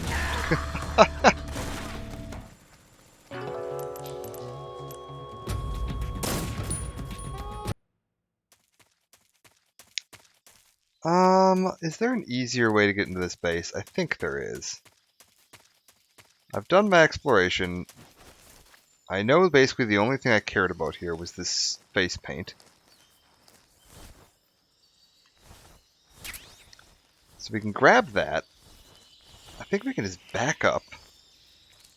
Wait for that guy to not really be staring directly at me. Yeah, like that. And then we can just kind of go around. Like this. And around like this. Oh my god, there's a guy right there. Never mind. This was a terrible idea.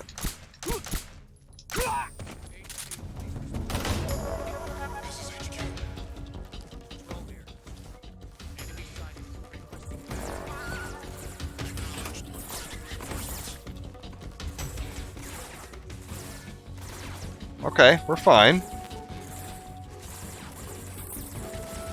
Uh-oh, we're not fine. They see me. Somebody can see me right now.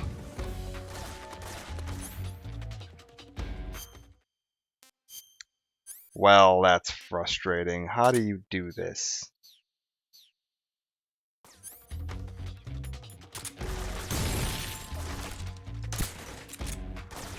But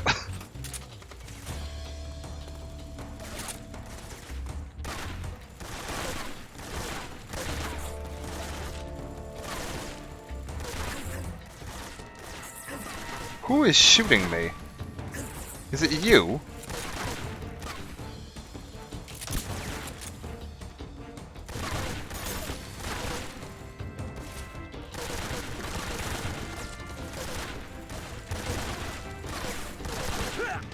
Okay. I don't know who sees me right now. Somebody sees me.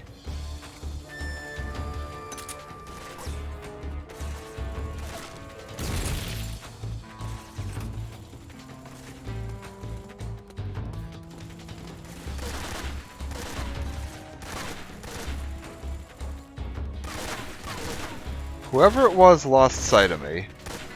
They don't care about the piles of sleeping enemies in this room, or sleeping soldiers. I think we're gonna be alright. This isn't the most graceful thing I've ever done, but that's fine.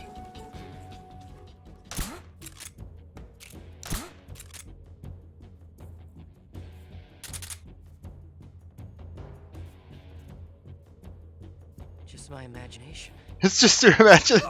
There's two darts sticking out of your legs. It's just your imagination. Uh-oh, we got another guy coming in to investigate.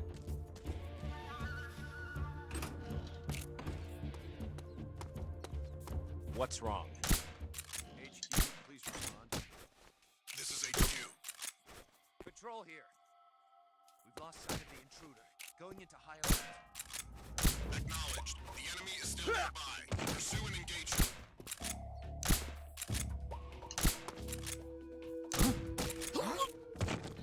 Oh my god. This is gonna be a never-ending cycle. Oh, it is.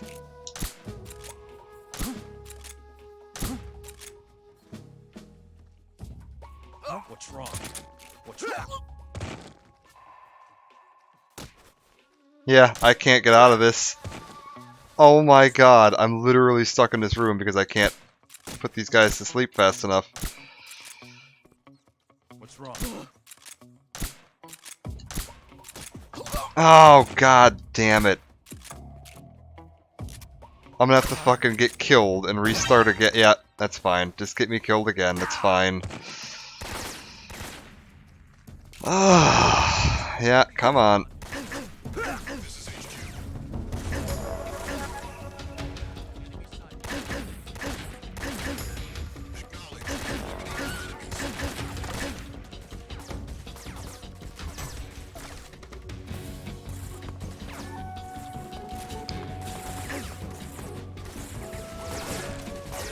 Come on. Right here.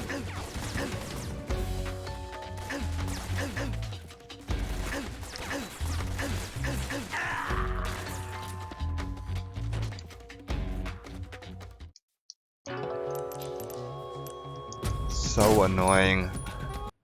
I don't remember any of the like safe routes through any of these areas anymore. Let's try this. Give me that gun. The guard that spotted me was over here. By that door. If I just crawl over here, pull the tranquilizer gun out, and go like this.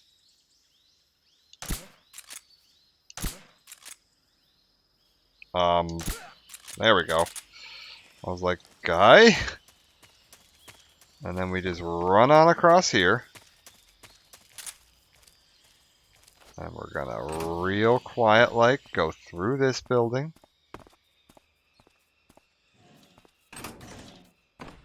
And through this building. I hear somebody.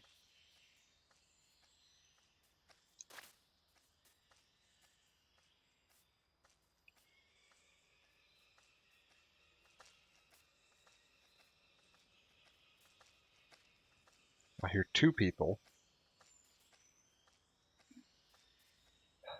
So, couple of things you can do here, which I've so far been failing to do. There is an armory that contains a bunch of C4 off to the side of the base. If you collect the C4 and then plant it on this helicopter, it prevents the enemy from deploying helicopters in this region, because if you get a particularly bad alert, they can send out helicopters. If you blow this helicopter up, they don't have helicopters to send after you.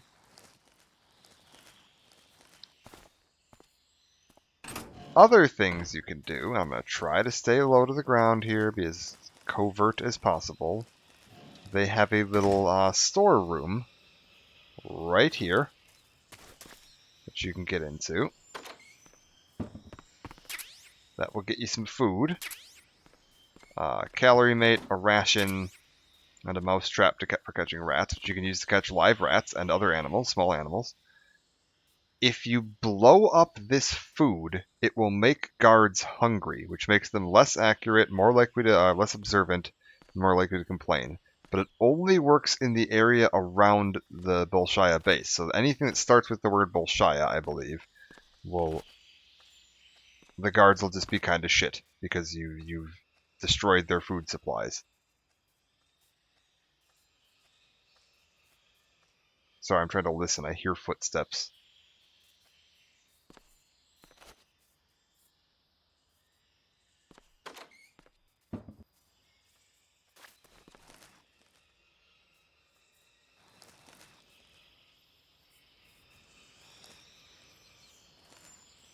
The armory is back in that corner. I'm going to try to get over to it if I can.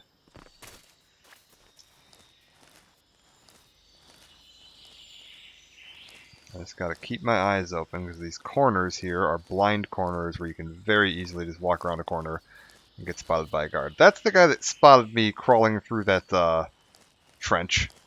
The bastard. We've got a guard patrolling the back of the base over there. Let's just stay still.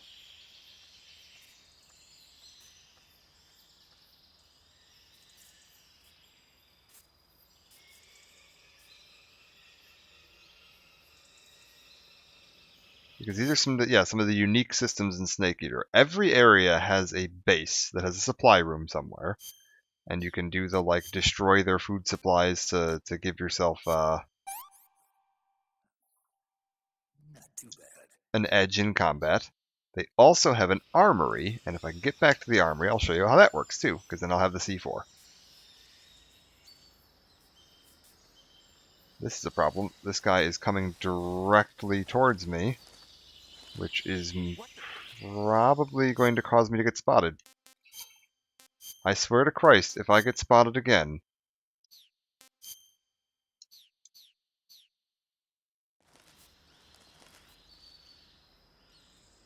I'm just seeing things.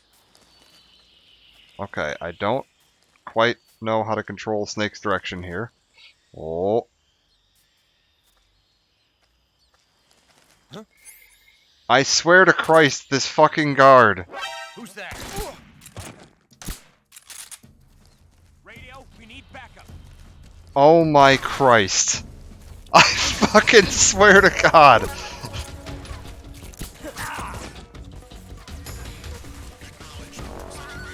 Why would he pick between the two barrels? I'm like, oh, I'll just go here so that he can, you know, walk down this pathway and take a left and then go along here like a sane, sensible person. Yeah, you know what?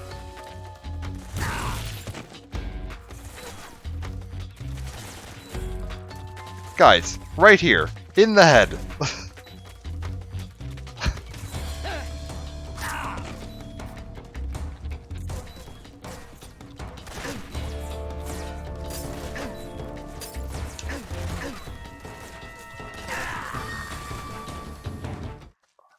Alright, we'll go around the long way. That's fine. That is totally fine. We'll just go all the way around the entire base. Screw it.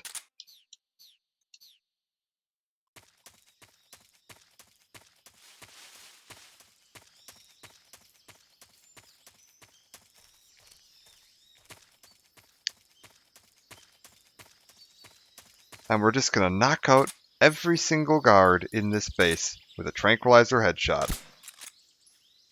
Come on. You're unconscious?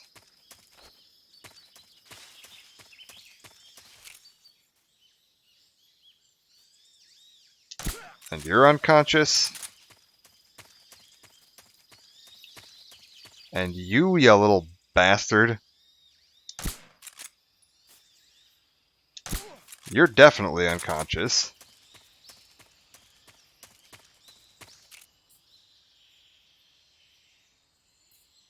Come on.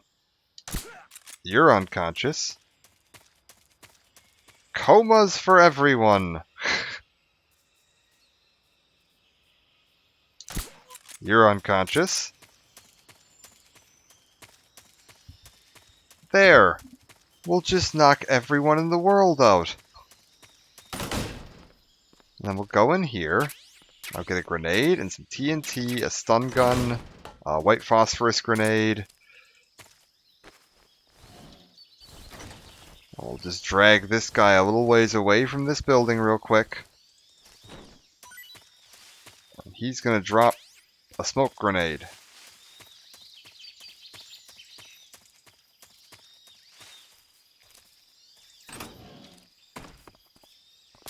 Okay, and some equipment here. I think if I blow this up, their radios don't work too. In fact, I might even just be able to shoot this one. Hold up. There was another enemy, and I don't think I took him out.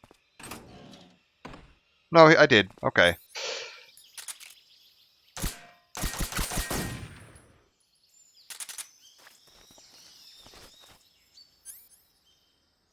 Let's play around a little bit here. Now that I've got some toys, we're gonna go into the backpack and we're gonna pull out the grenades and the TNT. I believe X to set, B button to equip. Okay, or to detonate. No. We can set some TNT there. And then we'll run on to the far back of the base.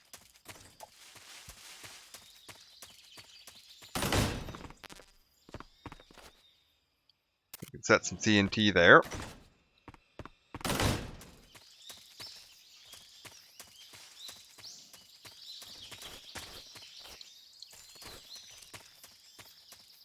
And we can set some TNT here.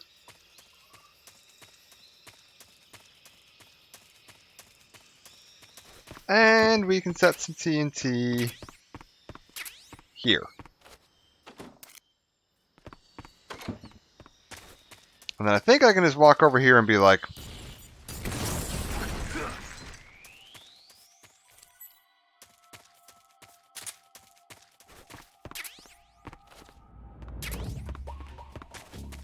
so somebody's alive and heard that and is trying to figure out what the hell's going on.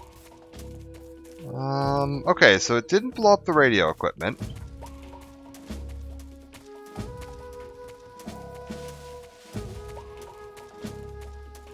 Yeah, the ammo stockpiles are ruined, the food is ruined, and the helicopter is ruined.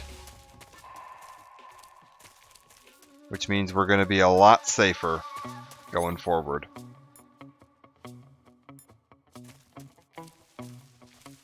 Oh, and I didn't eat any food yet, so we're gonna eat this cobra. Pretty tasty. Okay.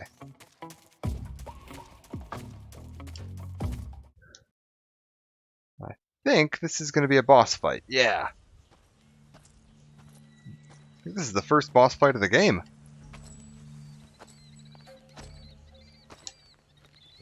Here at last. Looks like the boss's info was right.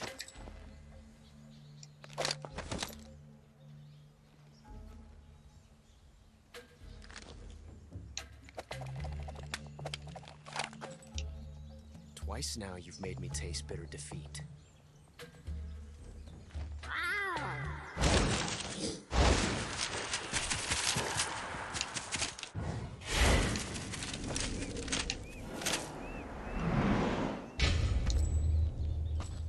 Disappoint the Cobras, but you're mine now.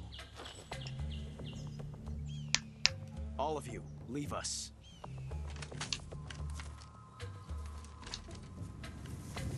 It's just you and me. No one to get in our way. Ocelots are proud creatures. They prefer to hunt alone.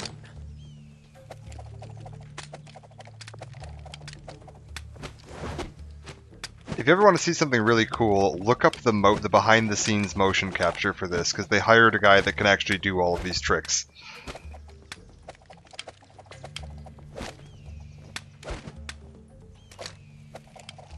It's like a 60-year-old Japanese guy, and he's just fucking amazing.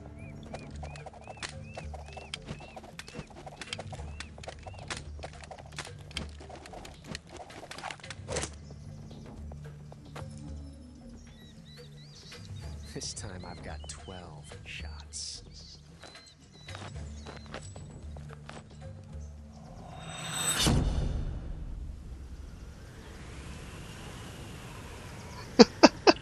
Okay.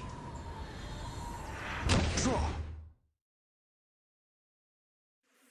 Okay, real quick, we're gonna get into cover. I'm gonna try to do this the non-lethal route. Just for fun, even though I've already fucked this up by killing I don't know how many people, but just for fun, we're going to try to do the non-lethal route. Take your suppressor off, There's no reason for that. There are some fun tricks to this fight, though. If I can see them, yes. On the screen there, if you look on the top, there are some hanging hornet's nests. You can use those when Ocelot's hiding.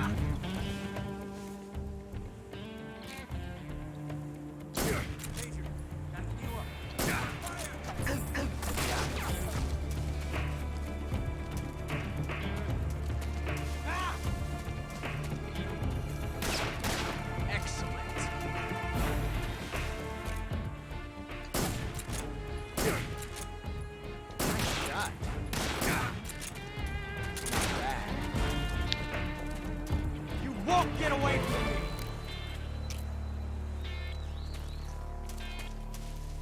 Where is he?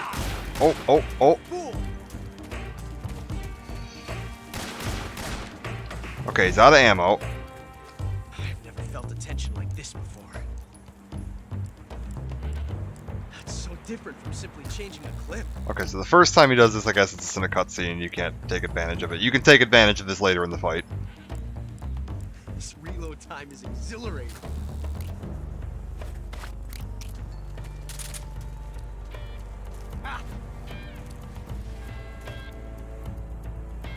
Where is he? Alright, he's behind that tree.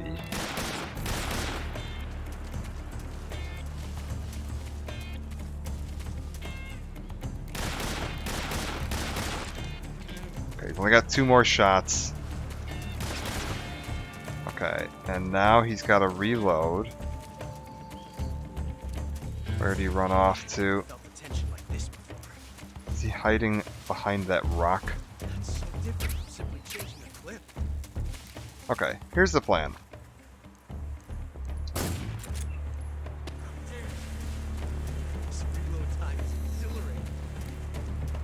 I don't know where he went. Oh, I think the Hornets found me. Uh-oh, I'm getting chased.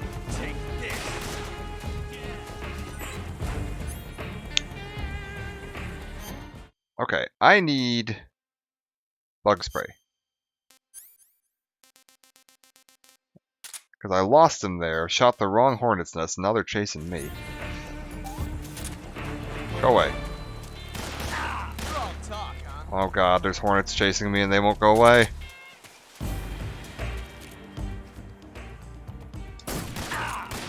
This is a big problem. I might die because of that. Come on. Come on. Amazing.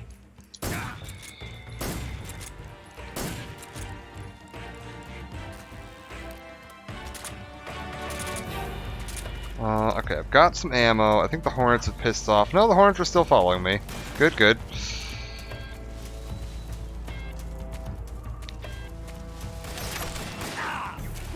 Don't mind me, just grabbing some ammo. Oh, there's a tumbleweed rolling past.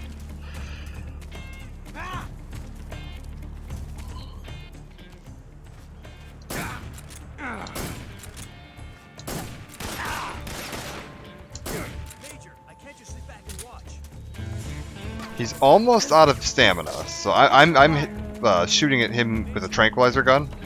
So rather than his health gauge, it's depleting his stamina gauge.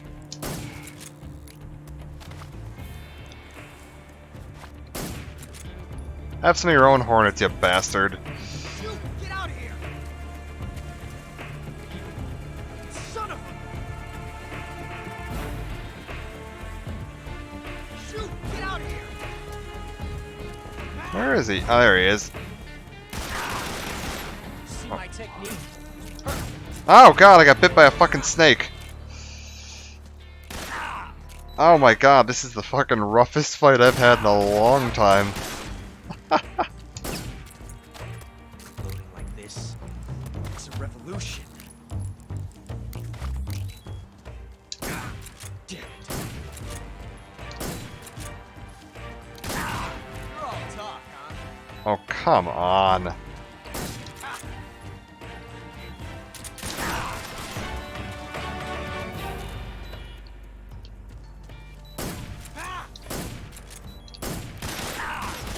How'd that one taste? Yeah, I might die. Oh my god. There we go.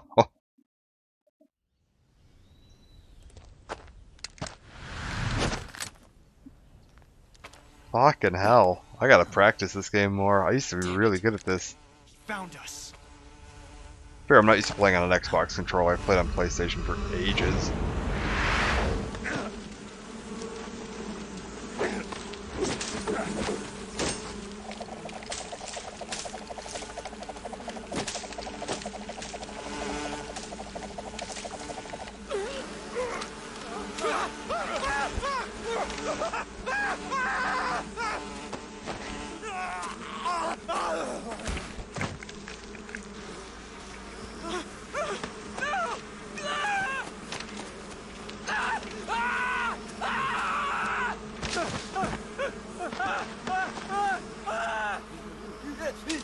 I like these guys at the back that just stood here watching this. Like, I'll stick around. Maybe I should leave. Fucking Ocelot.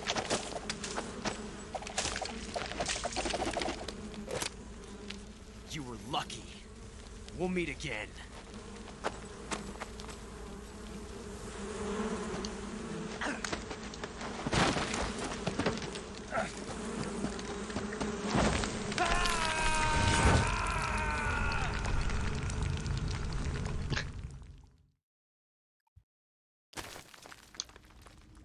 I'm poisoned. Do I have... How do you treat poison? Hold up. Paramedic.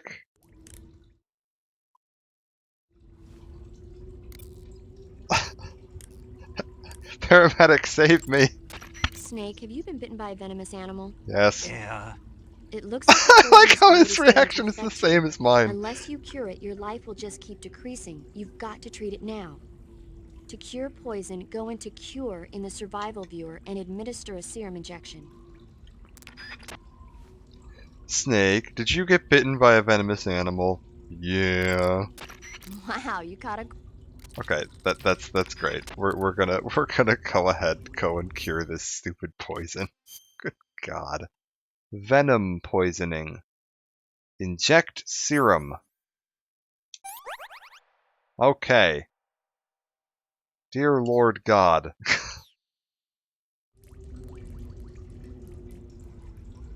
I'm in a cave. It is very dark. I can see effectively nothing right now. What do we have? I've got a cigar. I've got dynamite. Got a microphone. What the hell is a Bicol scaly tooth? It's a mushroom. I have a rat. I don't think that's gonna help.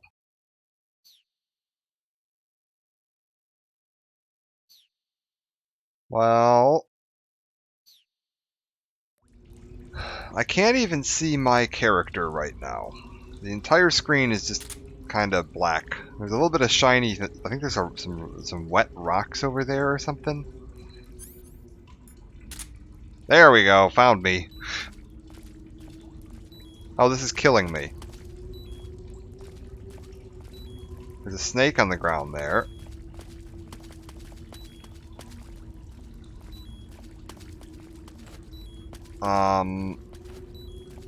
Man, I know they said smoking's bad for your health and all, but like, this seems a bit excessive.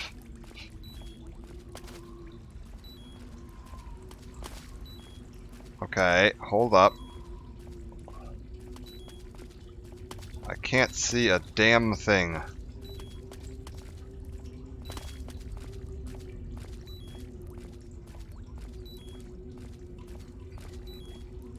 Like some night vision goggles or like a torch would be nice. A grenade.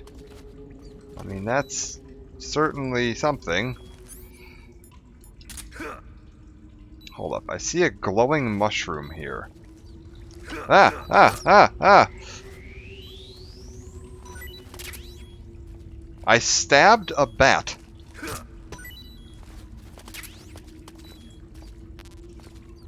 Oh, M19 bullets.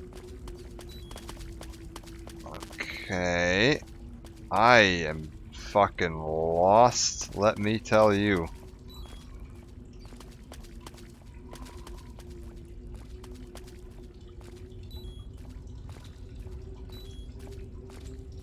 I'm about to die as well. Like, I need to put the cigar out for a second and, like, recover my health. I just want to say, like, as someone who was a smoker for 17 years, it's not how that works. You know, it wasn't like I light up a cigarette and then just immediately start falling onto the ground and convulsing as death approached. That's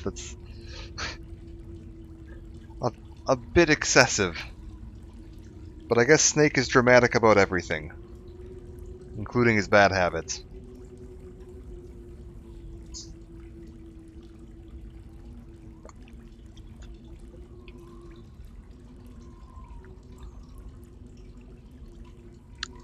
I have no idea if I'm standing, sitting. I also don't recall this being this dark. I feel like it might have gotten a little darker as a result of either the capture card or the Xbox version or something, because this is certainly something. Just run blindly. Okay, wait. What about my map? Does my map help? Not hugely, but a little. Apparently, if I go this way, there should be an opening. Yes, I'm in a tunnel.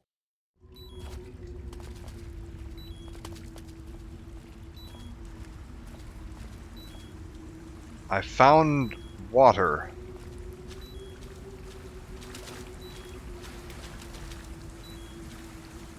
I found water and waterfalls.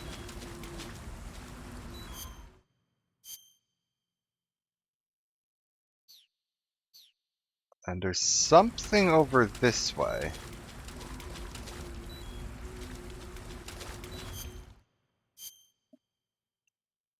I've gone past it twice now. I don't... Okay, hold up. Go back. I don't like this. Yeah. I'll just eat bats and, Oh! A torch! Unfortunately, I have a feeling that this is going to be the American definition of torch. And not the British definition of torch.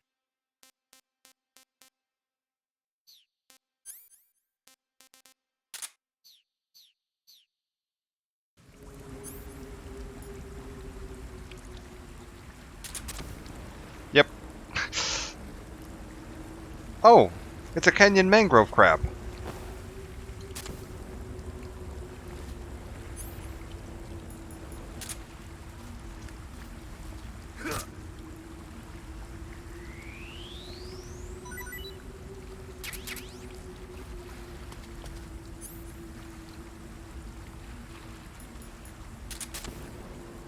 Okay, so we need... Okay, we're just gonna run around like a madman with a torch. Oh, fire looks really nice. Like that. Aha!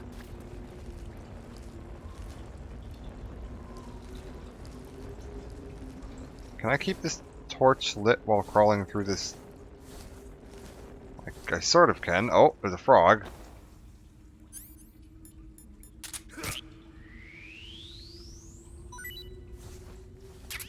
I found the first type of frog, the frog A.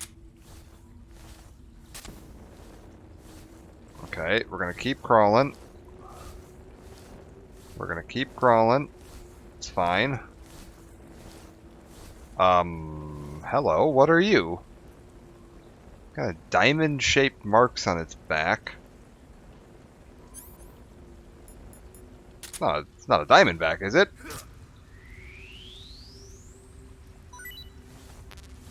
Food full. Okay, I can fix that. Hold up. One milk snake. Not a fan of milk snakes. Hey, this works. He is a fan of the more poisonous snake, though. Of course he is. Why would he... Oh, it's an Aton frog. Okay, our snake B. It's a Taiwanese cobra. Look at that. We can get this nice close-up view. Did you say a snake marked with a spectacle pattern? Oh, I guess so. Yeah, it's kind of dented in the middle there. I guess I can see how you would consider that a spectacle. I don't know if I'd entirely agree with that one, but that's fine. It's not what I would have named that snake.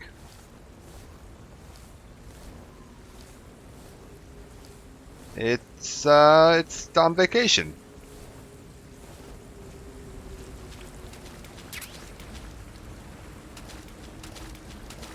It decided to come to Selino-Yarsk for spring break in August.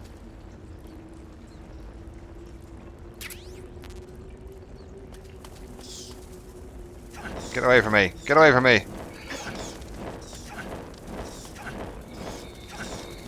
Get away from me! Okay, hold up. There's a very important thing we have to do here.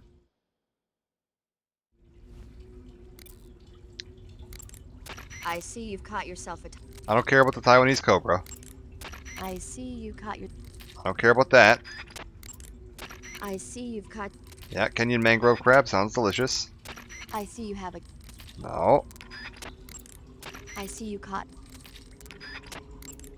I see you caught yourself... No.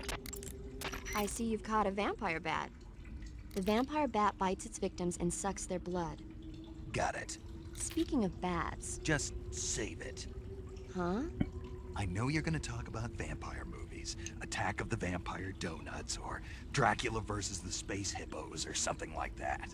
Actually, I was going to say that bats are known to use supersonic waves to sense their surroundings. Oh. Bats use supersonic waves to sense their surroundings, so you might be able to keep them away by blasting them with a special kind of sound wave. Alternatively, you could try equipping a torch and waving it around with the CQC button. As for taste, I suppose there's no reason you couldn't eat them. Snake, do you hate vampire movies? What? Just now, you sounded like you really hated them. I did? Yeah, Oh. Well, no one really likes them, do they? some people do. Like you. Yeah, they're fascinating, you know? Like the movie Dracula... Don't say it. Why not? Just don't. Are you afraid? What? You're afraid of vampires, aren't you? Don't be ridiculous. But... Listen, there are no such things as vampires. They're just a stupid, made-up legend. Even if they do seem real sometimes. well, sure. You think I'd be afraid of something like that? No. Exactly. Right. I'm not afraid of vampires. Uh-huh. It's just that whenever somebody starts talking about vampires, I end up dreaming about them that night, and I don't need that right now. That's all. Okay. Okay, so that seems like it's just a little, comedy bit. I think we can do this right now, though. I think if I just Saving save... the game, Snake? Yes. I think I can save here. I don't know if this will work right now, or if it has to be a specific point in the game. Hey, Snake, you ever heard of Godzilla King of Monsters? Well, this is relevant, I suppose. It's a movie. You haven't seen it? Nope. It's about this monster called Godzilla, who grows to an enormous size in a nuclear test and goes on a rampage in Tokyo. Nuclear test, huh? Then the Marshall Islands must be crawling with giant monsters right about now. It's just make-believe.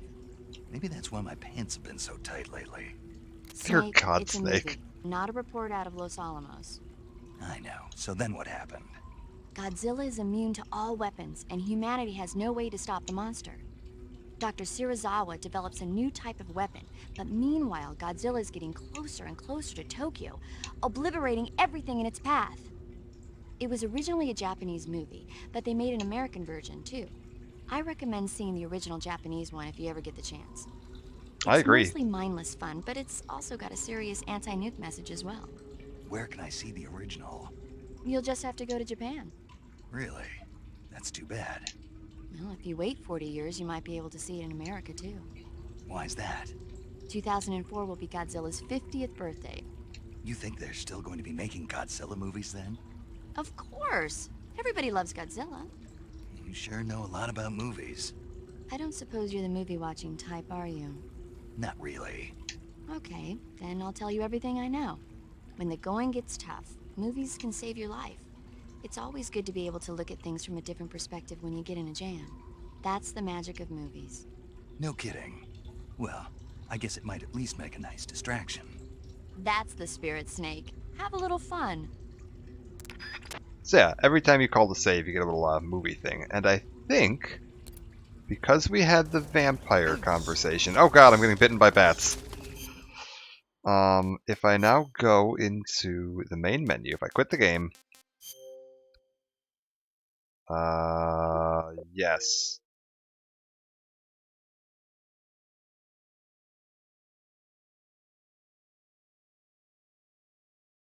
I want to go, like, all the way out of this game.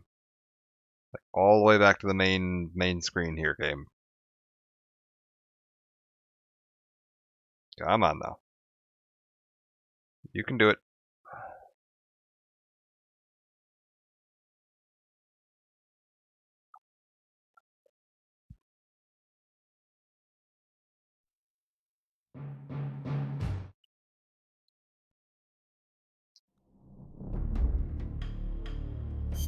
I want to go actually one step farther back. I want to go out of this back to the game select screen. Like, this is the equivalent of the old school, like, powering off your console now. So now I've turned the console off. I'm going to switch discs. We're going to go back to here.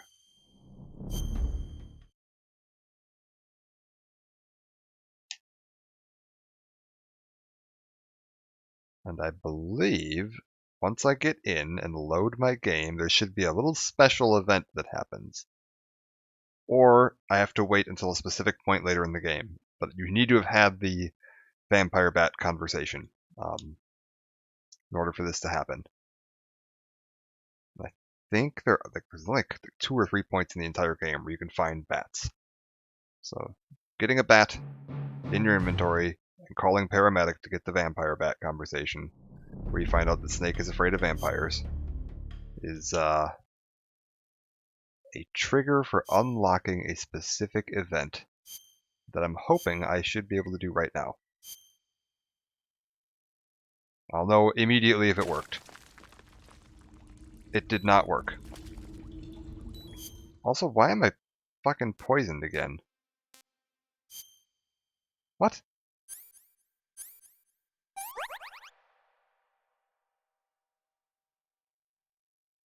What? Oh my god, did it fucking undo everything? It did. That's annoying. I don't know why it did that. I saved. That's a bit odd. I'm gonna have to get another bat actually and make sure I do it again, but that's fine. I don't know why I'm all the way back here. Uniform animals. Oh!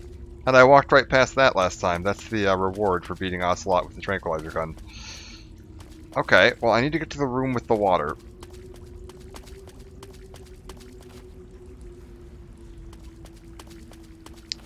If I just run around for a bit.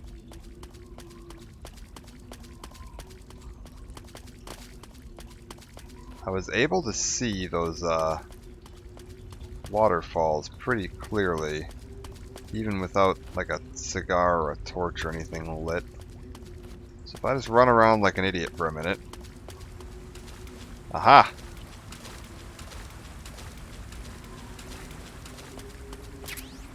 Got it. There's my torch.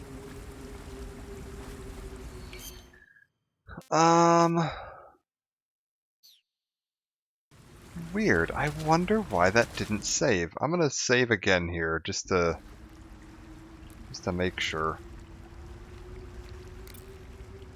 'Cause I think I'm gonna take a break here for now in this cave. It's very strange that that didn't. What's the game time on this? Huh? Snake, have you seen 007 From Russia with Love? Nah, I don't like those movies. Real spies are nothing like James Bond. It's pure fantasy. Snake, I don't think the Major's going to like you saying that. And even though it's fiction, I can't help but comparing myself to Bond. What exactly don't you like about James Bond? I mean, is it the fantastic gadgets, the cars, the guns? Major. Snake, wouldn't you like to have a gun shaped like a pen? What good is a pen gonna do me in the jungle? I'd look like a fool. Then what about a snake-shaped gun? You could make it look like you're grappling with a giant snake and then get a shot in on the enemy while they're distracted. Okay, now you're being ridiculous. We'll make you a snake-shaped gun that folds up and fits into an attaché case. Will you give it a rest?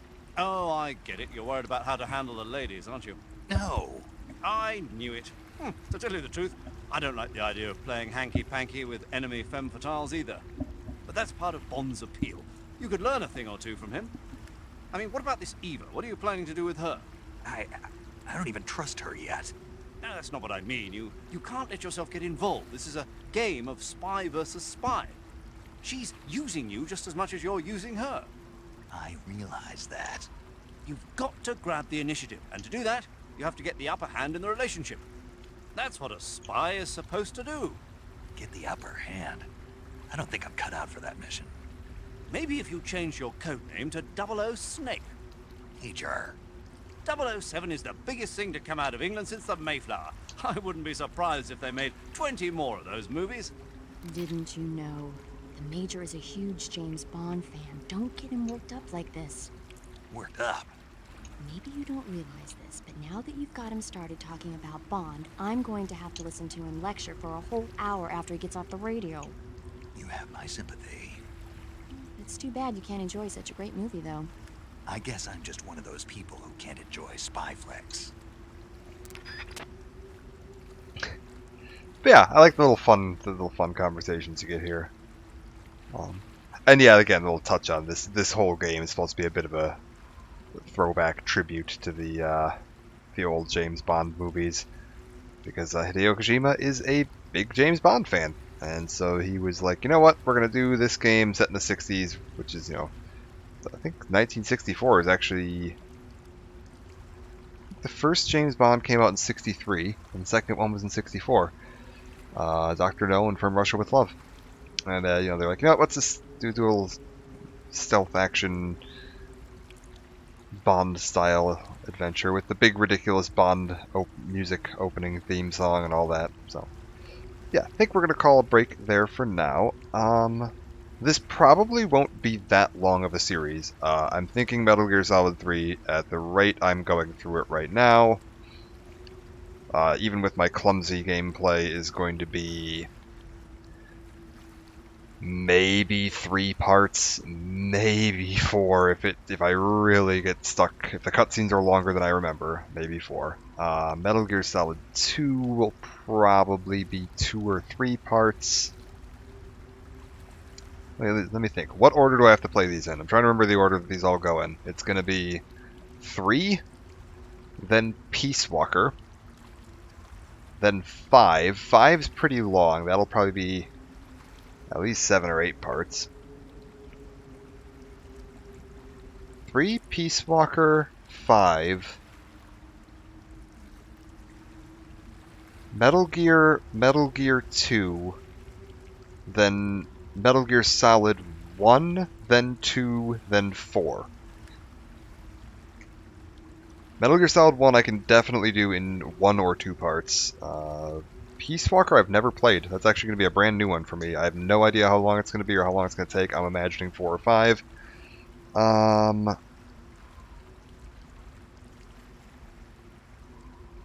5's going to be a longer one. 1 will be a couple up there. One is a really short game. It's like 7 hours with all the cutscenes and all the dialogue. 2 is a little bit longer, but not too bad. And then 4 is long, except it's like all cutscenes. The actual gameplay in 4 is about 4 to 5 hours, maybe 6 hours if you're being really No, I'm just kind of trying to plan like, because I want to do Mass Effect when that starts. So I'm trying to figure out if this is going to fit before Mass Effect comes out.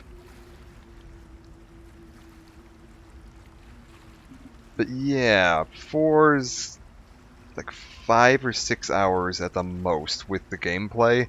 But then there's cutscenes that are like feature-length cinema. Like there's a cutscene in Metal Gear Solid 4 that, if I'm not mistaken, is 3.5 hours long. There's a save point in the middle of the cutscene. So yeah, that's a thing that's gonna happen at some point. There's gonna be a stream that is just me watching a cutscene. One uninterrupted cutscene. Yeah, Hideo Kojima really tends to get some really bad, like, word diarrhea when he gets going in his writing. It is impressive. But yeah, we're gonna call this part a break for now, and then I will be back with the rest of this. Maybe two more parts, and then we'll move on through the rest of the series. I am actually waiting for a disc copy of Peace Walker, because for some strange reason, the Metal Gear Solid HD collection, which is what I'm playing right now on the Xbox 360, if you bought the disc version, which I had somewhere and I don't know where it went, came with 2 discs. Disc 1 was Metal Gear Solid 2 and 3, and Disc 2 was Metal Gear Peace Walker. If you buy the digital version that you can download, it only includes 2 and 3, and Peace Walker isn't part of it for some strange reason. And you can't even buy Peace Walker like separately on its own. So I went and ordered. I was like, because I couldn't find my disc copy. I was like, oh, whatever, I'll just buy the digital version. Then I bought the digital version, found out Peace Walker wasn't on there. So I was like, oh, whatever. I wanted to play Peace Walker because I've never played that one. So I was like, I'll just go and buy the disc version. So I found that on sale on Amazon somewhere, and it's on its way here. So I'm figuring that should be getting here right about the time I finish this game. And we'll go into that, and then go into 5. But yeah, thanks for joining, and I will see you back in a couple of days.